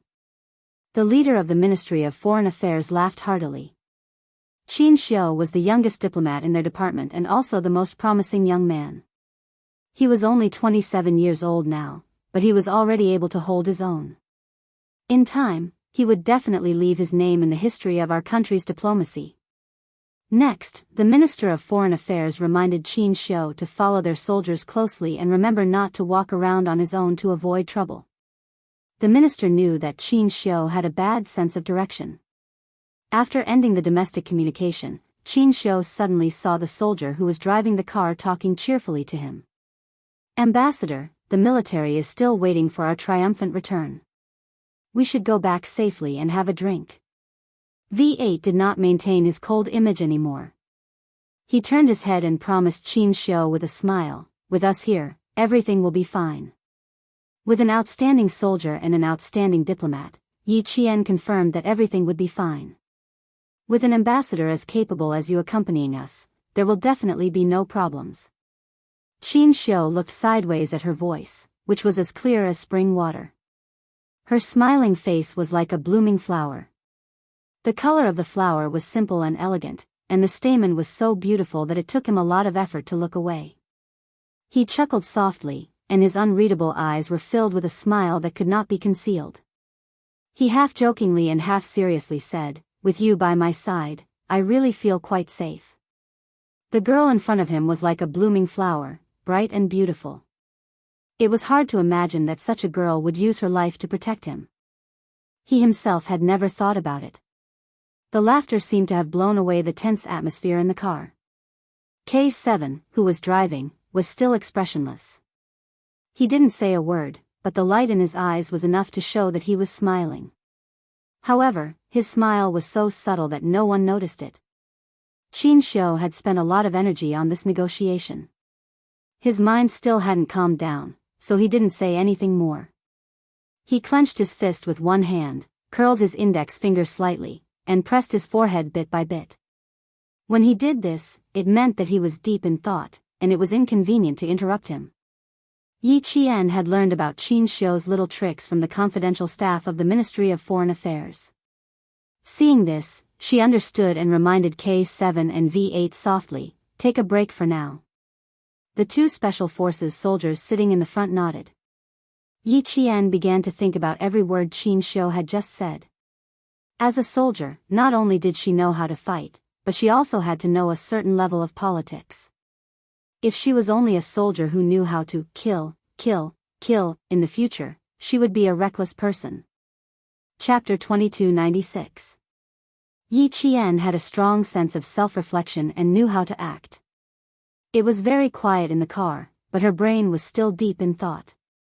She had never been in contact with politics before Qin Xiu's advice, so she wouldn't have thought so far ahead. When it came to understanding politics between countries, she was very aware that she had a serious deficiency. She had an outstanding diplomat by her side who gave her serious advice. Even if it was just a short exchange, she still benefited a lot. No one was born to be a politician. With Qin Xiu's advice, Yi Qian, who had always been smart, thought deeply about it. Soon, she gradually got to the edge and had a deeper understanding. Qin Xiu's forceful restriction on the time was equivalent to emphasizing that the agreed time couldn't be changed. If the other party didn't arrive on time, it would be considered a breach of their promise. Furthermore, Qin Xiu arrived early. This was a courtesy to the other party, telling them that they were sincere about the negotiations. By the time the other party broke their promise, Qin Xiu had enough reason to leave. This not only expressed China's sincerity, but also showed the neighboring countries China's strength. After leaving, China's borders were immediately engaged in military exercises. This made the neighboring countries realize that China's aggressive defensive attitude wasn't something they could easily test. This had a certain deterrent effect and protected the country's dignity. Now, Qin Xiu intended to let the Northlands know that she had arrived at the neighboring countries for negotiations. This way, even if the negotiations didn't take place, it wouldn't have any impact on China. Yi Qian, who finally understood, glanced at Qin Xiu out of the corner of her eye. She gave the other party a big thumbs up in her heart. Really amazing. Captain Xia and her brother were the best people she had ever seen. Now, Qin Xiu was added to the list. Yi Qian admired people who were willing to sacrifice for their country. At this time, Qin Xiu had established a very high image in her heart. This showed her the power of an outstanding diplomat. Yi Qian, who finally understood, quietly looked at Qin Xiu, who was still in his original position. She praised in her heart. Really amazing. The Chinese car drove for less than a kilometer. After hearing the latest report from the military group, the ambassador immediately contacted the new policy leader. Before he could speak, the new policy leader said angrily, "Invite the Chinese ambassador to my office immediately. I will talk to him personally." Under normal circumstances, the country's leaders would not easily meet an ambassador unless they had made an appointment beforehand. The New Deal ambassador was in a difficult position. "Please. Where should I go to invite him?" They had already left. By the time he finished speaking, the Chinese ambassador had already left. The leader of the new policy was so angry that he slapped the table. "Send someone to invite him back immediately. No matter what method you use, you must invite him to my office." Yes. The New Deal ambassador also realized the seriousness of the problem. China had never conducted such a large-scale military exercise on the border between the two countries. They were also skeptical and wary of the news they had received previously. However, when they thought of China's usual style of handling matters, they still subconsciously believed that China was just bluffing. But now, it was wrong, all wrong. "Is the person Raleigh sent not here yet?"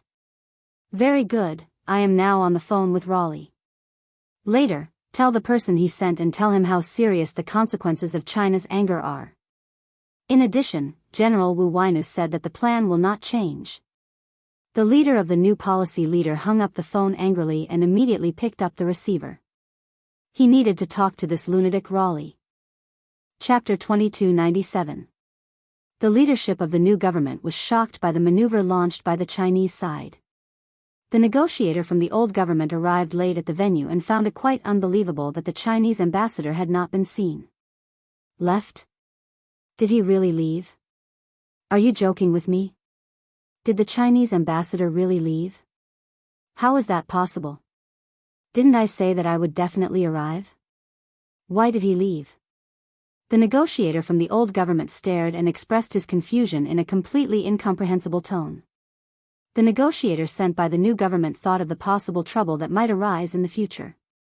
His face grew darker and darker, and his tone was not polite at all. "Because your negligence disappointed the Chinese ambassador, he can totally leave. After all, the agreed time is 7:00. And you are a full 20 minutes late." The attitude of the negotiator from the new government made the negotiator from the old government instantly pull a long face. "I am telling you very seriously that there is an urgent matter that needs to be dealt with and will arrive at 7:20. If we were negligent, we would not have called to explain." His face was ashen as if he had been offended. The more he spoke, the angrier he became. "A few years ago, the Chinese ambassador negotiated with our diplomatic personnel. He waited for nearly an hour and did not leave. When he went to the Western countries, he gave in step by step. We have already called to apologize and explain seriously." "Huh, you want to tell me that the Chinese ambassador left disappointed just because I was 20 minutes late? Do you think I will believe that? Would a country that had regressed diplomatically leave because of a negotiation that could solve all problems with a nod of the head?" His words were full of contempt for the Chinese side, and there was an inexplicable arrogance in them. He was also full of contempt for the negotiator from the new government. Such a contemptuous attitude made the negotiator from the new government furious. You mean that we deliberately let the Chinese ambassador leave and deliberately let the Chinese side have a prejudice against you? Even we don't believe your explanation. Do you think the Chinese ambassador will believe it? Last night, the Chinese ambassador clearly told the deputy commander of the 2nd Special Zone that he would only wait until 7 o'clock. If the negotiator from either side did not appear at 7 o'clock, he would leave immediately. Just now, the new government contacted Commander Ruilala and asked Commander Ruilala if you remembered the wrong time for your late arrival. The two sides were already at odds with each other. Now that Qin Xiu was not present, the last fig leaf was directly removed, leaving only the tit for tat. The negotiators of the new policy received instructions from above. Their words were sharp, and they mercilessly criticized the old regime. A negotiation that was supposed to win and could make the Chinese side temporarily give in has failed because of your broken promise. Please go back and tell Commander Ruirala that this war will not end for the time being. We have no way to reach a common agreement. The negotiator from the National Alliance calmly looked at the conflict between the new and old governments. When both sides stopped, he said coldly, "You two should go back as soon as possible. Once the Northland armed forces counterattack, it will not be a matter that can be solved by a war of words. Once the Northlands learn about this, do you think you will still have time to blame each other? Is there any meaning to your quarrel?" The negotiator of the old regime stood up. With a hint of haze in his eyes, he snorted softly and left quickly. The Chinese ambassador had actually left. Since that was the case, then don't blame them for being impolite. The negotiator from the old regime quickly contacted Commander Ruilala and reported the situation. Chapter 2298. Just now, Clichin informed me that the Chinese ambassador has left. Very well. Since you think we were rude first, then please invite the ambassador over to our place. An imposing and cold voice came from the other end of the phone.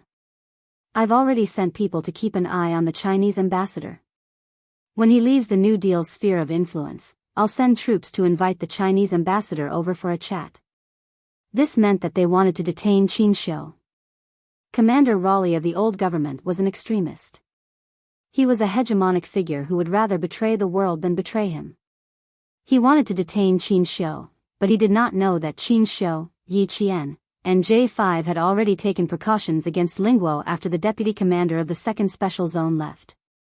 After getting into the car, V8 drove directly to the city center.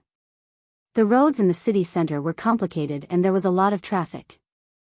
Lingguo was also a big motorcycle country, so there were many motorcycles on the streets. Although the old government started a gunfight, it did not affect the city. It was still very crowded and lively.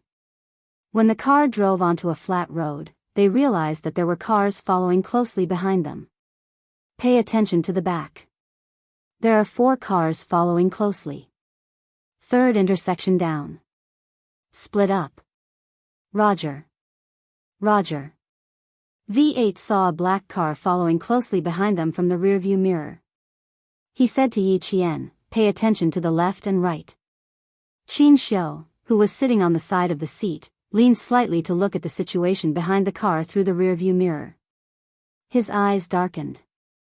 "Can you see how many groups of people are following us?" "Only one for now," V8 answered. He frowned slightly and asked J5, "Is there a group of people following you?" "The ambassador suspects that there may be several groups of people following us." Qin Xiu said in a low voice, "Tell them that Raleigh of the old government is a person who likes to kill and has a crazy personality. Once the new government, the alliance, and the armed forces of the Northlands attack him at the same time, he may do something even crazier." Now, it was up to the armed forces of the Northlands to figure out the conspiracy between the old and new governments. Once the armed forces of the Northlands retaliated, the new government would definitely take advantage of the situation and turn around to take advantage of the opportunity to wipe out the old government led by Ruilala. In this way, Ruilala might as well go all out and wipe out the Chinese ambassador at the same time. Even before he died, he would make it difficult for the neighboring countries to explain to the Chinese and the international community. Qin Xiu had already planned for the worst-case scenario. He had told the Ministry of Foreign Affairs everything last night after Yi Qian left. If things really came to this, he hoped that he would sacrifice himself and not implicate Yi Qian and the Special Forces soldiers who served the country. The minister was silent for a long time. Finally, he said in a heavy tone, "We are all waiting for you to come back." How dangerous was it? There might be endless danger here. Ruilala's troops were all fierce soldiers, and there were also some residents in the mountains who supported him. Therefore, even if he was forced to step down by the New Deal military group, the troops in his hands did not decrease by much. For example, in the previous rebellion, he only sent out a regiment of troops. The loss of a regiment of troops did not affect Ruilala at all. It was like a small demon causing trouble, it did not affect him at all. The only impact was the military support of the national power. J5 and the Snowfield Brigade member codenamed Snow Eagle, who was driving the other car, both answered V8 at the same time. "Please tell the ambassador that no matter how many groups of people they send out, we will leave safely. They would return to their country the same way they came. Not one less." Chapter 2299. Qin Xiu discreetly glanced at the rear-view mirror in the middle of the car and saw the unfamiliar cars behind them that were not afraid of being discovered. He smiled and nodded, "Yes, we will all leave safely." K7, who was driving the car, had a sinister look in his eyes. He said coldly, "There are two groups of people, be careful. I'm going to take a detour now, follow closely." Taking a detour meant that he was going to race. The driver of the K7 stepped on the accelerator and started the engine. Boom! Boom! Boom! The car left the crowd on the main street like an arrow and turned into a side road. V8 stepped on the accelerator at the same time and chased after them at the same speed. Snow Eagle, who was proficient in the local language of the neighboring country, did a wide drift and swept the rear of the car, scaring the arrogant cars that were following them and causing them to rush towards the green belt on the side of the street. The driver in the car was too shocked and sat in the car for a long time without coming back to his senses. His companions in the other cars asked him hurriedly through the walkie-talkie. When he came back to his senses, the driver still had a dazed look in his eyes as he replied, "I'm fine." The other cars did not have time to stop and check, they stepped on the accelerator and chased after them. The members of the Snowfield Brigade were all very good at driving. Although the car was driving very fast, it was very stable. Qin Xiu laughed and said, "I feel like I'm sitting in a cradle, I'm sleepy now." If he could say something like that, it meant that he trusted V8 and Yi Qian very much. He was indeed tired. When Yi Qian and the others went to rest in the wee hours of the morning, he had been talking to the head of the Ministry of Foreign Affairs, who was also his mentor, without any rest. In the morning, he had been arguing with the two ambassadors from the neighboring country. As he swayed, he really did feel sleepy. He did not mean to say that he wanted to sleep. Yi Qian saw this and laughed, "It's still daytime now, you should rest well. Otherwise, you won't have the energy to sleep at night." This was because they would use the night to meet up with G3 and the others who had completed the assassination mission and then fly back to China. Although Qin Xiu was young, he had also experienced a lot of bloodshed. Hearing this, he nodded. "Okay, I'll sleep for a while." After saying that, he closed his eyes and began to rest for a short while. V8 at the front wanted to whistle. This ambassador, there was nothing to say. He was very much to his liking. Soon, J5 and Snow Eagle were able to shake off the two waves of vehicles. V8 and K7 were the first to shake off their pursuers and enter the road leading to the other side of the city. Unlike China, which had sky eyes installed in every corner of the city, V8 and K7, who were familiar with the city, avoided the surveillance cameras on the main road and maintained contact with the vehicles behind them, telling their comrades where to go. They needed to reach a safe place on the other side of the city. The sirens of police cars could be heard from the main road, reminding Yi Qian and the others that the government of Lingguo had already notified the police to look for them. It was also indirectly telling everyone that the group of people who had just chased after them were from the new government. Only the new government could adjust the police and lock down the entire city. The lockdown of the entire city didn't affect Yi Qian and the others much. According to the original plan, they didn't leave the city during the day. The Snowfield Brigade, who were used to fighting at night, preferred to operate at night. Moreover, there was still no news from G3, so Yi Qian and the others weren't in a hurry to leave. As long as they left the venue and the territory controlled by the new government's army, they had enough power to deal with Lingguo without being discovered. The entire city has been locked down. We'll reach the safe place in about 1.5 hours. Roger, Roger. There are police cars heading out. Be careful, brothers.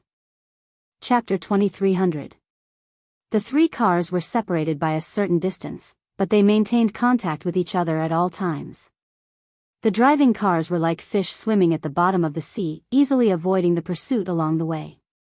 Qin Xiu, who had entered a half-asleep state, suddenly opened his eyes and stared at Yi Qian in front of him. Why don't you rest first? I can still endure it for a while. The route back to China was arranged by the military, and Qin Xiu didn't ask. Now that they said she could rest, he thought about how Yi Qian didn't have much rest either, so he wanted her to sleep first. Because when night came, it was even more impossible for her to rest. Yi Qian, who was still in good spirits, was about to shake her head when the driver, V8, said, Yi Qian, you can rest first too. We might need to take turns driving from now on, so you need to maintain enough energy. Yi Qian didn't have much rest last night, but she did take a nap in the car during the journey from China's border to Lin Nation. V8 was the one who didn't have a good rest. She wasn't the only one who needed to conserve energy. V8 did the same. She didn't feel sleepy at all, because she was all excited by Qin Xiu's brilliant negotiations. She asked V8, I'm not sleepy now. Why don't you rest and I'll drive? Qin Xiu smiled and reminded her, you need to be good at driving. Can you handle it? He had never seen Yi Qian drive before, so he had some doubts about it. The road conditions in Lin Nation are not as good as in China. I'm sure everyone knows about my return trip. Although it's misleading, the armed forces of Lin Nation shouldn't be underestimated. Since they have their eyes on me, they won't give up and will track me to the end. Yi Qian, our journey back to China won't be smooth sailing. Also, are you familiar with the road conditions? He was worried that Yi Qian wouldn't be able to handle the driver's duties if something happened because she wasn't familiar with the road conditions. He couldn't be blamed for being worried. The situation was grim, and it was better to be cautious. Not being familiar with the road conditions was indeed a problem. Yi Qian laughed. She was so focused on letting V8 rest that she forgot that she wasn't familiar with the road conditions. Now that they were not on the main road, even if she wanted to take care of the V8, there was nothing she could do. V8 really wanted to see Yi Qian's driving skills. He had worked with her many times, but he had never seen it before. According to Q King, he was also a master and his standard was quite high. It was obvious that he had trained hard. There was a training ground in the southern province that specialized in sending motorized soldiers to Zongnanhai. They had everything from motorcycles to trucks. Because these motorized soldiers were driving for national leaders and foreign guests, the training was quite harsh. Not many people could endure it. If Qing Miao walked out of this training ground, then her driving skills were not ordinary. As for the fact that he wasn't familiar with the road conditions, it wasn't difficult and could be easily solved. He wanted to meet Yi Qian's V8. He steered the V8 steadily with one hand and maintained the same speed. He agreed to Yi Qian's suggestion. You can drive even if you're not familiar with the roads. We're taking the city's auxiliary roads now. Come over here first, I'll draw a driving route for you. It wasn't difficult for V8 to not be familiar with the road conditions. He just had to draw a road map. With Yi Qian's ability, he could understand it. Qin Xiu drew a driving route the moment he heard him. His gaze shifted slightly. He believed Yi Qian based on this Special Forces soldier's tone and demeanor. Could he assume that this Special Forces soldier was actually acquainted with Yi Qian? Qin Xiu didn't ask. Instead, he stared at Yi Qian, who had a light smile on her face as she answered the Special Forces soldier. A confident girl was indeed very charming. Just like her at this moment, her eyes were sparkling. It was as if there was a ball of fire in her eyes. If he stared at her for a little longer, he felt like he would be burned to ashes by that ball of fire. Chapter 23:01. Okay, I'll come over now. When you're done, you can rest at ease like the ambassador. I promise you won't get lost.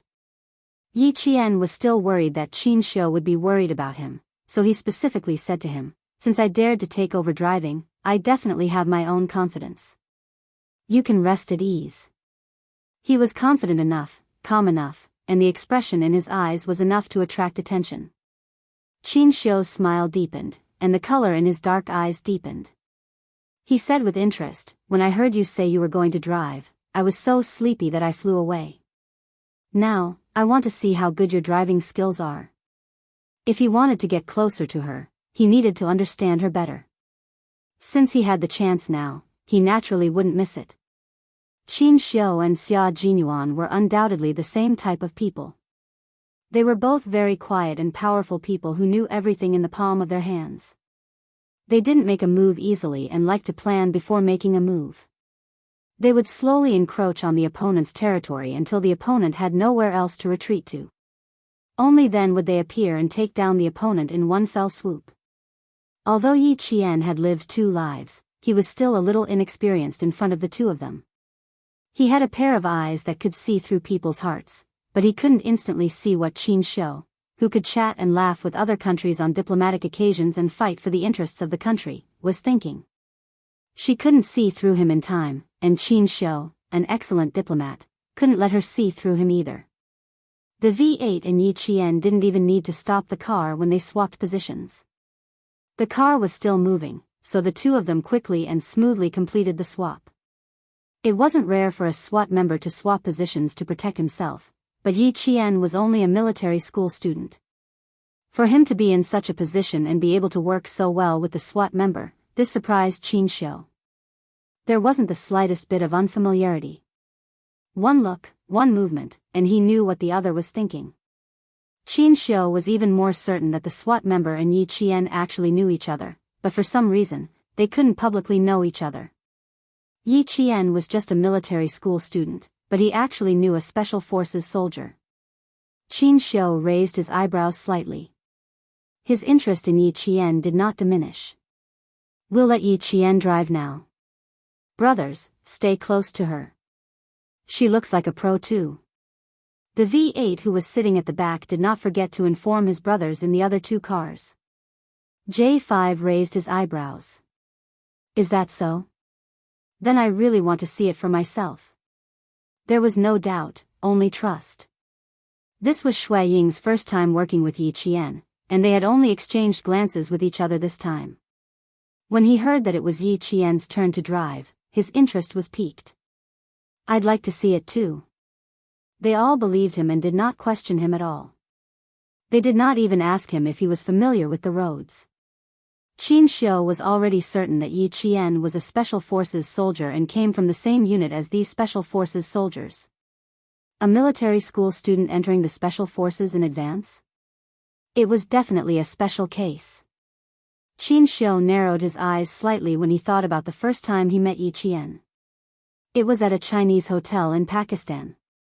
The leader had summoned Yi Qian and had a cordial conversation with her. At that time, the leader was accompanied by SWAT members.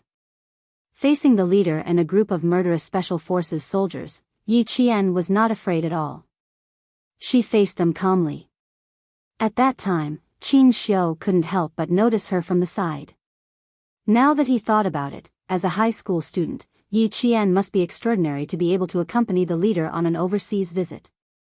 Furthermore, based on the company this time and the calmness she showed last night, he was afraid that the Yi Qian he saw was not the real Yi Qian. Chapter 23:02. No, it couldn't be said that it wasn't the real Yi Qian. It should be said that the Yi Qian he saw was only the Yi Qian that people could see on the surface. It seemed that it wasn't easy for him to pursue Yi Qian. Without understanding her, he couldn't cater to her tastes and communicate with her according to her ideas. After returning to China, he couldn't see her every year or so. If he had the time, he should visit the National University of Science and Technology. Only by meeting and communicating could he understand her and get closer to her. Yi Qian didn't know that Qin Xiu was trying to figure her out. He gripped the steering wheel smoothly and drove forward at the same speed as the V8. About 10 minutes later, the V8 had drawn out the rest of the driving route and marked out the number of meters they would need to turn onto which road. With a detailed road map, it was easy to remember and understand the distance they needed to take another road. Yi Qian memorized it in a few glances and sped up. J5 and Snow Eagle, who were chasing behind, saw this and couldn't help but widen their eyes. Damn, that's fast. At this time, with the Chinese side conducting a drill at the border, all the armed forces in Lin Kingdom knew that the Chinese ambassador had arrived overnight to negotiate with the People's Government, the old government, and the National Alliance. Due to the old government's arrogant attitude, they didn't arrive on time. The Chinese ambassador, who arrived 10 minutes early to show his sincerity, was greatly disappointed and left without waiting for the old government's negotiator. When the armed forces in the north of Lin Kingdom found out about this, the higher-ups were furious. When the old government was fighting with the new government, artillery fire spread to the north and a mortar was fired into China's territory. When the Chinese ambassador arrived overnight to negotiate, the old government deliberately broke their promise and caused the negotiation to fail. It was obvious that the old government had no sincerity in negotiating. Behind their lack of sincerity was that they didn't want to solve the actual problem and let the artillery fire continue to spread to the north. The war between the old and the new government was between the two governments. But what did it mean when they fired into China's territory and didn't want to negotiate? It meant that they had made up their minds to start a conflict in the north and deliberately let the artillery fire into China's territory. What was their reason for doing this? They wanted China to remain silent. So silent that they didn't stand up even when the old government and the new government's artillery fire occupied the north and accidentally entered China's territory. This was their shameless and self-righteous scheme. In the end, the Chinese side displayed an unprecedented display of strength and directly sent their troops to the border for an exercise. Furthermore, the border was less than 30 kilometers away from the Northland's armed forces. Once the artillery fire of the new and old governments landed on China's territory again, and if it accidentally landed on the Northlands during China's military exercise, the senior leaders of the Northland's armed forces in the emergency meeting had solemn expressions. The upper echelons of the Northland armed forces had a heated discussion about the Chinese military exercise. Obviously, the reason why the Chinese suddenly started the exercise is to remind us to be careful of the conspiracy of the old and new governments. The old regime is trying to provoke a firefight between our armed forces and the Chinese. Once the two sides exchange fire, the new and old governments in the northern lands will take advantage of the situation and attack the northern lands. Both the new and old governments have a common goal, which is to realize the full democratization of our country. Judging from the current situation, it is very likely that the new and old governments have reached an agreement that is unfavorable to the Northlands. They want to divide the Northlands. Chapter 2303. They must not be allowed to do this. The military group fears the American hegemonism and wants to achieve democratization through hegemony. They want to divide and eliminate all of our armed forces. This is a conspiracy against the people of the North. We cannot remain silent. The upper echelons of the armed forces of the North gathered together and started a new round of intense discussion about the war between the old and new governments. Soon, they came to a conclusion: the old and new governments had reached a conspiracy agreement against the North. The Chinese maneuver was a reminder to the North.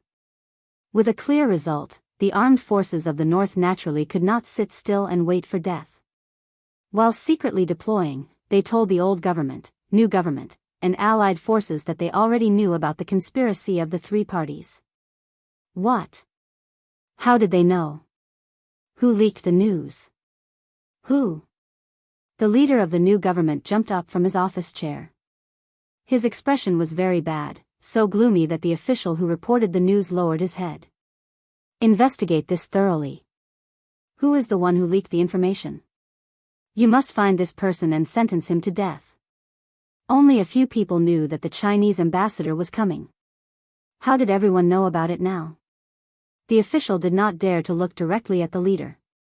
He lowered his head and replied, I'm afraid that even the armed forces of the North already know that the Chinese ambassador has arrived in our country. We are a little passive now. It was not a little passive, but rather quite passive. It was equivalent to letting the armed forces of the North know that the armed forces of the North could no longer stand by and do nothing. They would definitely deploy and resist. Ruilala. Ruilala. Damn it. The leader of the new government slammed his hand on the desk and gritted his teeth. Pass down the order. Wipe out the old government and capture Ruilala alive. Don't let a single one of them go. Also, how is the situation with the Chinese ambassador? It has been an hour. Why is he not here yet? The Chinese ambassador.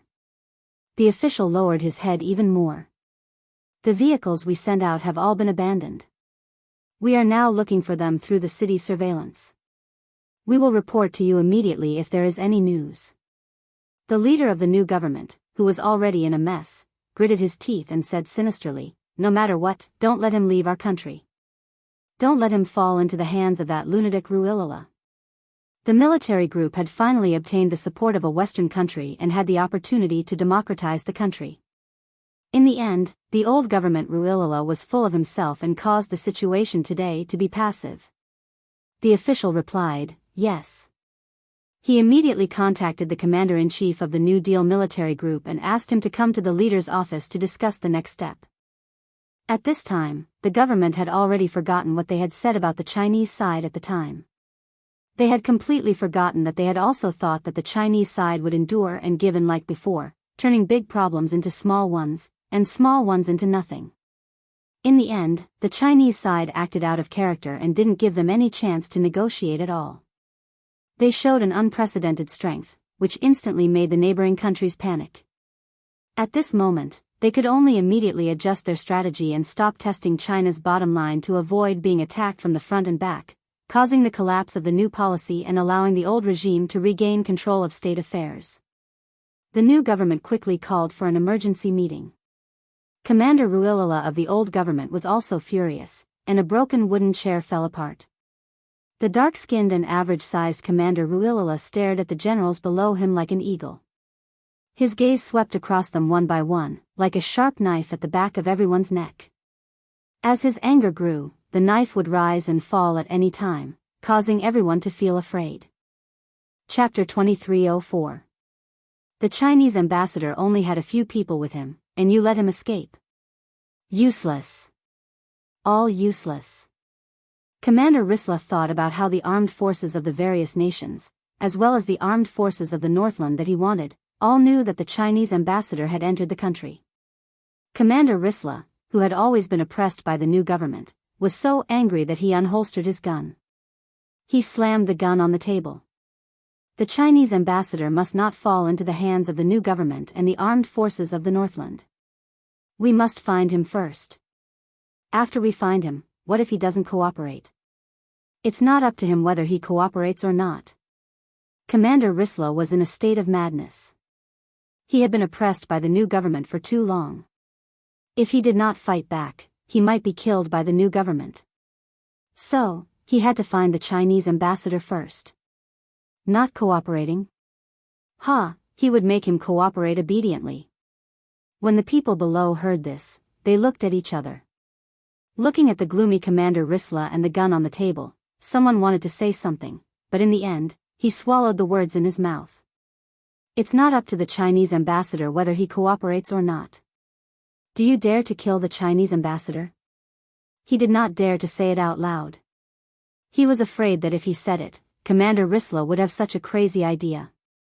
No matter how benevolent and righteous China was and how they usually gave in for international peace, if they killed the ambassador they sent over, China would definitely fight back. Even the international community would denounce Commander Risla. At that time, not to mention regaining control of the country, even his life would be in danger. It was unlikely that they would do that. No matter how crazy they were, they would not kill an ambassador. The officer who wanted to remind Commander Risla secretly thought that he was lucky. This subordinate had overestimated Risla. With the armed forces of the Northland as the main force, they directly attacked the new government and the old government at the same time. Risla was like a mad dog that would bite anyone he caught.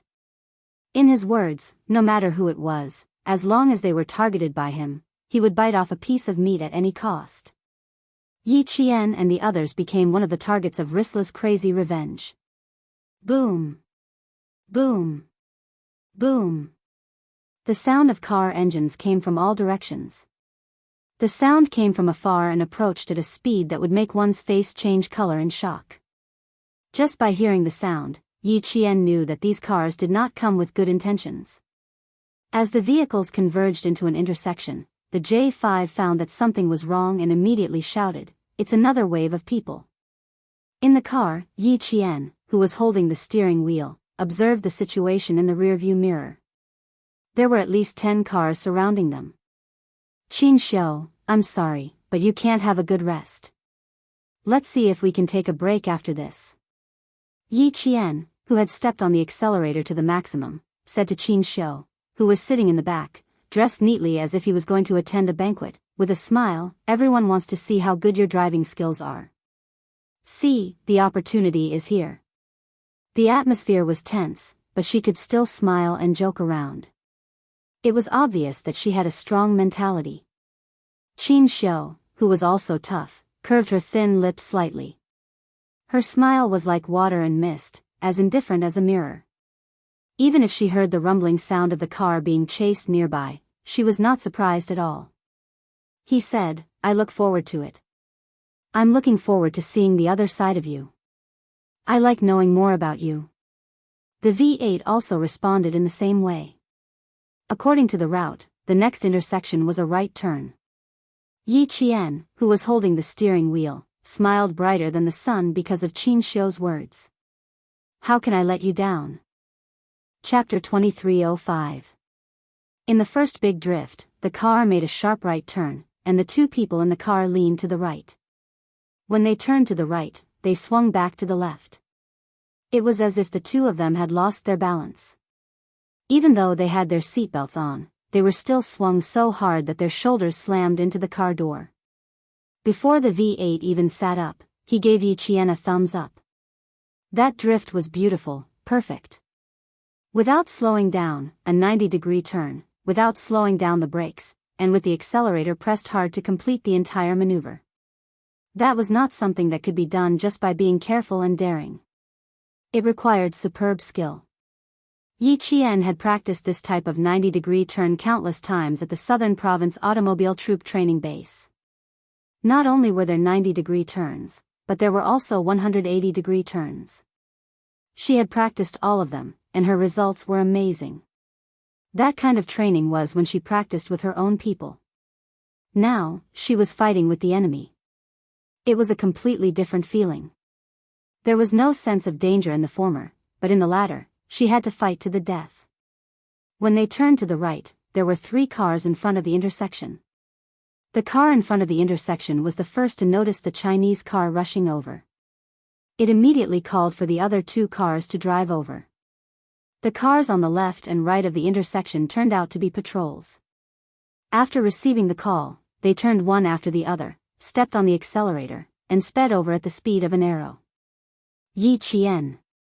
Charge forward. I'll bring up the rear. Shuang, lure the cars on the left.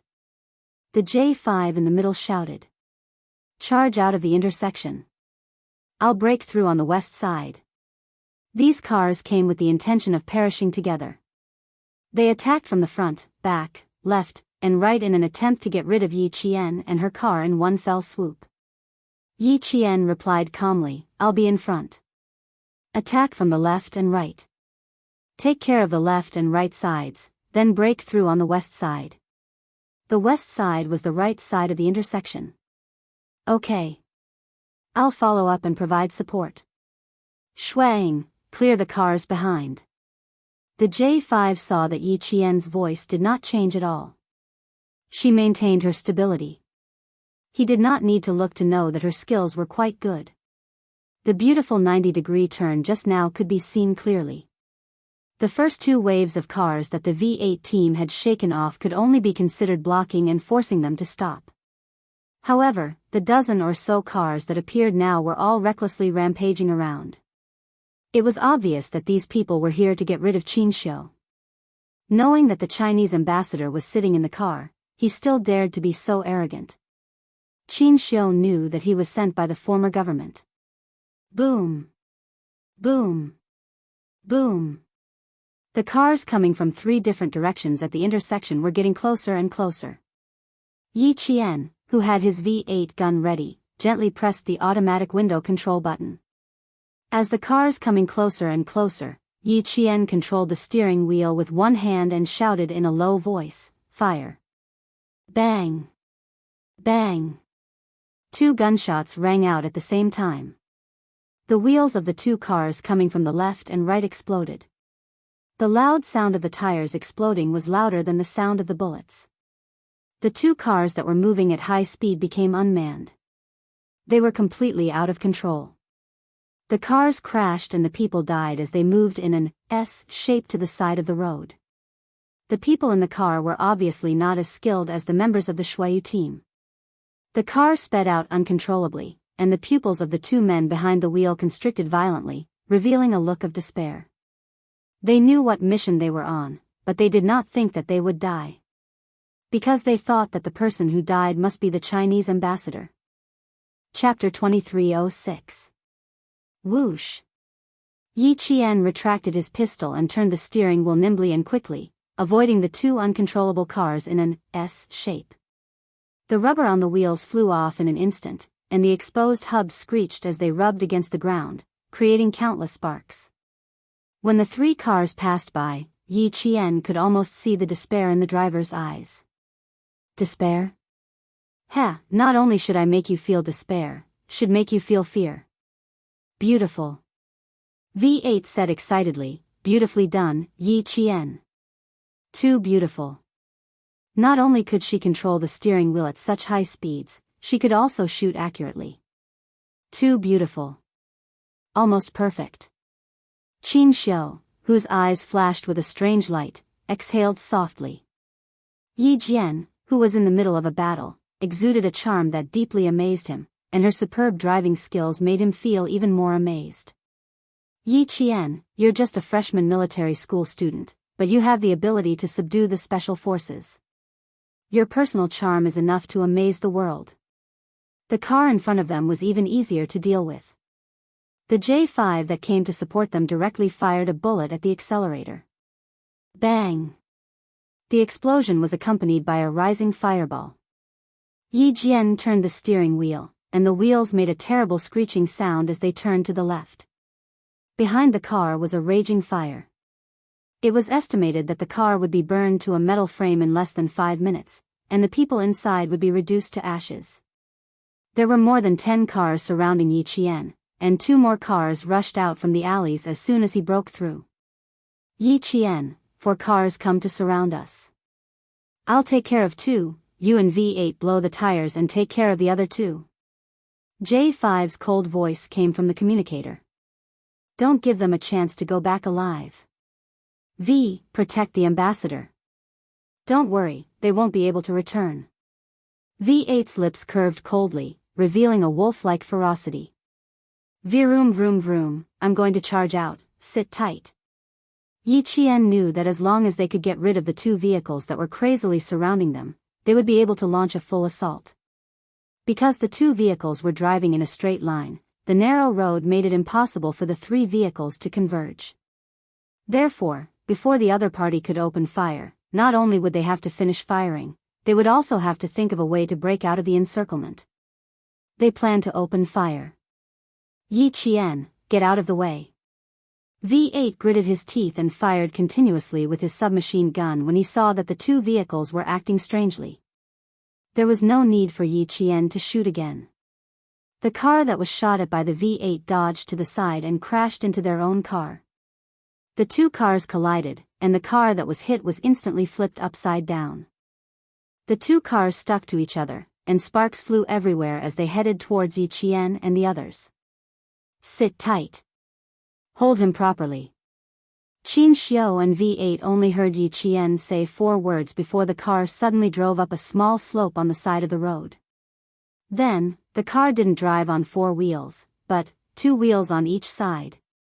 Squeak squeak squeak, the chassis of the 2-wheeled car almost brushed past the 2 vehicles that were charging towards them. After charging for tens of meters, Yi Qian turned the steering wheel to the side again, and with a thud, thud, thud, thud, thud, the 2-wheeled car returned to its normal 4-wheel driving mode. After the car was stabilized, V8 and Qin Xiu bounced a few times from the impact. Their expressions were like a string of ellipses.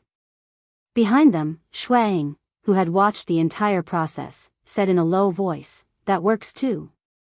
This isn't an ordinary feat, it's so much better than the male soldiers." Chapter 2307. In the end, not a single one of the dozen or so cars was left intact. They were either burnt to a crisp, or their headlights were compressed and couldn't start at all. There were also a few cars that were lying on their backs with their drivers covered in blood. No one knew if they were dead or alive. The burning cars were still on fire. When the fuel tanks were about to explode due to the high temperature, the ground trembled with the sound of explosions. Countless bang bang sounds of the fuel tanks exploding came from behind. Shuang, who was the last to leave, looked back through the rearview mirror. It was his first time working with Yi Qian, and he finally understood why J5 said that. "Yi Qian, you can't underestimate her just because she's a female soldier. You can't underestimate her just because she's a female soldier. Female soldier Yi Qian, she's even stronger than male soldiers. Anyone who thinks she's just an ordinary female soldier is making a big mistake." J5 wiped the sweat off his forehead. As expected of Qin Miao, she was full of surprises. There were no pursuers behind the cars for the time being.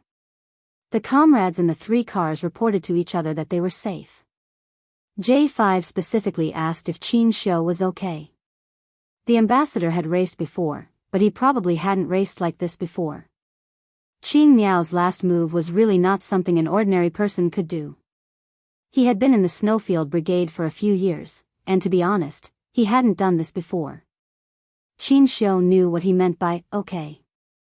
He pressed his stomach and didn't try to be brave. He smiled and said honestly, "My stomach is churning. My brain is extremely stimulated. My brain is secreting dopamine directly. My whole body and mind are experiencing a feast of stimuli. A feast of visual stimuli, a feast of sensory stimuli."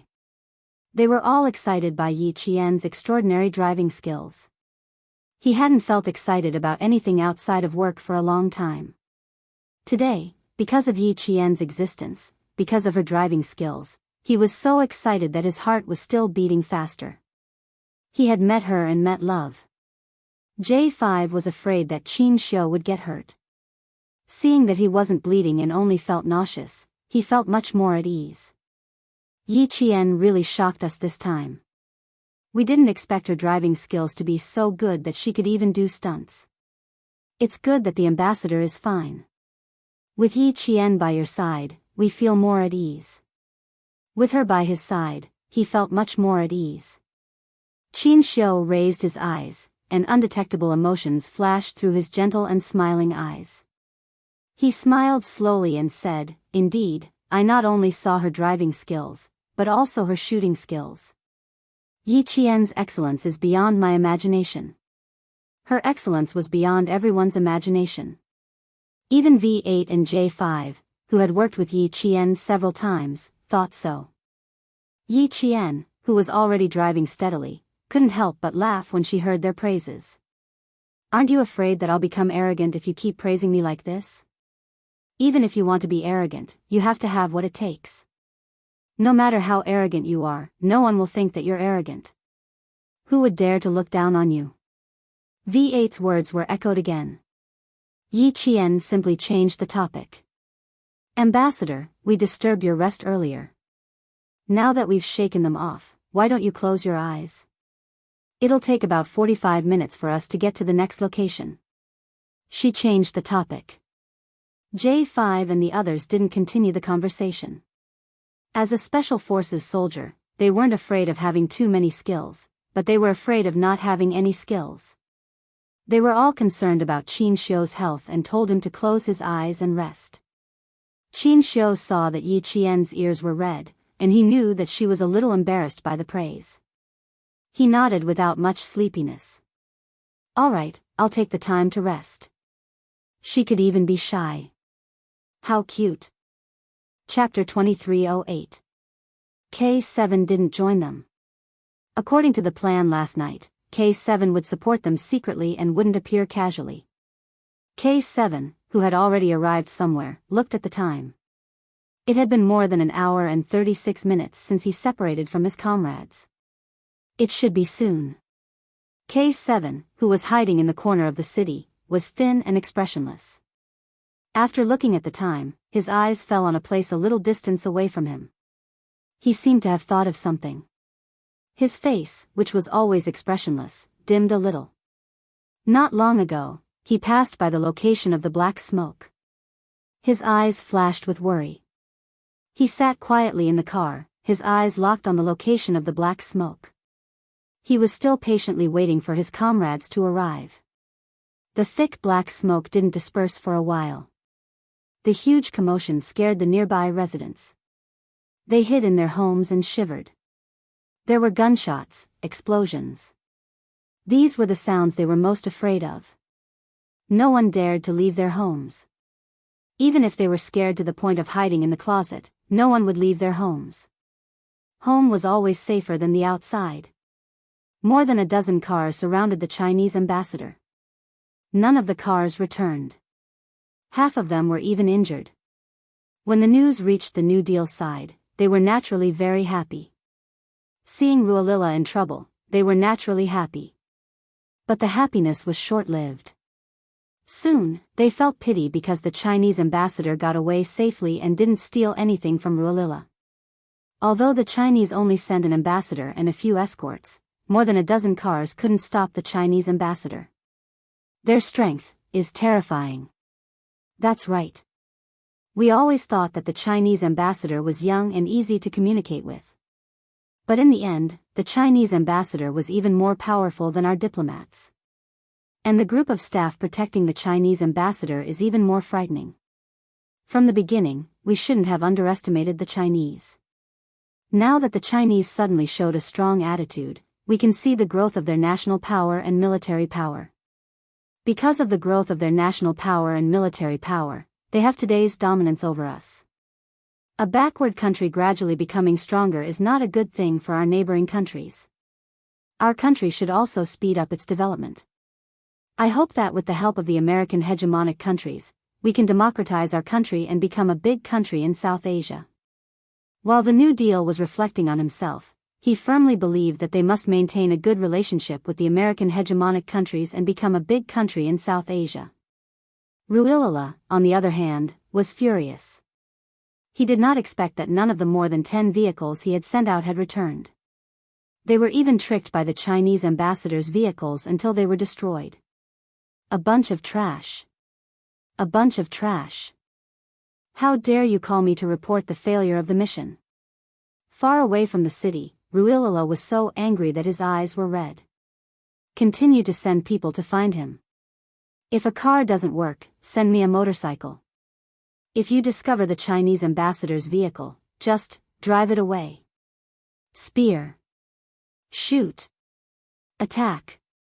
The crazy Ruolila had the same idea as the New Deal, which was to sow discord between the Chinese side and the neighboring country's New Deal, so that the New Deal would not be able to explain to the Chinese side because of the death of the Chinese ambassador. The subordinate who received the order was stunned for a moment. Shooting directly. Wasn't this completely opposing the Chinese side? Was this appropriate? Are you questioning me? Ruolila, who had already been pushed to the brink of insanity by the new government, the Allied army, and the Northland forces, glared at his subordinate and said in a sinister voice, "Who gave you the courage to question me?" New policies. Chapter 2309. How dare they question Ruolila's decision? No matter what, their leader, Commander Ruolila, was always right. Because of the existence of people like Ruolila, the war in Lin had never stopped. Although there was a ceasefire agreement with the armed forces of various ethnic groups, Ruilala's rebellion broke the situation and made the ethnic forces who were not satisfied with the new policy move. For the new policy, both the old government and the armed forces of the Northland were forces they wanted to eliminate. When the Northland opened fire on the old government, the new policy's military group immediately opened fire on the old government. At this time, the civil war in Lin had reached its climax. The new government, Clichin, and the old government, Ruilala, were engaged in a fierce gunfight. Qin Xiu, who originally only wanted to help Yi Jian out of trouble, fell asleep in the midst of the gunfight. He didn't care about the progress of what happened outside. He was sleepy because there were special forces soldiers in the car and Yi Jian was beside him. Even if the car bumped a few times, he didn't wake up. After some time, he heard Yi Jian gently nudging him. Qin Xiu, let's get out of the car and rest first. They had arrived at their destination. They could get out of the car and rest. Qin Xiu opened his eyes. His brain had already walked out of the chaos and he was completely awake. We've arrived? He had just woken up and his voice was low and slightly lazy.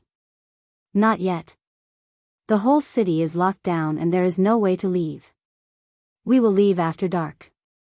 Yi Qian was the only one in the car. She unbuckled her seatbelt and explained, the others will leave first. We will leave when they come back. The 3 cars could not be used anymore. After leaving the cars, they would leave on their motorcycles and head to their final destination. Commander Ruilala learned that the Chinese car was abandoned in a remote road in the woods. He, who was attacked by the new policy, the Alliance, and the armed forces of the Northland, began to retaliate like a madman. The Chinese ambassador's car has been found? Where is he? Where is everyone? When the civil war began, the leader did not even have time to go home. He, who was always paying attention to the situation, received the latest news and his face lit up with joy. How is it? Is everything solved? Ruilala was crazy, completely crazy. He might do something even crazier. He was a madman.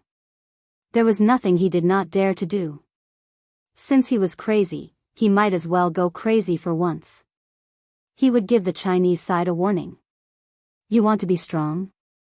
Let's see who will lower their heads first. However, the new government had underestimated Ruilala's madness. He, who had been hiding in the Northlands all this while, faced the new government and the Northland's armed forces and launched a terrifying counterattack that seemed to want everyone to die with him. The ethnic armed forces that supported him also began to take action. At 4:00 in the afternoon, gunfights broke out in 4 densely populated areas of Lin country. The originally bustling streets were deserted during the day, and all the civilians hid in their homes, not daring to go out. Chaos broke out in the country, the transportation hub was disrupted, and all the ports leading to China were closed. The street was empty, as if it had been ransacked. Half an hour ago, there was no one on the street, not even the beggars dared to stay. For their own safety, they all hid. The civilians of neighboring countries who were affected by the war could only flee to temporarily safe cities and villages. Then, the crazy Ruilala extended the cannons to the point that even the forest had a sound that stopped the clouds and shook the earth. Wherever the war spread, the gunshots did not stop, and the thick smell of gunpowder filled the air. J5, who had abandoned the motorcycles, brought Yi Qian and the others to a motorcycle repair shop in the slums of the city. The shop was not big, but there was a 2-story wooden house at the back. Not many people came out, and J5 brought Yi Qian and the others to the wooden house at the back. Chapter 23:10. J5 was very familiar with the place. The unattended repair shop seemed to have been emptied due to the war, leaving only piles of scrap metal. There were also various scattered parts stained with black engine oil in the corner. Even the air was filled with the oily smell of engine oil, which was worse than the smell of gunpowder. From the outside of the repair shop to the inside, no one else went out except for the few of them. J5 was so familiar with the place that it was as if he owned the shop himself. They passed through a triangular canopy made of raindrops, passed through a small house made of wooden planks, went around a stone wall, and pushed open a self-welded iron door. Finally, they arrived at the second floor of the small wooden house that they could see from the outside. This place and the place they passed through were like two different worlds. The outside was dilapidated and messy, but here, an unknown tree with thick branches supported a peaceful green space in the backyard. The front yard was messy, while the backyard was quiet. It was clear that the owner of the repair shop was very particular about life. Climbing up the wooden ladder to the second floor of the small wooden house, J5 pushed open the door to the second room and smiled at Yi Qian. Yi Qian, you can rest in this room. We will stay next door. It is very safe here. You can take a nap and get some rest. Yi Qian looked into the room. The furnishings were very simple. There was only one bed, two bedside tables, and a coat rack. However, it was very clean. Even the floor was so bright that it reflected light. It is so clean. I should take a shower to get rid of the dust. V8 leaned forward and looked into the room. He could not be more satisfied with the temporary place to rest. Yi Qian was about to take off her shoes when she heard him say that. She sneered. Then I will have to take a shower first. There is a private bathroom inside. J5 said as he pulled V8, who was about to take off his shoes. Yi Qian is going back to her room to rest. Why are you taking off your shoes and following me in? Caught off guard, V8 staggered. He was at a loss. I am resting. Why else would I go in? Shuang had already taken the initiative to open the door next door. He stuck his head out and said to V8, I'm going to take a nap. You guys can continue chatting. K7, who was the last to arrive, was the same as before. As soon as he exited the combat zone, he pushed open the door and walked into the first room. He needed to catch up on his sleep. J5 patted V8's back and said, This is Yi Jian's room. You're a man. What are you trying to do by going in? With his comrade's reminder, V8 immediately realized how stupid he was. She slapped herself hard on the forehead and hurriedly explained to Yi Qian, I'm sorry. I'm sorry. I thought everyone was resting in the same room, so I didn't think too much about it. Sorry. I'm sorry. He really did not think too much about it. Usually when he was on a mission with his comrades, he would not consider who was sleeping in the same room. He had forgotten that even though Yi Qian was his comrade, they were of different genders. Yi Qian saw the embarrassment on his face. Her eyes moved slightly and she vaguely guessed what was going on. She pursed her lips and smiled. I can understand. You forgot that we are of different genders, right? V8 was a little embarrassed after his thoughts were seen through. He smiled awkwardly. Yes. Yes, I really forgot. It was mainly because in the battle just now, Qing Niao's ferocity made it easy for people to forget that she was actually a female soldier. She was more like a male soldier than a male soldier. Chapter 23:11.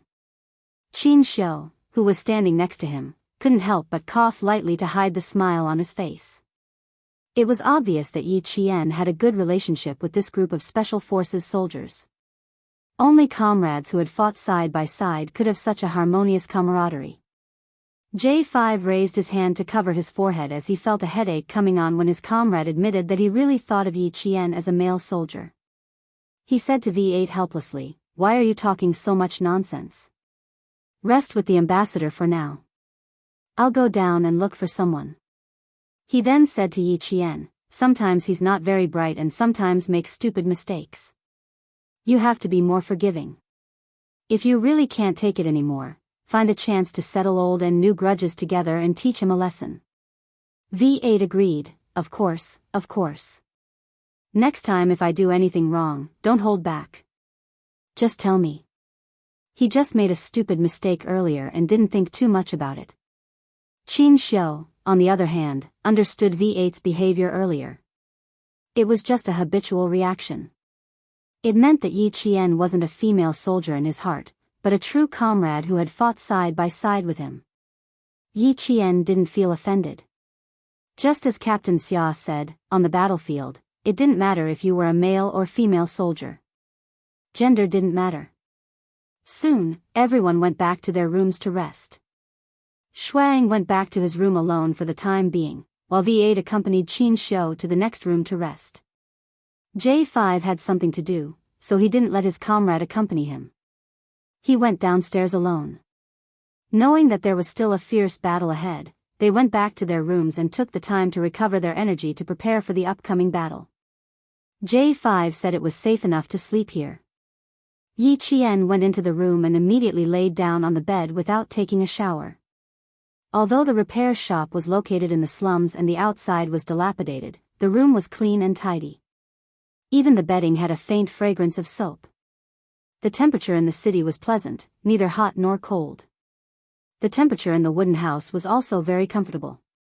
Yi Qian, lying on the bed, smelled the faint fragrance of soap and fell asleep in less than 3 minutes. Even Qin Xiu, who had taken a nap in the car, fell asleep immediately after taking a shower. In terms of combat ability, he was worlds apart from them. Now that his home ground was over, he had to work hard to not be a burden to the special forces. No matter how he spent the night, he had to keep up with them. Yi Qian and the others arrived safely at their destination. Ruilala, who had nowhere to vent his anger, took out his pistol and fired randomly at the window of his office. Bang, bang, bang. The sound of dozens of bullets rang out. The subordinate who came to report the matter was so scared that his face turned pale and his legs trembled. When the guards outside heard the gunshots coming from the commander's office, they broke through the door almost at the same time and aimed their guns at the subordinate. There were less than 10 people in the Chinese cars. What about you? Even if you didn't send 100 people, at least 50. The cars were destroyed and the people were gone. In the end, you don't even know where the Chinese ambassador is now. I sent you out to solve the problem, not to create more problems for me. I'll give you one more chance. If you don't find the Chinese ambassador tonight, you can kill yourself. Ruilala smashed the empty pistol directly into the office. He smashed it so hard that the pistol bounced up and fell to the ground. The black hole happened to be right in the forehead of the subordinate, who was so scared that he lowered his head and didn't dare to make a sound. The subordinate, whose back was covered with layers of cold sweat, didn't say anything. He turned around and his knees went weak and he almost fell.